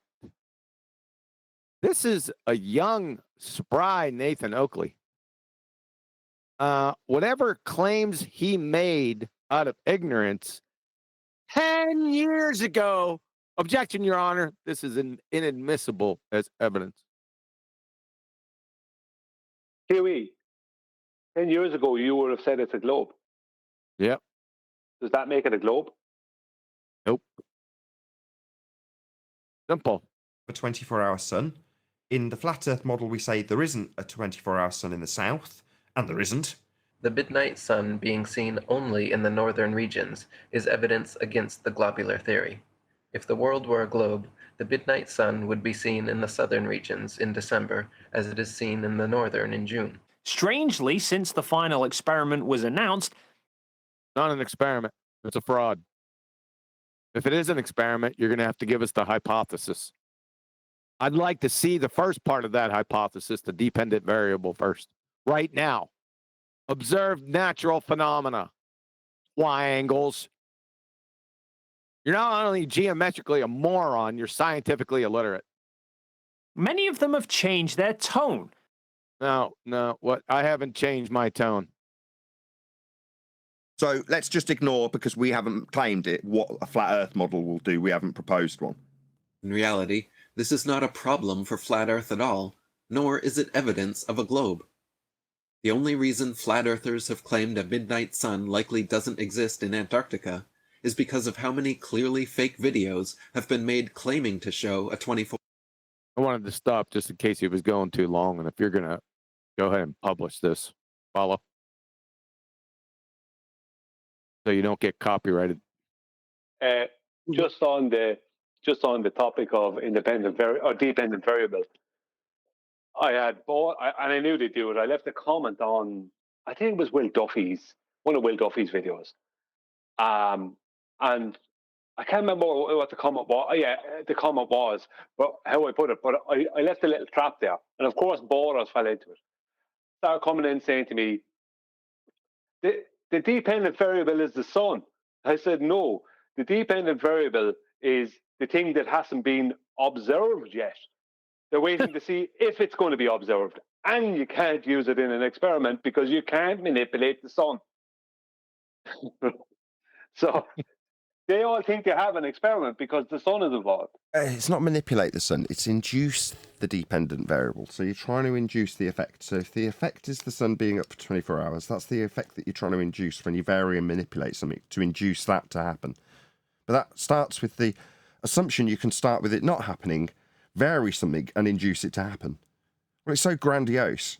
So your phenomena is the sun and its elevation with respect to a plane being above the horizontal for a 24-hour period. That's your claimed phenomena. Okay. Vary and manipulate that which you assume causes that effect and make that effect occur. Oh, you can't? That's why it's unequivocally fraud. There is absolutely zero chance of them ever even attempting to formulate this into a valid hypothesis, let alone actualising it. That would be an experiment. The name of the frigging fraud. Yes, you are correct. If we did, you are correct if you place it that way and we actually did observe a 24-hour Antarctic sun in December. The point being is that we haven't observed anything yet. Yeah, you're saying they haven't even got the phenomena yet. What they're calling the experiment is a potentially observable phenomena. At best, it's a phenomena, if they observe it. That's what you're saying. They haven't even got the phenomena to claim that they're going to go and try and formulate an experiment based on their assumption of cause for something they know occurs, and they want to know why that occurs. They don't even know if it occurs. They don't even know if they've got a phenomena to study. It's so stupid. 4-hour sun in the south. Now saying they don't claim one way or the other if there would or... Who's they? Identify specifically, hyper-specifically, the they. Triangles. Wouldn't be one, and that even if there is, it apparently wouldn't prove anything. Unless the sun sets, then that would prove the Earth isn't a globe. No, I never said that. Well, although it is true. So, you may not have said that, but I'm going to say it right. So, there is a prerequisite that this must occur if you are in the blah blah land assumption of being antipodal at the bottom of a ball. Then this must occur. Therefore, if it doesn't, you can actually turn it into a modus tollens after the fact. Now, I'm not speculating about whether or not I'm going to be turning this into a modus tollens because it fails and we see the sun setting. I couldn't give a crap. But I'm just saying, his statement does ring true in this respect that if it fails to demonstrate that which must occur in their la la land assumption of being antipodal, then yeah, it, like the black swan, can be turned into into a modus tollens. Yeah, I have to agree with Nathan because all that this observation can do, the only thing it can prove is that it's not a globe. Exactly. If it doesn't meet that prerequisite standard, well, we can say, well, you're still affirming the consequent and you haven't met the presuppositional position of being antipodal when you assumed it by making this observation. But given that if you make that assumption that you are antipodal, then this must occur. And if it doesn't, then you're not antipodal on a ball. That's the only thing that can occur. In other words, in terms of the assessment of logic, Brian's spot on. There is actually only one outcome. Potentially proving something or disproving something. In this case, disproving the presupposition of being antipodal on a ball. If it doesn't occur, it will debunk that presupposition. Now, it's presuppositional anyway, but from a logic standpoint, that's the only point that you can get to a conclusion that's useful. Thank you, Nathan.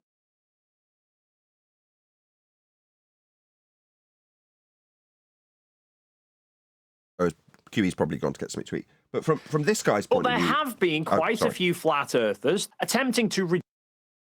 flat earthers, which ones?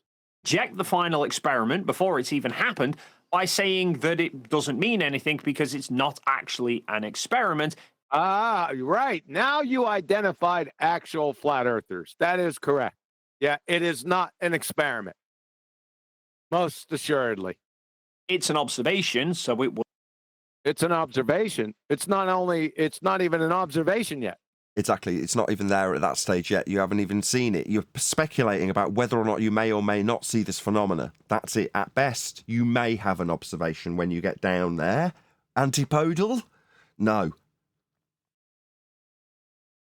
Wouldn't prove anything. In other words... No, it's not an experiment. Triangles. Did you say down there? The final experiment... Yes, he did say down there. ...is not an experiment, and not even a demonstration, but merely an observation. Admittedly, citing an observation as an experiment isn't going to do your credibility any good whatsoever.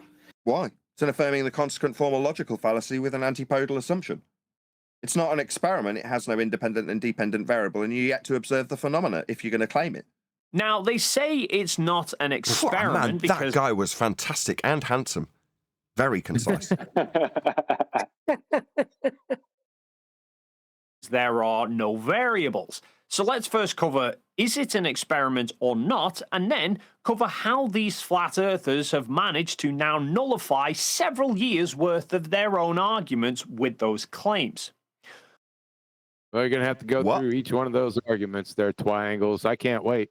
Firstly, hold on, Brian. Hold on. Brian's got something to say on this, right? Okay. What did Brian say 2 weeks after we started assessing? This is just a hand wave to everything we've ever done, right? Brian, that's what's just happened. Yeah. A total hand wave of the past 10 years. That's how I termed it in my video. Because this is what it is. They're ignoring everything. They just need to get to December, see this 24-hour sun, and then claim globe. In gambling terms, right, we've been playing against the Globers for 10 years, and we've cleared them out. And in front of us is this giant pile of chips. And some guy comes along, new to the table, that's Will Duffy, and he happens to have a fairly substantial pile of chips, but they're different types of chips. They're not for this table. In other words, he's got money, and chips aren't money in this hypothetical scenario. Bad now, I've started making it, but I'm going to carry on anyway. Anyway, he comes to the table with a different type of chips that aren't valid at the table and says, right, what if I put all of these chips on one turn of the wheel and we just call it a day? In other words, it's all or nothing. Everything you've won over the last 10 years, I'll just put it on this one gamble, on this one item. And if I win, we'll call it a win for the globe. If you win, well, you can turn it into whatever you like or we'll deny it. Well, we won't mention that. We'll just mumble that after the fact. Anyway, I'll put everything on red and we'll say it's a globe if we win. And you'll have to concede it's not because all your chips are going into this massive pile. You're like, your chips have got nothing to do with this table. We've gathered these chips from 10 years of evidence of the Earth not being spherical, and now we're on to the point where we're demonstrating how your sphericity belief came from flat Earth measurements. That's what this pile of chips represents. Yours just represents money that you've earned over your lifetime. It doesn't have anything to do with the subject. But you think that by dumping a load of that money onto one number on the roulette table, it's going to wipe out all these chips that are actually valid on the debate table of flat Earth. Metaphorically, a roulette table now. No. But some dickheads will buy it. Oh, what? We can have an all or nothing situation where everything that's been talked about for 10 years gets wiped out because we see antipodal assumption come to fruition as an observation that's not experimental and is actually fraud. That's what's just been stated by Dave, and that's what Brian has been saying since day one. This is a way of hand-waving everything. Let's put it all on black. Black being globe. Yep. Exactly. Yeah. Those claims. Firstly, it being an observation rather than an experiment due to an apparent lack of variables. No, you don't have an observation yet. A lack of variables? This guy doesn't understand what science is. The dependent variable is the observed phenomena. And he's saying because of the lack of variables, well, fundamentally, you've just affirmed that which we've been stating, that it's not science by your lack of comprehension of what would be fundamentally required. Lack of variables, a fundamental aspect that you're studying is a variable. That's what you're trying to figure out. In science, you go, I wonder what caused that. That is a variable. Something bleeding varying. This guy's nuts and doesn't know what science is. It's infuriating. He's going to now babble on about how this does or doesn't qualify about science, and in his first statement about the subject matter, he's immediately disqualified himself from talking about it any further, hasn't he? Mm-hmm. Now, well, did he an observation from... Go on, did he just claim that you've not got an observation? No, we can't get an observation. So quick, vary more things, and then we should get a more distinct observation. To be what he's... You can unpack it that way, yes. It isn't what he specifically said, but ultimately he's convoluting the fact that what you're studying is a variable into claiming that we are decrying it based on its lack of variables. Like a fundamental base level, if you understand what science is, you understand that you're trying to elucidate the cause of something that's varying. Let's see what he does. An experiment due to an apparent lack of variables. Now, an observation, for example, would be seeing that if you drop a ball, it bounces. It can't be an experiment because of an apparent lack of variables. This has got Adam piping up while he's got a mouthful of sandwich. See what I mean? Now he's into... That's because it's so egregious. Yeah. I didn't even get a chance to finish me peanut butter biscuit. Not a sandwich. It is so egregious. Yeah. That's why I've just gone off the rails at him. Within one sentence, he's like, so you don't understand this subject? Let's hear 10 minutes of you critiquing why it is science now, or why it doesn't matter. Is that the best biscuit on the planet, Adam? My wife made it, so it's probably the greatest biscuit this whole planet has ever seen. You go all the way around the sphere and you'll never find a better biscuit, Neil. An observation, for example, would be seeing that if you drop a ball, it bounces. Stop. To form an experiment from that... Stop. So I knew he was going to say that, and I'm glad he did. Okay, no, you won't form an experiment with that, because the scientific method, that's science, is exclusively interested with natural phenomena.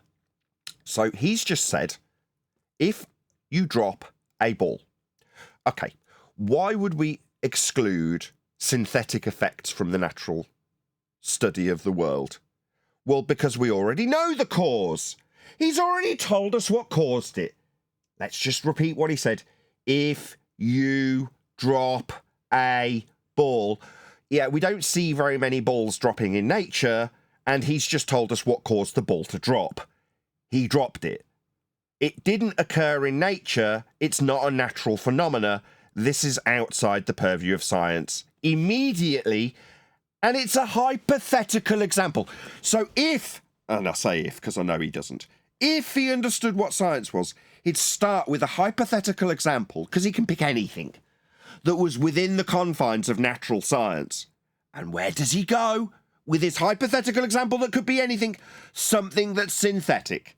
What a moron.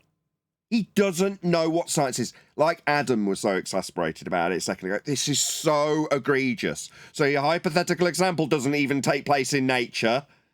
Doesn't have to actually even take place in nature. It can hypothetically take place in nature. Like me saying, imagine if it's raining. It doesn't have to physically be raining, but that's definitely something occurring in nature, a phenomena that we might want to know the cause of. But where do we go? Immediately invoke a synthetic effect. What a dumbass. Keegan, let's just calm down. Keegan, you're not very bright. What if he was talking about a teenage boy?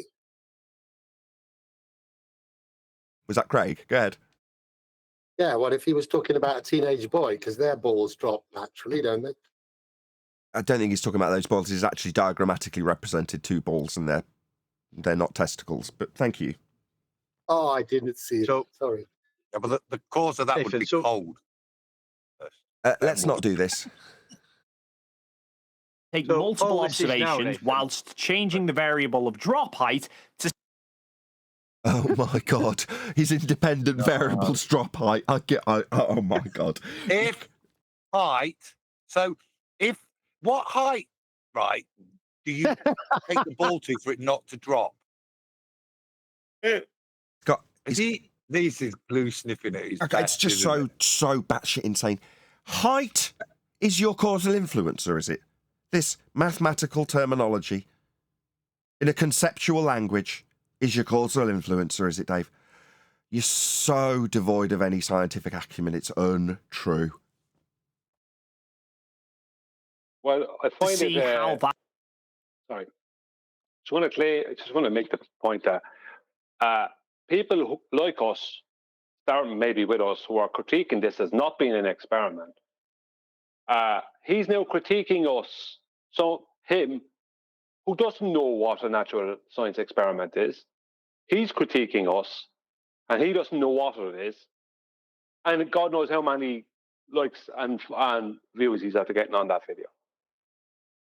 The world really does want likes, doesn't it? They want us to be dumb. YouTube want you to be dumb. They want Dave McKeegan to be at the top of the list with this version of synthetic phenomena study with conceptual causal influencer. I mean, I can roughly on the spot concisely summarize how badly this is not science, whereas his batshit insane approach to this, which he doesn't understand, will get quadruple 10 times 20x the views. They want you to be dumb. There's no other words for it. All this is at the moment, impacts how... Sorry, mate. I'm just saying, all this is, it's just a conversation about an unobserved observation that's attached to a presupposition. That's all it is. Yeah, spot on. High, the ball will bounce back up. An unobserved observation.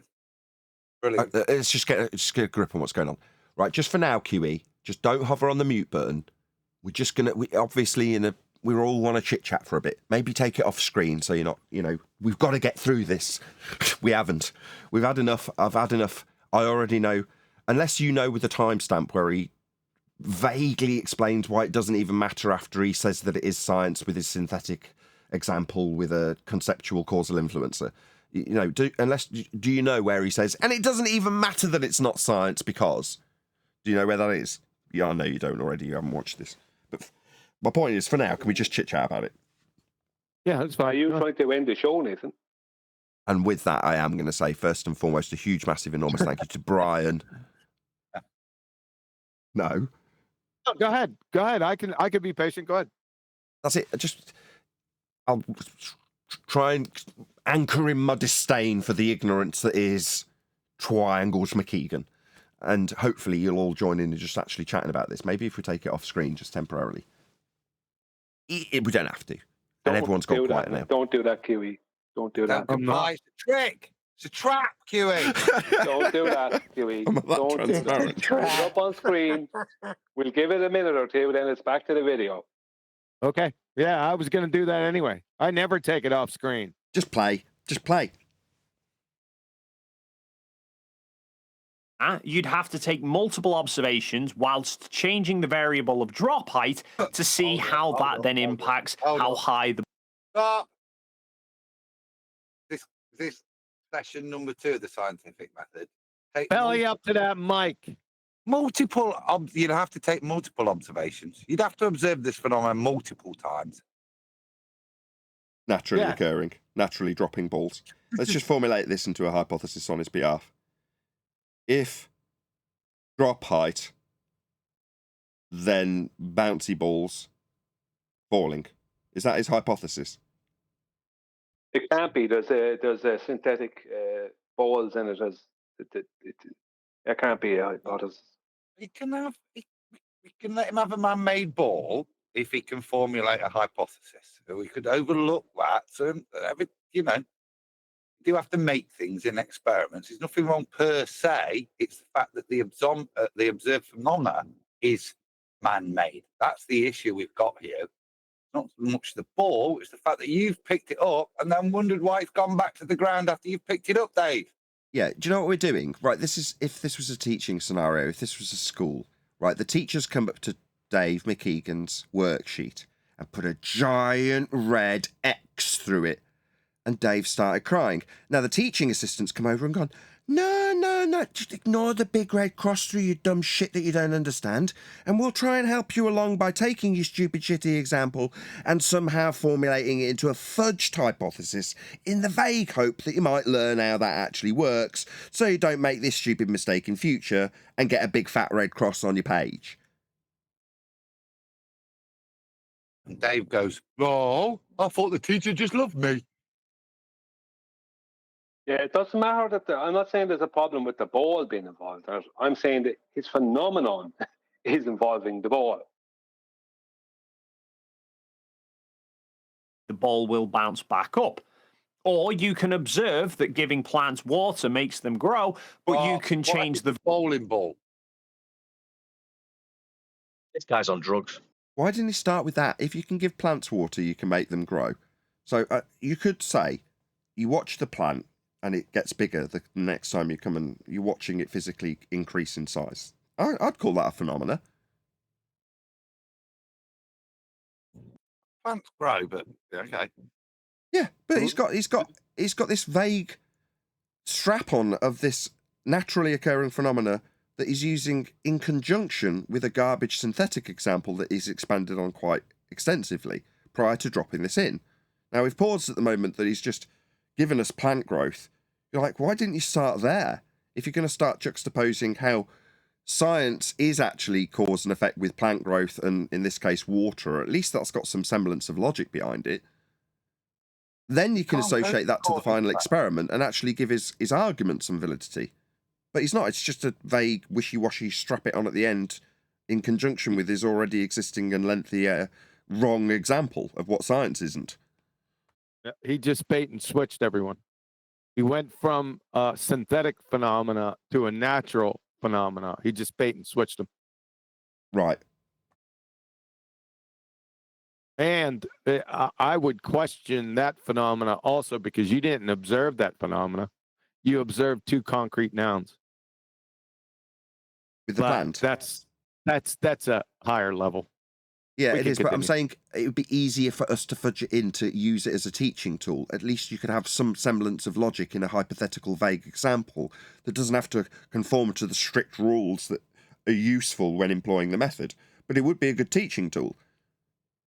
He's just used it as he's just used it to bait and switch into naturally occurring phenomena. Like QE said, that was much more concise. Yes, I agree with you, QE. Absolutely. Excuse me. I agree with you. His example, though, can't include cause and effect because when he goes to his TFE, there is no cause and effect that he could equate, to demonstrate why this is an experiment. He's got to be very careful with the crap he's spouting because ultimately we're going to see whether or not we see the sun, which is not fudgeable into a hypothesis, is it? Or scientific hypothesis. Variable of how much water you give them to see how that affects how much the plants then grow. Really? So let's say I had soil with a pH of about 2. Would that water help it to grow? I think it would dissolve the roots, would it not? Got it. So if we were just going to take what the sun does in Antarctica by itself, you don't know yet. You haven't observed that yet. You don't know yet. What do you mean if you take what it does? What, and you're affirming the consequent logic, where it already does it, if you assume you're on the bottom of a ball, you're going to see if it does or doesn't do that. Wow. That wouldn't really tell us anything, because it circling all the way around us could mean the Earth is flat, but what on earth is this? No, we've already covered this. No, you're taking now the other side of the false dichotomy, which is also an affirming the consequent fallacy. He did summarise it after I had. I didn't think he would. He did. But if the Earth is flat, we won't observe a 24-hour sun in Antarctica. Well, according to this globe projection, that's your position in the false dichotomy. If no 24-hour sun, Earth is flat, that's the other side of the false dichotomy. Just another affirming the consequent, but on the flat Earth's behalf. I could make the argument that if the Earth was, if all the land masses and everything were smaller in size than we're led to believe, then it is possible for that to happen. Or we could do the Chinook sun. Either way, we could do the Chinook sun also. There's no desire for me to explain this, right? If we observe it and it needs explaining, but that's not the point. Dave's saying we'll take it as read, but here's the consequent for the flat Earth side of the false dichotomy when they affirm the consequent for a flat Earth based on this observation. But we don't, and that's the point of the Chinook sun. To recognise there is no affirming the consequent for a flat Earther here. There's just a bit of humility. We do not know what the sun is. We don't know what it is. We don't know what it even means if we were to see a 24-hour sun there. Yeah? But what it doesn't mean is, by proxy, it means it's a ball. And the only people where there can be some definitiveness is for you to claim that you know what the system is, how everything's operating. And because you have that knowledge, you can go and see the consequences of your claim, of your viewpoint of how things are working. And in the case of the ball, it has certain implications, which doesn't mean it is a ball, but if you didn't see it, it would preclude, because you have been so detailed in the implications of your viewpoint, your paradigm, that if it doesn't do this, it would mean it couldn't match your paradigm. Well said. So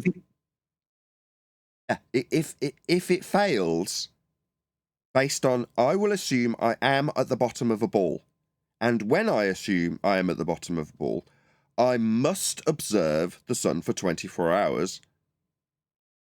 I do not observe the sun for 24 hours.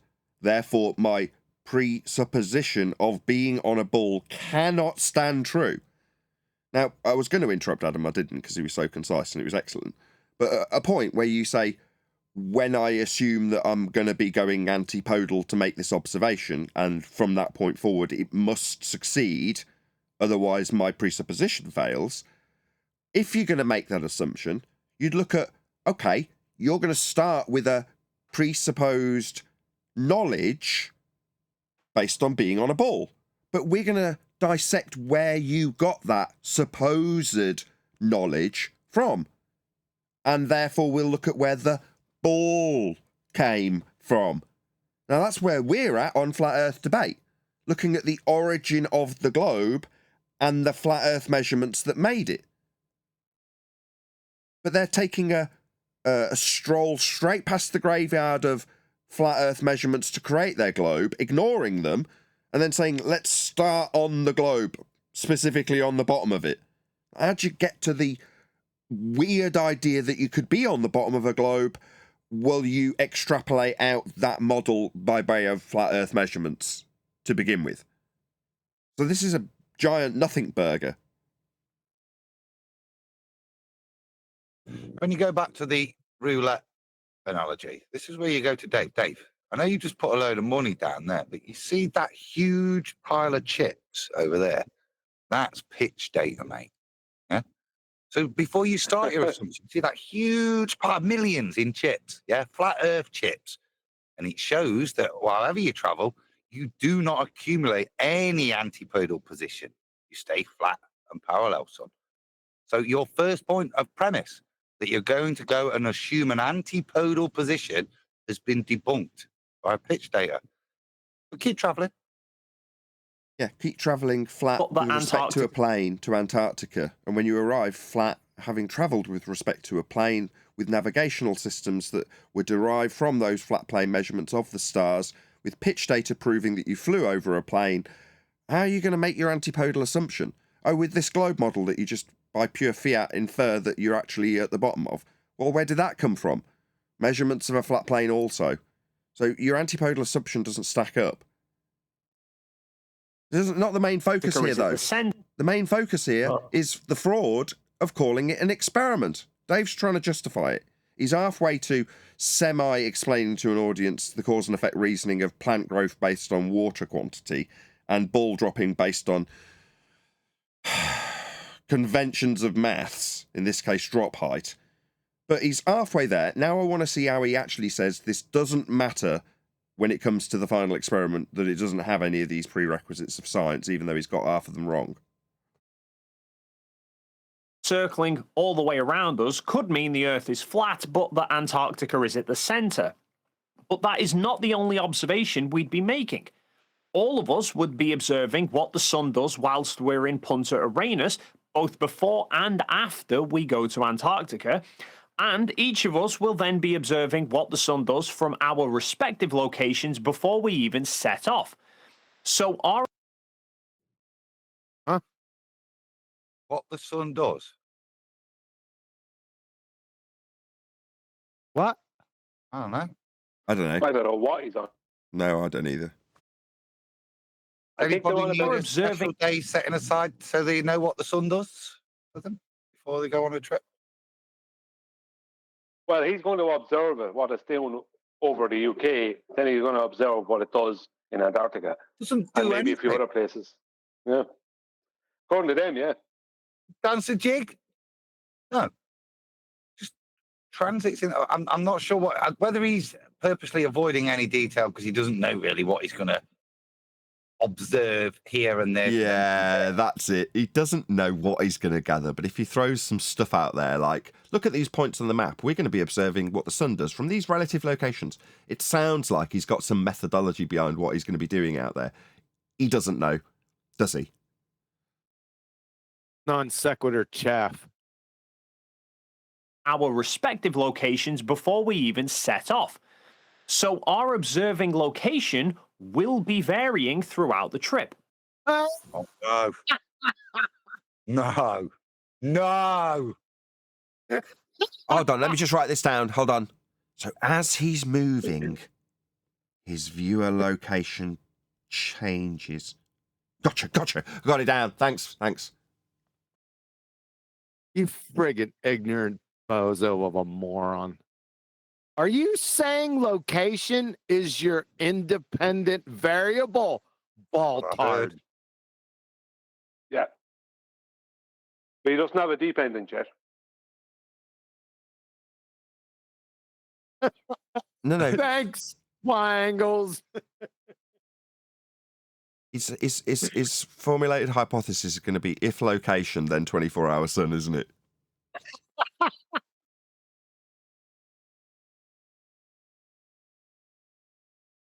This is better than triangles. You clown of an ass. I'm also planning on taking a solar filter with a telephoto lens. Well, some more non sequitur incoherent chaff. What's this mean? Let's not focus on this chaff. In order to get some close-up views of the sun. So I will not only be able to see if there is any change in the sun's angular size throughout the day. Who cares? So you're going to be checking out the not actual size of the sun and see how that compares to the not actual size in some other independent variable location. Yeah, when you observe a not actual size change with your telephoto lens, you can ask, why does the not actual size of the sun not change in not actual size as it moves from its not actual location? Mm-hmm. But also the presence and location of any sunspots. And I believe there will also be other people attempting to do the same thing in different locations around the world at the same time. Why? To see more chaff. What was their favorite colors? That's about has about as much relevance as your premise. There is no premise here. It's just convoluted. Yeah. Really? What? Yeah. If matching sunspots, then it's a ball. Do the same sunspots appear so that we know if it's the same sun or not? And No, I don't actually have an issue with this now. I said that right. I have heard some dingbat saying, well, I will assume that it's a different sun. You're like, okay, well, if you're verifying that you've got the same sunspots at two different locations, then that's a pretty good indicator that you're looking at the same celestial item. Now, not if they're identical suns. Twin suns, hello? Does anybody listen to me? Yeah, Chinook suns, what's wrong with you, Oakley? And twin suns, hello? McNathan. Of course. And if there is any change in the position of those sunspots, i.e., if there's any relationship between the orientation of the sunspots compared to the observer's location, and are there any variations in the sun's angular size between those locations? Oh, so you repeated it again. The non-actual size. Is that a variable? Where does that fit into the hypothesis? Can I just say how absolutely pointless that is? Because the whole purpose of what they're claiming to do is to go to Antarctica, whatever Antarctica is, because I actually don't know for sure, and see if there's a 24-hour sun in December or not. Right? So what does it matter what sunspots are there? What does it matter whether it changes in angular size? If there's a 24-hour sun, you're supposed to be screaming globe, globe, globe. If there isn't, what's the point of it? You know what I mean? Then you can't scream it. The point is that all this nonsense has nothing to do. It's it's the equivalent. It's the equivalent of my 8-year-old when you're like, yeah, we're gonna be taking a trip to some exotic land because we're there being paid as researchers to examine the enzyme levels of mangoes in this particular indigenous region. You go, all right, okay. Well, your 8-year-old responds, I'm going to take my chemistry set. I'm going to take all the different chemicals on my microscope and I'm going to take some beakers and I'm going to do the science with you.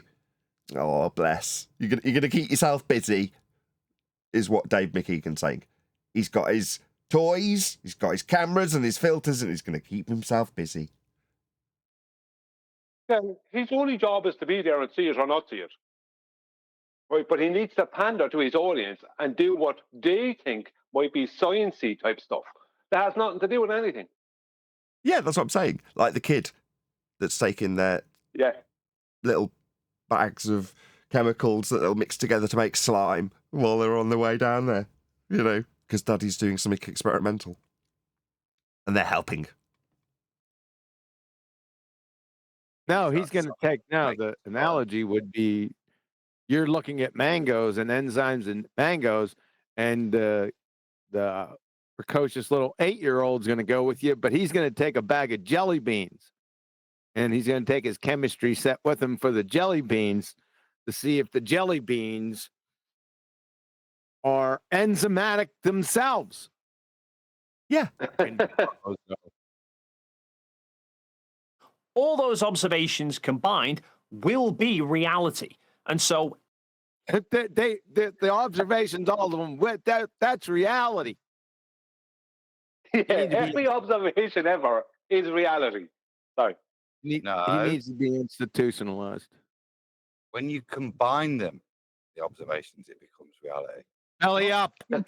You've just got one observation. It's not reality, according to Dave. It's when you combine them, it becomes reality. Oh, I got it. Any model for Earth needs to... Model? On your next show, Triangles, you need to define what this model is. Is it a scientific model that you're conjuring? First, define what a scientific model is, and then give us an example of it. Got it, clown? You model and moron. To be able to account for those observations. Not only that, but Critical Think is crowdfunding to join us in What in the great googly moogly is this?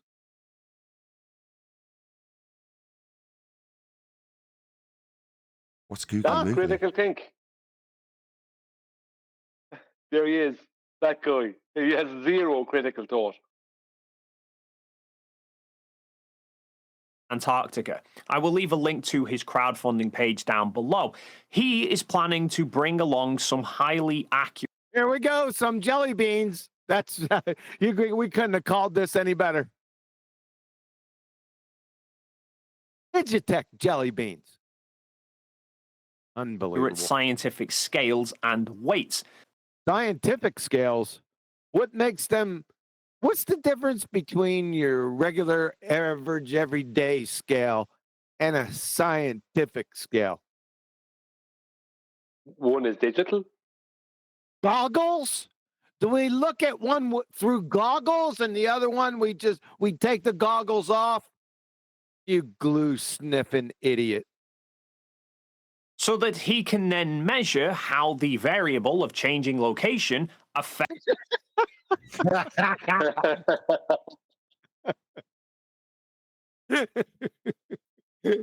Oh goodness! No, just my kids have just walked in and asked me, "What's a fungus muncher?" Tell them to look on screen. Look on screen. You know what this screams to me? Sorry, go on. Wouldn't this be a joy if Dave Twangles would be on the show and the pink writing would come out?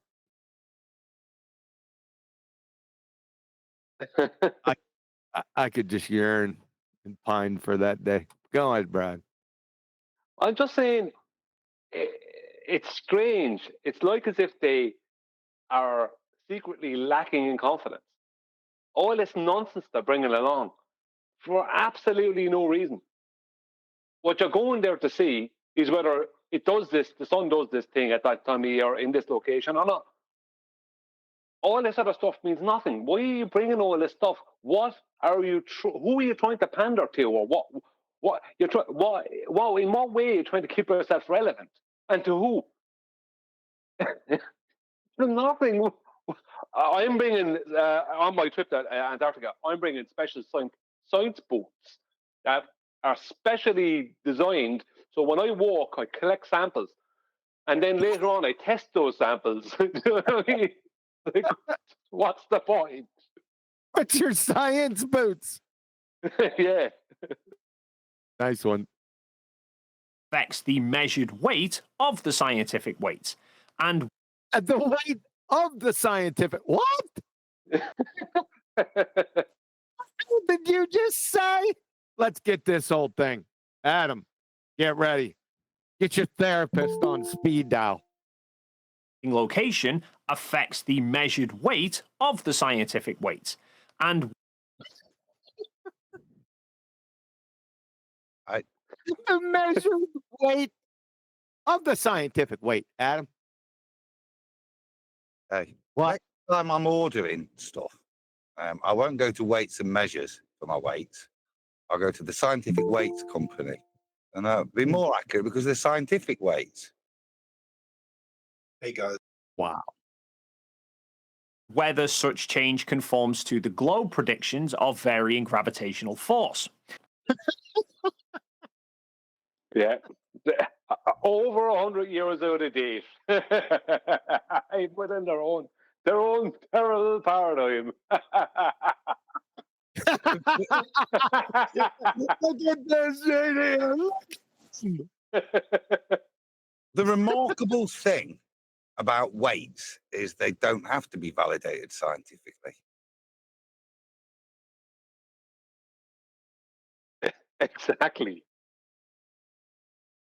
So there are certainly variables involved with the final experiment. Thus, that is the snippet. So we vary. Go on. Stop.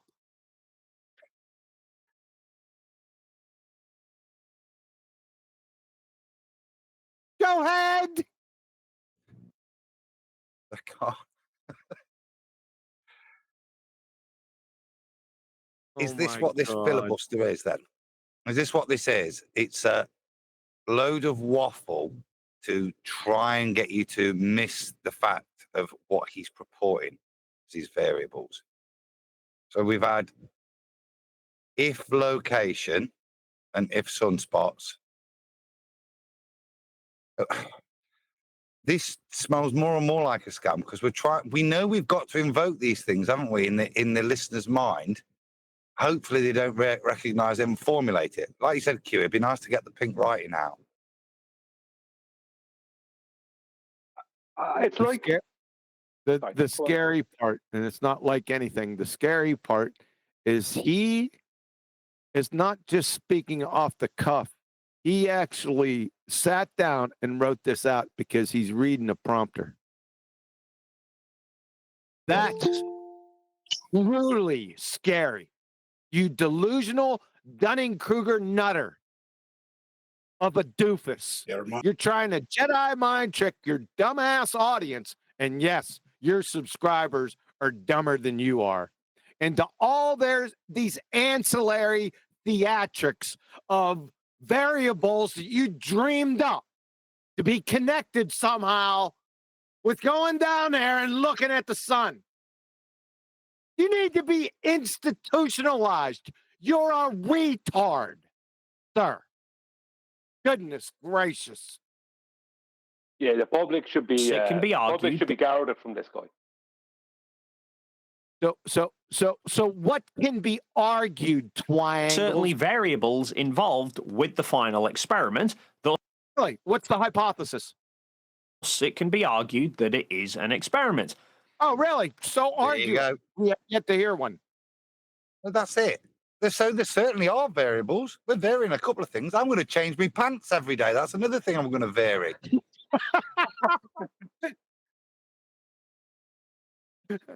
I'm going to change me knickers on the way down. See? There's another variable. I'm bringing 4 different colors of toilet roll. What an imbecile.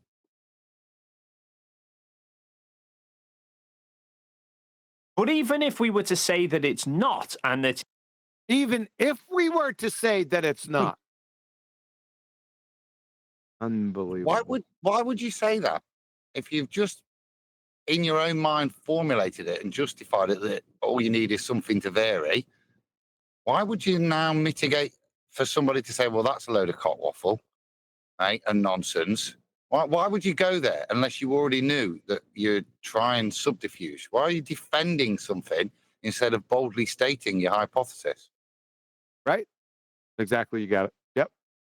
Retard subterfuge, by the way. It is just an observation, so it wouldn't... Good. You know, with the Black Swan, the minute the Black Swan came out, it was very cut and dried. It was just like, horizon's not geometric in the story, right? And they had to go into all the nonsense about what kind of temperature there was in the air, and if we refer to this gradient of temperature and that index of refraction and all that sort of rubbish, right? Because they just couldn't accept reality. Like, why is it even when they're going to see something that will either be there or not be there, it couldn't be any more yes, no, black, white. They still have to try and complicate it with a load of rubbish that is even, as I said, out of date in their own paradigm, most of it. I don't understand why they feel the need to overcomplicate everything. Why can't they just accept reality for what it is? It's not overcomplicating, right? I don't think it's trying to give validation to what they're doing. They're stealing valor here, hence the need to go scientific weights, say silly, retarded, nonsensical things like that. Yeah, It's to try and give some validation, to make it appear empirical in any way, yeah? When in reality, they're just going to see whether or not they'll see the sun, something that they don't know whether they're going to see or not.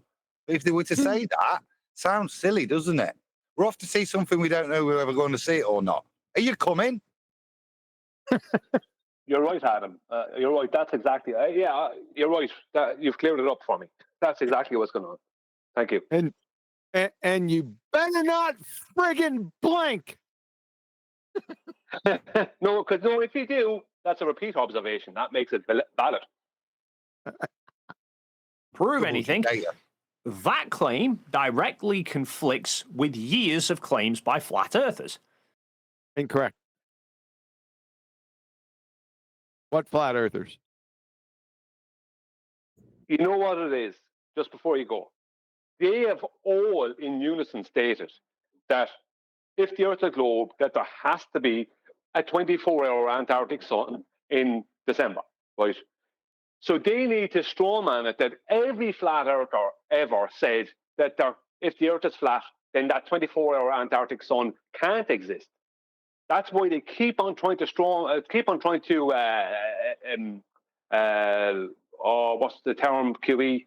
The fallacy, where they're putting everyone in the same bucket. Oh, what is this fallacy? You only said it a minute ago. Stereotype. Stereotype. I can never remember it. That's why they need to stereotype all of us, because they have all in unison claimed the opposite. Yep. Well, they've all in unison, claimed that there has to be a 24-hour sun. So none of them can say if there isn't one, it's still a globe. Yeah, it's really reprobate retard stuff. This is just retard theatrics. That's all this is. It's a belly laugher. It's quite embarrassing, but he'll never get it because he's got his Dunning-Kruger deflector shields up. For example, Nathan Oakley was recently. Oh God. Nathan lives in their heads. Oh boy. So are we going to get the 10-year-old video or what? He offered a place on the Antarctica. Again, that's when he was on Vice. That picture. That's it on Miami Vice. Yeah. Dude, this idiot that we're listening to is he said that when he looks up at a plane, the bottom of it is not disappeared like it would be on the horizon. Like he expects planes to disappear bottom up in the air. He said that. Who did? This Muppet that we're listening to. What's his name? Can't remember. Dave Keegan said that. I remember somebody else saying that a long time ago.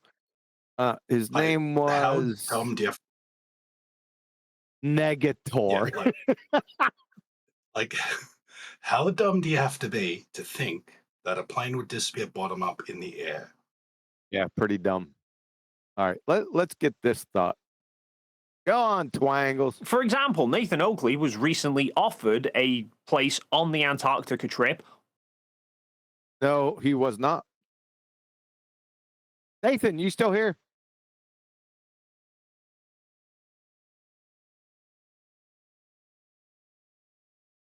He closed up. Do you reckon Dave's going to go?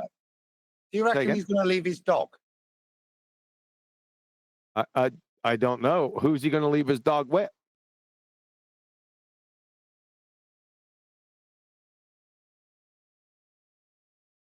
So, Nathan, you got great timing. So the question there is that he said you were offered a seat to this affirming the consequent formological fallacy pseudoscientific non-experiment. I don't think that's the case. I asked you the other day, unless they asked you within the past 2 days.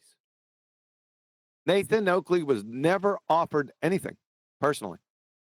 So you're a liar. Shocker, Twangles. All expenses paid, and he promptly rejected it. He promptly rejected it. So you got the invitation. Can we see evidence of this? Village idiot.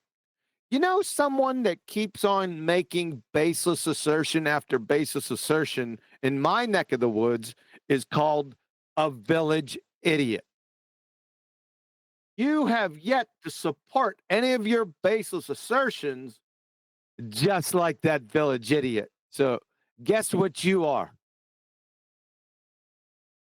A village idiot. I'll give you three choices.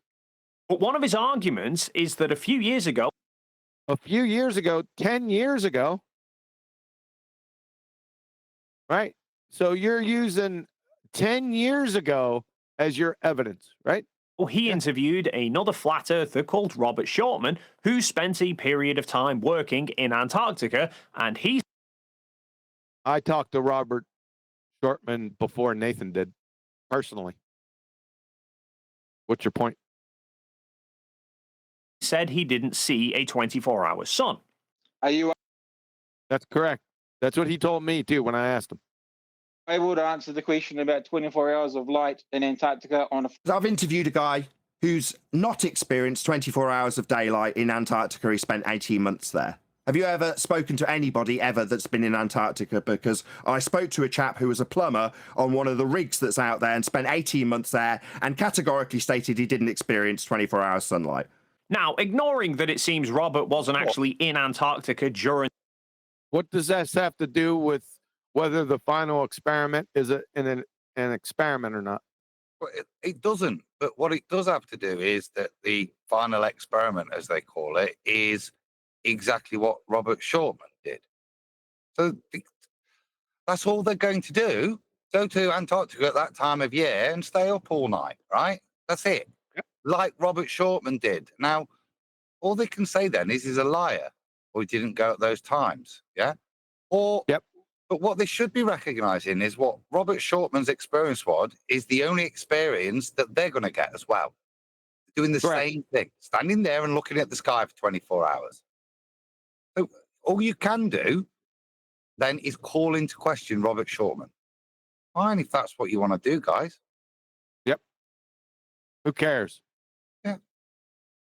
But to critique, the point I'm making is to critique Nathan for taking the testimony of a man 10 years ago. I don't see the indictment here. Yeah, well, maybe some of the language we'd have used back then, we'd have been a bit more green, wouldn't we? I've not watched it, but if you were to take me 10 years ago, I'm going to be using language that would make me cringe a bit now, that I won't be happy with. I'd be making assumptions using fallacy. But that wouldn't be an indictment of my position today. Correct. Yep. In the southern summer, so he was there in a period of the year that the globe doesn't predict a 24. The globe doesn't predict anything. That's a reification fallacy. Number one, the globe is inanimate concept, a retarded one at that. Retarded inanimate concepts don't say shit. Hang on. Or our sun anyway. But 1 second. He's trying to claim that Robert Shortman wasn't there during the southern summer. Robert Shortman spent 18 months there, and he was there. He stated to Nathan that he was there in the Antarctic summer. Like, Nathan was very specific about asking him about that. Of the year that the globe doesn't predict a 24-hour sun anyway. But Nathan is using an observation that Robert made as proof that the sun. If Robert Shortman was there while the sun was in the sky, then that can only be at a particular times of the year. Because according to what we're told, it's 3 or 4 months of total darkness there for during, let's say, this time of year. Past few months has been supposed total darkness there. So if Robert Shortman is there and has been watching the sun, and he was there for 18 months, now I don't know if it was 18 months start to back, but he was there for 18 months. I don't see why he would be saying he was there at this particular time of year when he wasn't. It makes no sense. He had no reason to lie. Like, crikey, you're a crackhead. Already confirmed Shortman was there. didn't he? Yes, I think he did, and he was trying to make him out to be yes, because I remember him bringing up a comment or something written down in a journal by someone else that was there at that same time, who stated, "You're right," who stated that there was a 24-hour sun at that same time. So now McKeegan is trying to say that Shortman wasn't there at that time either. Well, what about what Creaky said and his little comment on what this guy supposedly said in a journal? Yep. Yeah. Yep. The Triangles is a moron. He's just making shit up. On set in Antarctica. So why is it that an observation is acceptable when it suits a flat earther's claim? That's not the question. We didn't say whether it was acceptable or not. Our claim is it's not an experiment, doofus. My God. Nathan also argues that this thing is this is like a Nathan attack or something. What does Nathan have to do with this? Final experiment is presuming we'll be antipodal in Antarctica. Yeah. Versus when we're in the north. Versus when we're in the north. Huh? That was non sequitur. That doesn't make any damn sense. What? Why? It's an affirming the consequent formal logical fallacy with an... Yeah. It's an affirming the consequent formal logical fallacy, yes. Antipodal assumption, because I've covered the same thing every time I've discussed it. The antipodal assumption, the begging the question fallacy, and the false dichotomy that they are utilizing when they say they're going to go down, down to the bottom of a ball you're already assuming you're on. It's not an experiment. It has no independent and dependent variable, and you're yet to observe the phenomena if you're going to claim it. Which is not the case. It's not a... Yeah, which it is the exact case. Unless you have an independent and dependent variable for us right now, then it is the case. Get it? Presumption, it's a prediction. No, it's not a prediction. You don't know what a prediction is. Is it a Gene Dixon prediction? Or a Nostradamus prediction? Or Jimmy the Greek prediction? You're a clown. In an experiment, you make predictions. So for... No. In the hypothesis itself is the prediction, glue sniffer. Do you have one? Scientifically illiterate. Yeah. He's scientifically illiterate, yes. Yep. Thank you. For example, if you're testing watering plants, you can make a prediction such as, I think doubling the amount. I think. No, that's not a prediction. You're a moron. So water would give double the growth of the plant. Would give double the growth of the plant. Really? Is that what your prediction would be? What about if there's no sunlight? You incredible reprobate retard of an Egypt. Demonstrated right here with this fiasco that's coming out of your blowhole. And then you test to see if that's the case. Based on a globe, the prediction... Prediction based on a globe? What globe? Is that a 24-hour sun in Antarctica would be the same as in the Arctic. So, really? Formulate into a hypothesis on your next show. Hypothesis, identify each aspect of the hypothesis for us. And let's see if that holds any water. Double the growth of the plant, moron. Circling all the way around us, staying the same size, because the two... Staying the same size. locations are antipodal. The prediction based on a flat plane... No, there are no predictions here. You don't know what a prediction is. Specifically a scientific prediction. You're a retard. The problem is, this is a geometric prediction, right, that they're trying to make.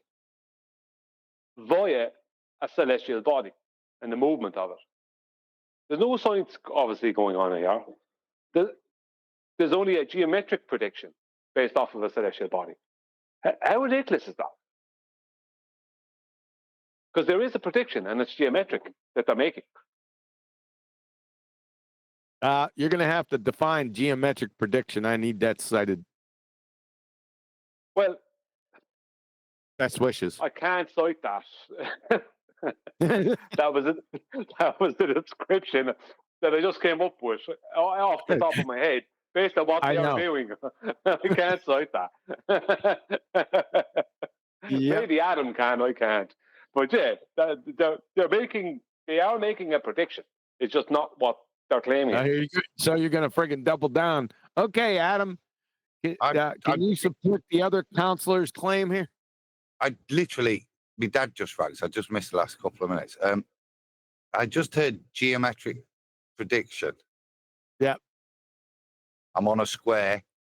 I'm going to predict that this next corner is going to be a right angle. The geometric.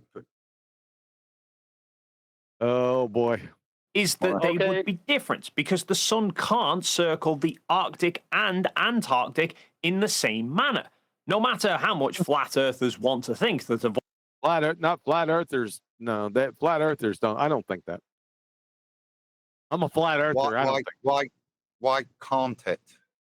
Yeah, I have no comment on your insane conjured horseshit right here.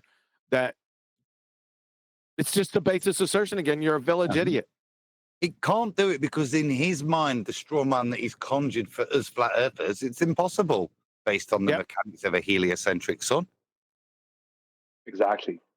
All this comes back to them pre-assuming that the sun is a particular thing and composed of a particular substance and does a particular thing for a particular reason. They don't realize the amount of pre-assumptions that's going into their assumption. Is this showing that it's an experiment, by the way? Have you lost the plot triangles? That wouldn't be a shocking surprise, would it? So he's lost more than the plot. Why don't you call your butt buddy Duffy, the dozy duffer, and have him fly in some Adderall for you? Or why didn't you just let the dog speak? Booger-eating schmuck. Avoiding making any predictions would somehow protect them. I mean, that is pretty much the same logic as thinking... There is no logic in here. You don't even know what logic is. I could put my hand in a fire, and as long as I hope you would. I don't predict it will hurt, then it won't. Oh my God. If I predict this won't hurt, it won't. No, that's not the same thing. McKeegan. Many of them also say that Many of them. Who's them? Identify them. Because your whole premise or your conclusion is going to be based off this them premise, right? You're going to have to identify them, glue sniffer. 24-hour sun wouldn't disprove flat Earth. It just wouldn't disprove flat Earth. What? Just means that there is a different flat Earth to the one that they thought. Huh? Are you trying to make arguments for them that you haven't identified, glue sniffer? You don't even know your own religion. How the hell do you expect us to believe all this horse shit about your religion? How is that? Huh? Or that there are some other variables that they've not yet taken into What other variables? account. But these reactions to the final experiment are... It's not an experiment. That was the point. Are a direct contradiction to years of claims and supposed proof of flat Earth. No, they're not. You just made that up. None of my proofs on my website, globeterminator.com, by the way, have anything whatsoever to do with your glue sniffing Antarctica horseshit. For example, flat earthers love to bring up. Oh, love to bring up. No, flat earther. This is mine. Bye-bye ball. This is mine. I put this here. Also put this stuff here. This is mine. So now you're talking about an actual flat earther. Does he have the information at the bottom? Again? Is he showing the information that should be shown at the bottom? No, he removed that. Let's go there. Of flat Earth. For example, flat earthers love to bring. Uh-oh, you doctored this screen capture. Objection, Judge. The doctor is also the prosecution and the witness. Sustained. Bring up arguments like the black swan and other. Where's the argument at? Does anyone see an argument here? I'm not seeing it on that. Just seeing a picture with some writing. There's no argument. On your next show, Triangles McKeegan, define argument and then show it on this screen capture. You'd have better chances distilling Alexander the Great's tears from the Euphrates than accomplishing that mission, you glue sniffer. My God, are you stupid. All the photos where they argue that you can see further than the globe predicts, so therefore Earth is flat. The globe didn't make any predictions. It's just geometry. So point one, viewing.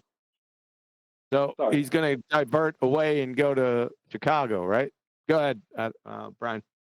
Yeah, sorry, I'm just saying, no, the argument is not that we see to, well, the argument is that the horizon is not where it would geometrically would have to be if we were on a globe of radius 3.5 miles. That's the argument. Yep. It's not we see too far, it's that the horizon is not conducive with their globe. You know? Can I just say it? And so the argument is. I'll just say it once. It's a slightly looming non-standard refraction high in a holographic projection of a skyline from behind the geometric reified physical sphere edge horizon debunked by the black swan. Of course. What is the horizon? That's the argument. To them, it's Earth curve, fractured or not. Not a point of optical limitation. It's Earth curve. An object in the distance is not an experiment, it's an observation. Therefore, by flat earthers' own claims now, those don't prove or disprove any. Yeah, what? What? Huh? This is good. No, this is what I've been waiting for. Hold on. This is what I've been waiting for. This is where he takes what is straw manning us with a claim that isn't proof, therefore isn't needed to have scientific validity attached to the flat earth claim. Therefore, it doesn't matter if what we observe in Antarctica is, quote, just an observation, as he just said. This is where he actually brings it all together to justify why it doesn't matter. This is the bit I've been waiting for. This is my argument's crap, then so's yours, because you're just looking at stuff in the black swan. So what you're saying now, failing to realise that we're not presenting the black swan as science, that it's a logical syllogism that he's bound by his claims. He still doesn't understand the black swan and why it's got him all ends up, and he's just like being like a kid in the playground now, isn't he? Well, if mine's rubbish and it doesn't prove it, then you're famous black swan when you see too far. Yeah, he's saying if black swan isn't scientifically validating, therefore not proving, it doesn't matter that the mere observation in Antarctica isn't science and meeting those standards, because you also don't meet those standards. No, it's not claimed to be science. Yeah, exactly. That's what he's doing. He's that stupid. He's stating that if we observe or if a 24-hour sun is observed in December in Antarctica, and we say that doesn't prove it's not flat, then we can't turn around and say to them that the black swan doesn't prove it's not a globe. No, that's what Adam and Nathan just said. Yes. But there is one more. I thought you were going to say saying something else, actually. There is one more aspect to it. Hold on, there's too much background noise. Carry on. He doesn't mention measurement much, does he? No. You see what he just did.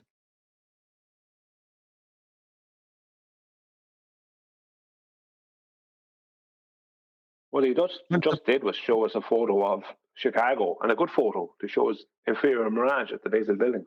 Very good.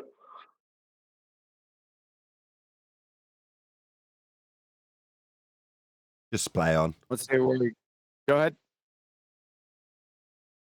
Carry on. Yeah. Anything. So at least we know flat earthers can no longer use those against the globe.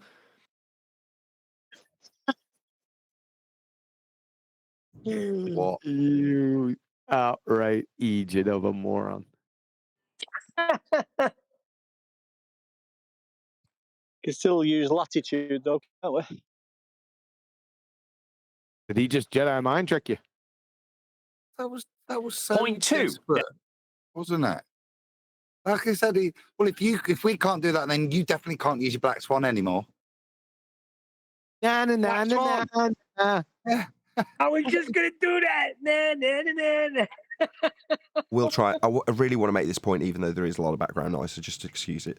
What he's trying to subvert away from, again, is something that Brian caught, which is that, no, it does turn into a modus tollens if it fails for the globe.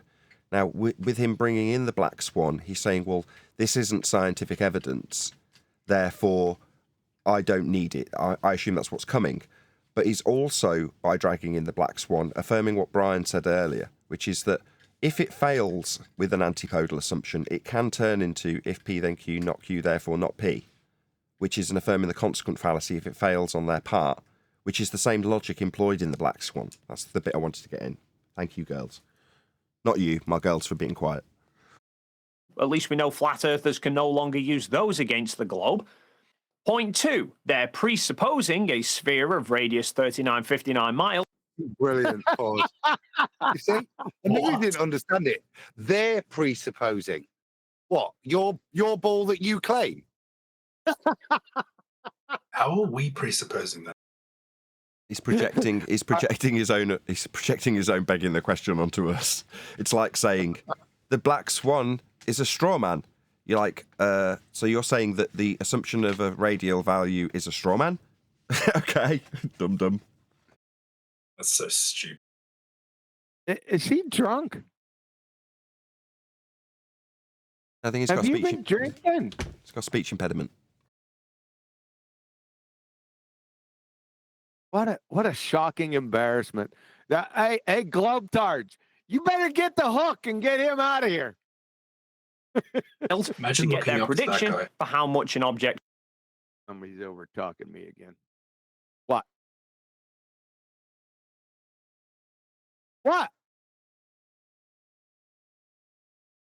Can no longer use those against the globe.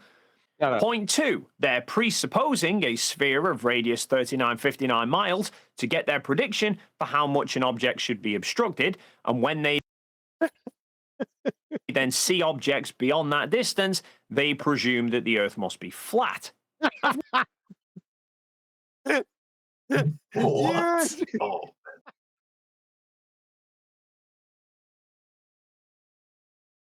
God, you're a fucking retard.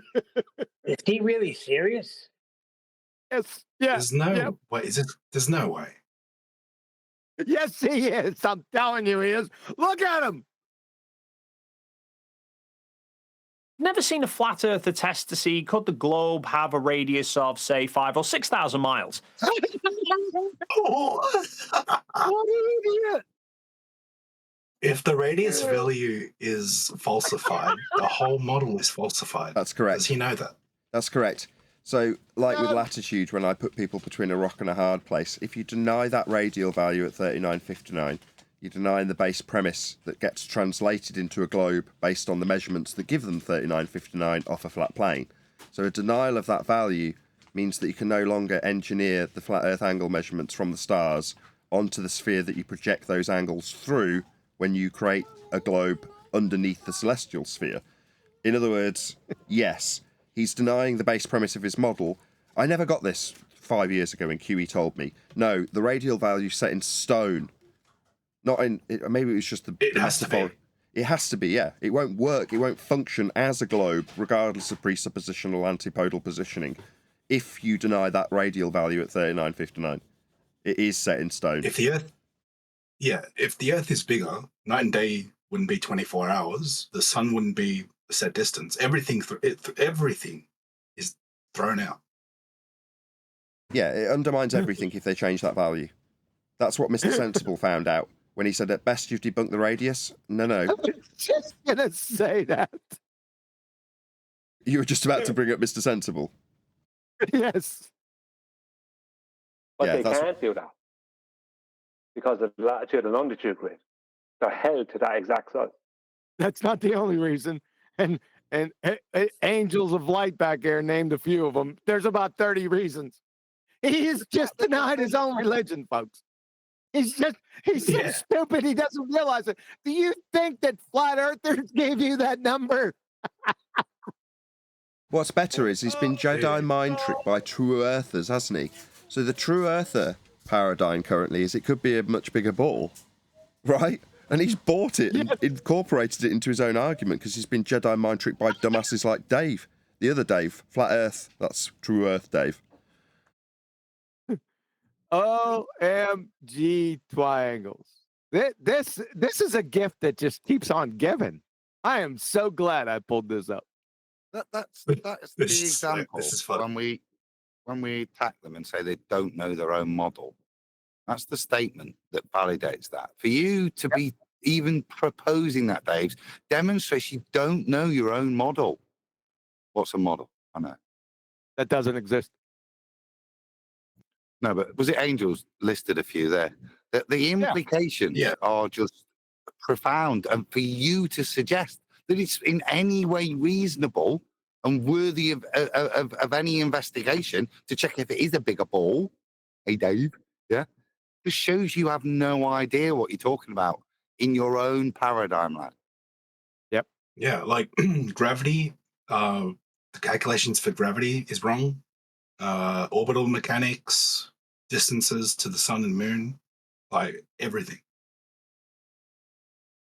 Yep. They just argue it's not 3959 miles, therefore presumption is it's flat. So flat Earth.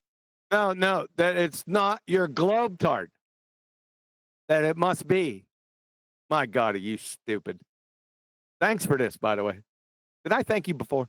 Has taken observation that doesn't match a sphere of radius 3959 miles, and to them, that is irrefutable proof that the Earth cannot be a globe. Yeah. Yeah, that's right. He's got the order right that time. Yeah, exactly the point. He got it right. Yeah. So, They confuse you. Triangles. So, to us as flat earthers, if somebody shows us something that categorically shows it cannot fit to the geometric limitations of a globe, we're at fault for realizing that that can't fit to the geometric limitations of a globe. You've got us, Dave. You've got us. The way the modus tollens will break down in future is, if we assume antipodal positioning on a globe radius 3959, then we must observe 24 hours of sun in Antarctica in December. We do not observe 24 hours of sun. Therefore, the Earth is not my antipodal radial value 3959 assumption. That's how the modus tollens breaks down if they do not observe that which they must observe in their antipodal assumption. Now, we're beyond this because we break down the antipodal assumption and have debunked it. We've even given them pitch data. So their journey's debunked.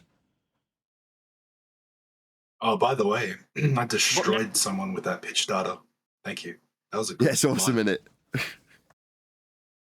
I reckon Now they're if you got trying time, to you should go argue over that the bit. observations that... Hold on, Angels. QE's a bit keen. I am going to wring your friggin' neck. Go ahead, Angels. That's all right. You can go. Don't take that crap from him, man. Don't do it. Sphere of radius 3959 miles, and to them, that is irrefutable proof that the Earth cannot be a globe. But now they're trying to argue that observations that wouldn't match a flat plane wouldn't actually mean the Earth isn't a flat plane. There we go. He's denying the other side of the affirming the consequent for a flat Earth and saying that if you're affirming the consequent on a flat Earth fails, you're going to deny that it's not a flat Earth. No, it's a failed affirming the consequent fallacy on the flat Earth side. Kudos to QE for pointing this out. I'd have missed this if it wasn't for QE pointing it out a couple of weeks ago. It just means there's some variables they haven't accounted for. Oh, we got more variables coming up. But they won't accept that the Earth could be a sphere of radius 3959. Oh, he popped it back up. The edited Why? version. Is he trying to suicide himself? But they won't accept that the Earth is a ball 3959. Here's the Black Swan picture demonstrating how it cannot be a ball of 395. What are you doing, mate? Thanks for the proof. Do you realize the Black Swan, you have to increase the radius value to 250,000 for that observation to work? No, that's incorrect. We realized that you have to increase the radius value to exactly 264,000 miles. However, that was years ago. However, as soon as you've just get a grip. I used to tell 10th man off for doing this. At the point that you've chopped someone's head off, what you're now doing is you're picking it back up, sticking it on their neck, and going, "Oh, and it'd have to be this size."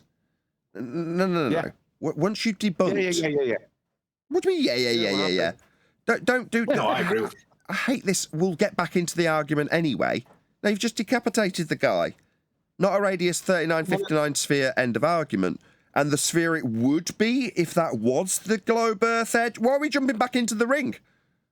Well, I agree with you. I'm just saying, like, he doesn't realize that if you falsify the R value, the whole model is out.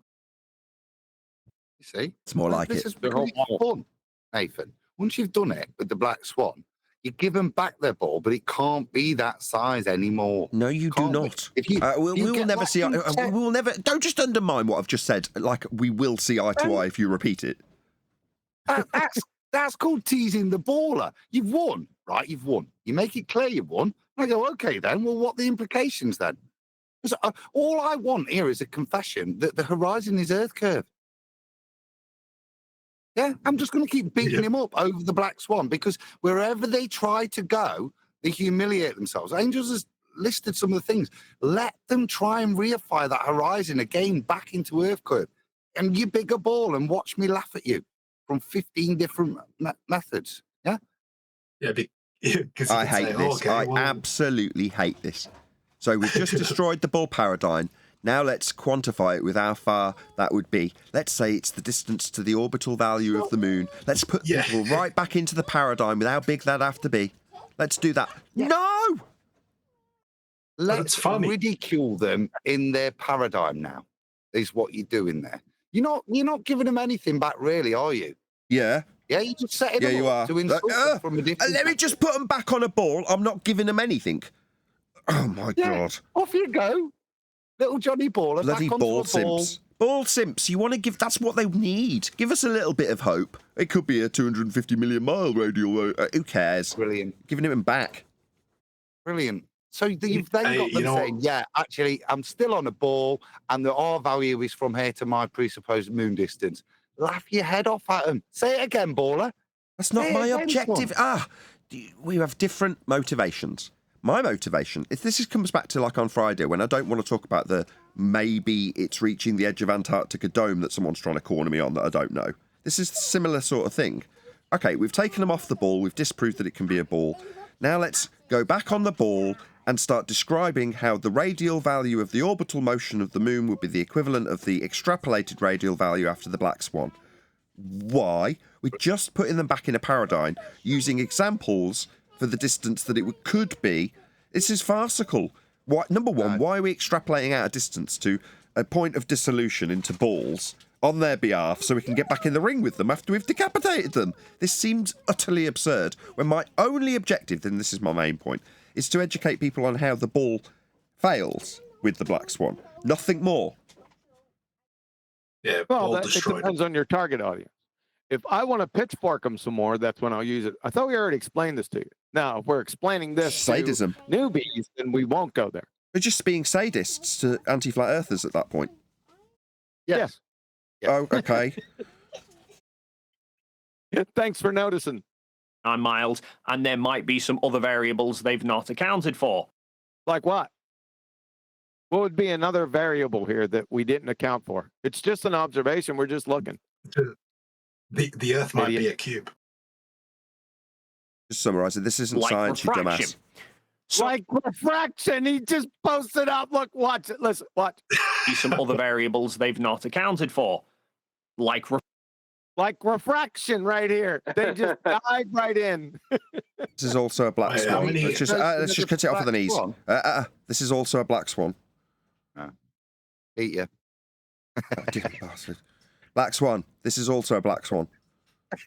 How many mediums are required for refraction again? Yeah. Don't bite on this. You're testing my nerves, Black angels. swan. They don't fell have into any the bear trap, didn't they? Yep. Yeah. Thanks for falling into our bear trap. Look how fast he posted this and then took it away. Watch. 9 miles, and there might be some other variables they've not accounted for. Like refraction. Or waves. Just for the benefit of the audience. Right, let's just go through the black swan argument because he's done what he's done. If the Earth was a sphere with a radius of 3959 miles, then every distance to horizon measurement could be no more than 1.2 times the square root of the observer's height in feet. Distance to horizon in both of those images is beyond the geometric limitations at 1.2 times the square root of the observer's height in feet. Therefore, the horizon is not Earth curve and the Earth is not a sphere. That's the actual argument. Well, we don't even need to do that because when the first image came out, which is the black swan, that showed that the horizon was not where it geometrically would have to be if the Earth was a globe of radius 3959 miles. They all told us, starting with Rumpus, who actually knew but hadn't been telling the rest of his buddies, that the horizon is actually only refracted, according to them, within their own paradigm. It's not refraction, it's just BS based off of an horizon that isn't refracted, right? Let's just say it's nonsense. So there's no point in showing us a second image because that's supposed to be a 7/6R or greater than 7/6R image as well. You know what I mean? What is the point of your other image? Because it makes no difference. Sorry to interrupt you. You had to lie about that. That's where it got removed permanently. We do have a geometric horizon. We don't have a geometric horizon. They need to simultaneously have it as a physical hill edge to claim Earth curve. That's what Earth curve is. And simultaneously be in a position to deny it as being refracted with respect to the geometric horizon that you cannot see. Ergo, we do have a geometric horizon. No, we don't have a geometric horizon. We do. That's what he was saying. That was pretty much his sentence. You know, that's how he's, getting removed because he's in a position where he has to lie.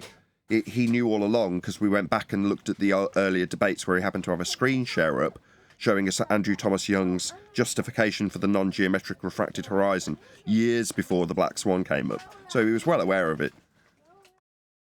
Well, the thing about it is that they forget what they claimed today.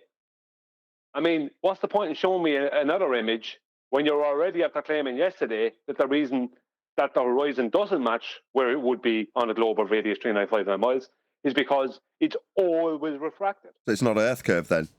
Yeah, so what's the point in showing us? Yeah, what's the point in showing us another image that looks closer? It means nothing. Look, today the not Earth curve moved into a different position, but that means that it's refraction. Yeah. What? So not Earth curve then? Yeah, exactly. So it's not the horizon that boats go over physically. So boats don't go over a physical hill edge. It's refraction. Okay, so not Earth curve. Yeah. Exactly. Welcome to flat Earth. Be some other variables they've not accounted for, like refraction. Welcome to flat Earth. Dave Twangles McKeegan, you just fell into the bear trap. You freaking bozo of a clown. Unbelievable moron. So their arguments for why the final experiment shouldn't be considered as valid evidence for anything. No. Why it's not an experiment? No. Yeah. What's you lost the independent plot variable there, again? Twangles. Yeah, we're not saying it's not proof of anything. We're saying potentially it could debunk the globe with a modus tollens if it fails to meet your prerequisite requirements of it being an antipodal observation of 24-hour sun. Now, we've said that in a nice, concise manner now, but in terms of us suggesting it may or may not prove anything, no, we're claiming it's fraud because it's not an experiment. So in order to undermine that in any way, shape or form, you need to demonstrate that it is an experiment. That's it. That's the only standard. You see, Dave, this part down here, remember your title? Because you lost the plot. Is the final experiment an experiment? Follow? We're saying it's not, demonstrably not an experiment. That's why you're doing this video, Glue Sniffer? Unbelievable. When was the first experiment? Directly contradicts many of their own apparent proofs for. That's a good point. Hold on, just one deck got a good one in there. So we only associated this to when he turned it into expedition. Oh, well, it can't be the final expedition. But hang on. How is it the final experiment? Right. Everything in this is wrong, one deck.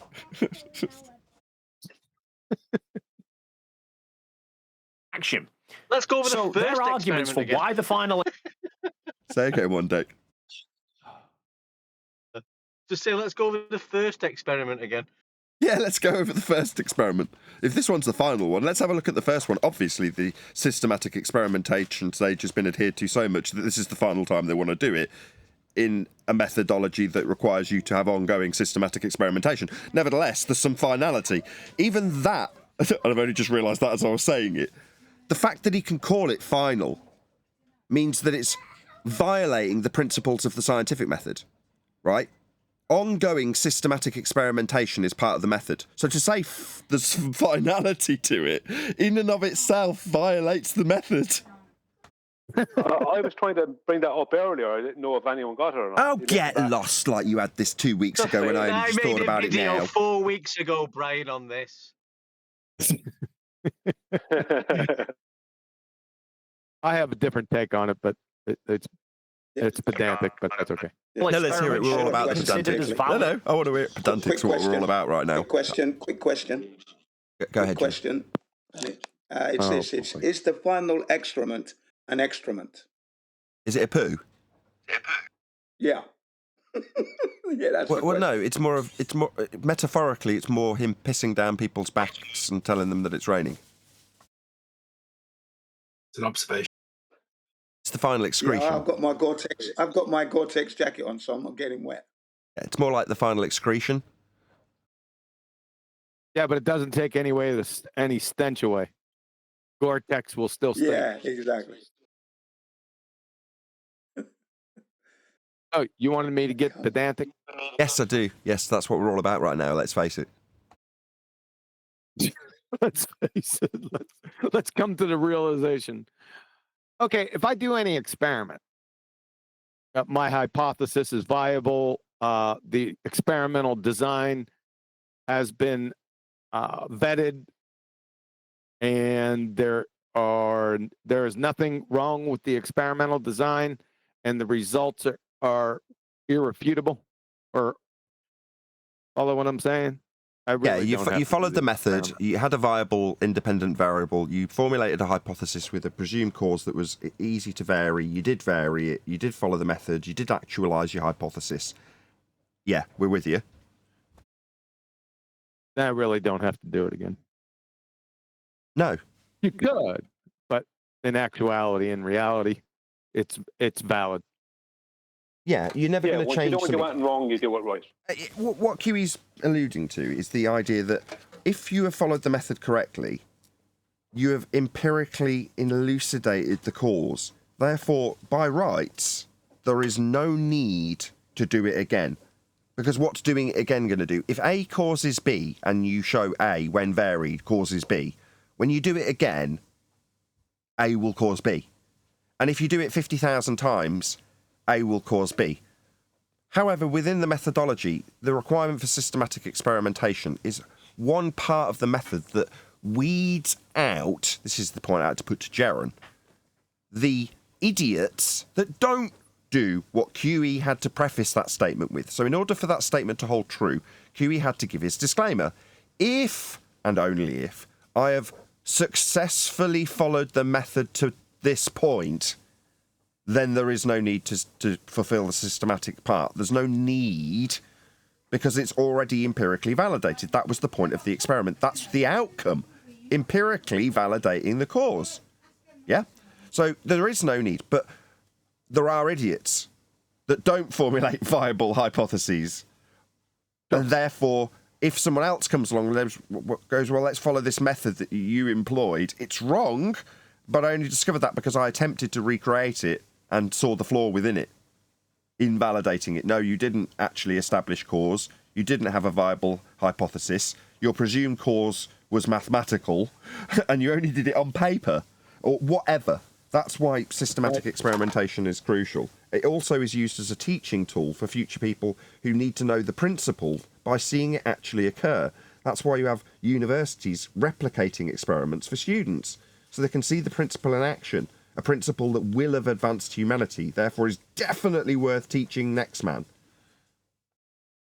Yeah. In other words, what's good for me isn't necessarily good for the feeble-minded. That's the moral of the story. I'm not arguing with that. I just want to say that the problem I had with the term the final experiment, besides the fact that it's not an experiment, even if it was, to call it the final one is like, that's a bit presumptuous, isn't it? Yeah, technically it's incorrect. Yes. Yeah, the last one ever. How did you know that? Well, maybe he's preemptively realising that he's committing fraud, and it's the final experiment in quotes for him. Before prison. Before a hard time for fraud. Go ahead, Adam. It's a sign of desperation again. We've won all the arguments. So let's just, I tell you what, lads, next goal wins. Yeah? Oh, that's miles better. He's been thinking about that, and now I'm going to give him every bit of props he deserves for that. That's a much better example. So here we are. It's the 92nd minute, second minute of extra time added. And the score here is 53-0. And hold on, there's been some kerfuffle on the pitch. They're having a little word with each other. Apparently, they're suggesting that the next game is won by the next goal. It's sudden death at 53-0. Why? Exactly. I'm sorry. When he said next goal wins, I immediately thought of hockey.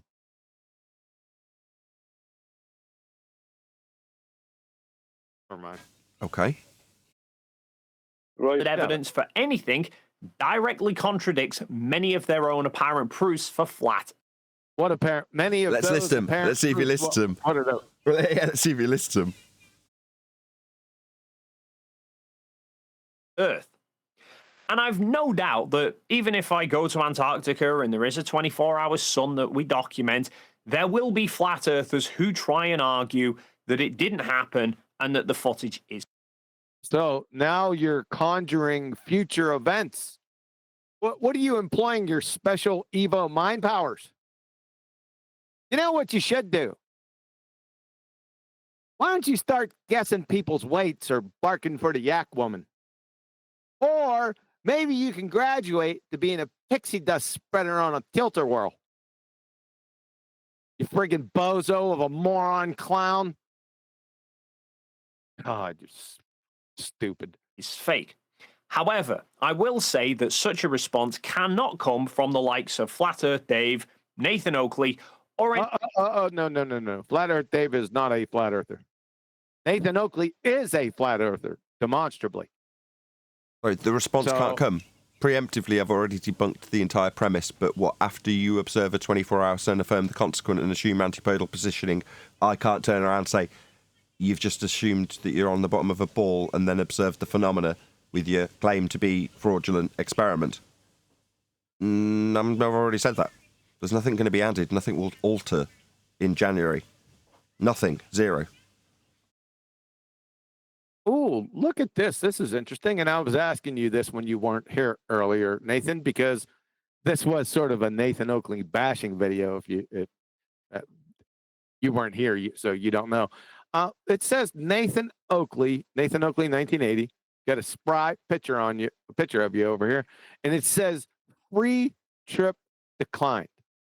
My question to you, did anyone personally offer you a free trip anywhere? No. Prosecution rests, Your Honor. Any other flat earther who has rejected an offer of a completely free trip to go there and see it for themselves. For me personally, they forfeited any rights to question the validity of what we document the moment they turn down the offer. Oh, really? I see. Are you the arbiter of what I forfeit? Oh, I see. So I suggest that if people are committing fraud, that they substitute their life. They should be put to death. I mean, I'm the arbiter of these things now. I've just decided arbitrarily that I'm going to put a standard on what you will be subjected to should your fraud be exposed and you be deemed an accomplice to the fraud. I think it's only reasonable. I mean, it's only my opinion, obviously. Like Dave's opinion that I'm not allowed to have a comment on it because I've declined a personal invitation from who? Who gave me this invitation? Who did I decline? I didn't. Just making this crap up. But arbitrarily, I don't have an opinion on the matter because Dave says so. Who the hell are you gollum? But he even said, like, you don't want to go down and see it for yourself, the thing that's not been seen, to see for yourself that's never been seen yet.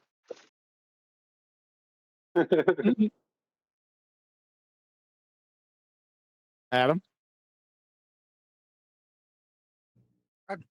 Just wow, isn't it, really? Says, thought says the guy who doesn't know. No. Not Angels, you, Adam. Angels of Light. Angels of Light. Is your name Adam? Okay, no, Abrit. Adam, then Angels.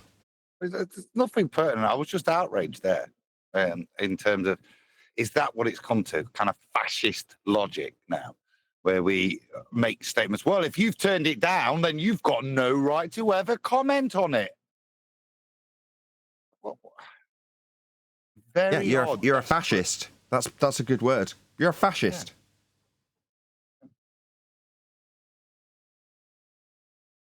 That means you, Angels. Now it's your time. Yeah, so he says the guy who doesn't know that if the radius value is wrong on his Earth that he believes in, it throws out his entire model. Like that he doesn't have. Is he? This can't be real. Oh yeah, it's real. Yeah, he's up his own arse and thinks he's the arbiter of other people's opinions now. Oh my god. Like I prefaced my treatment video the other day, Angels, Angel of Darkness, or I'm sorry, Angel of Light. Wait, sorry, say again, what was it? Angels of Light. So Nathan's probably not going to like this, but let me welcome to Dumb Fuck Shangri-La. Well, that's going to be it for this video. As always, feel free to leave your...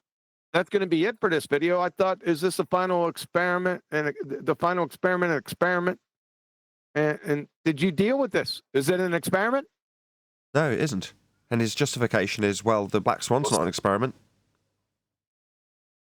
Yeah, it's the same as watching the sun. It's an observation. Yeah, he's made that clear. It's just because it's just an observation. What, like the Black Swan's just an observation? Okay, so your justification of it not being an experiment is it's just an observation then. Yeah, that's why it's fraud, Dave. And it seems pretty clear that this could be presented to a jury to say you understood it was just an observation and were justifying how non-experimental it was. But that didn't really matter by this video. I'd throw you in, yeah, I think you should get jail time. I mean, it's not like I'm a fascist who just decides what should happen to you based on how wrong you are. Right?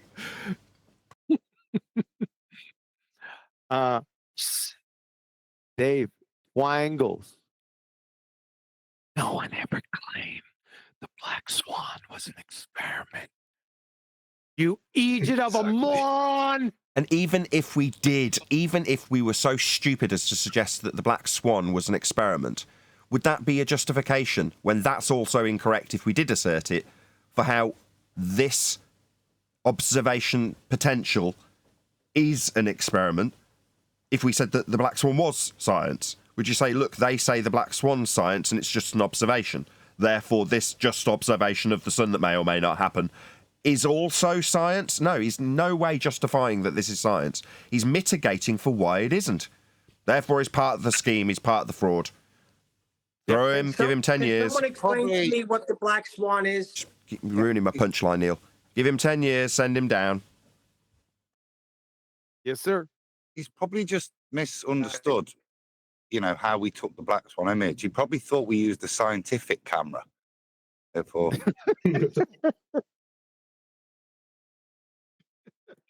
like, if the final non-experiment happens, it's just going to be a hit piece.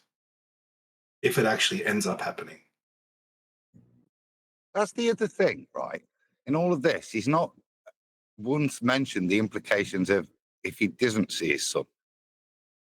No, he He's did. not going, No, he did. Did he? Yeah, he did, and I gave Brian props for suggesting that, no, it turns into a modus tollens, and then he used the wrong assertion by straw-manning flat earthers with their model, and then actually gave the correct delivery of, well, this would mean that Earth's not a sphere. He didn't formulate it per se into modus tollens, but he did affirm it, and then we all said, yeah, that's correct, and, you know, suggested that he was right in saying so. So, in his mind, he's admitted that if he doesn't see the sun, it's not a ball. Yes, he did say that, yes. Fair play, then. Muppet. I know you won't ask, but I will grant you permission to go ahead and publish this. You what? I said, I know you won't ask, but I will grant you permission to publish this. I have no idea what you're talking about. You're going to rerun this. Is this gone to you when I called you the producers when we're doing Omi videos? Is it all gone to your head a little bit? Yeah. I am a producer. I And love you'll it. listen I to what absolutely we love say. it. I'll pander to this. Oh, thanks. You're welcome. By the way, I put together a video using that pitch data. I debated someone with it, a guy that makes 3D models on TikTok, and the Globe is like, look up to this guy. Destroyed him. But I correlated it with actual pilots I've debated, who went contrary to what the guy was saying. Like, it's a good video to go over if you want. Yeah, we can cover that on Wednesday. In other words, you strapped on the conclusion, whereas previously it was a logical inference at the end. Now here's the pitch data at the end, right? Slap it on the desk and go, deal with it. He didn't want, like, on TikTok you can like make people into the big screen, and he didn't want to do it. Like, I told him, like, you're scared to put me in the big box.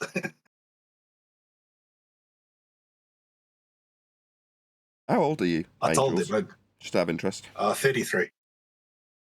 33? Get out. Very suspicious. Just like Eric Debay when he arrived. know. Eric Debay was once 33. So everyone's a Freemason when they hit 33. Oh, dang.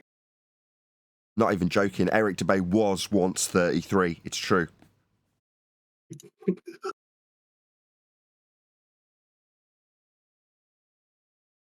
Oh, well, not for too much longer.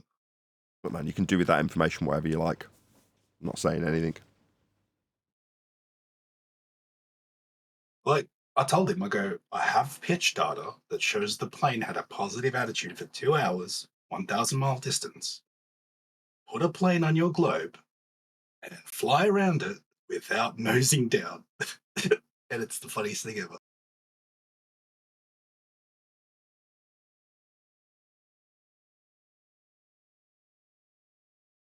Yeah, post it in the chat and hopefully one of the mods will stick it in Master B and we'll cover it in a couple of days. We're covering Joe Rogan tomorrow. Or a response to Joe Rogan, at least. Throw it in Master B. We throw it on now. We'll throw it in now, 5 hours into this stream. I'm thinking no. It's only 5 minutes, really, but most of Yeah, the stuff definitely I look at just go through myself. It's the little end part that's the debate. But yeah, it's not that. No, I like covering your stuff. You're annihilating them. You're doing an absolutely stellar job. So I really like covering your stuff. I'm more than thanks willing for to. Yeah, I'll try to make my stuff entertaining as well, the way I debate, you know. I pick on them. Don't get too ahead of yourself. What are you presenting there, Adam? Oh, it's the pitch data. Teeny tiny. Yeah, it's actually me going over it, but yeah. Oh, okay. Did you want to play a little bit of it? Dean Stingray. Hold on a second. Is this guy's first name Dean? Yeah, it is. We eviscerated that idiot of a moron 8 years ago. Oh, really? You've debated Yes, it? yes, we did. But I'm going to round out because we've been doing this for 5 hours. So with that, I'm going to say another huge, massive, enormous thank you to both Discord and G+. I might as well go on camera as I've still got it set up. And of course, a massive thank you to all of you for liking, commenting, sharing, subscribing, joining as a Nathan Oakley 1980 channel member, and all that good stuff. I've been Nathan Oakley, and I will see you all in the next video.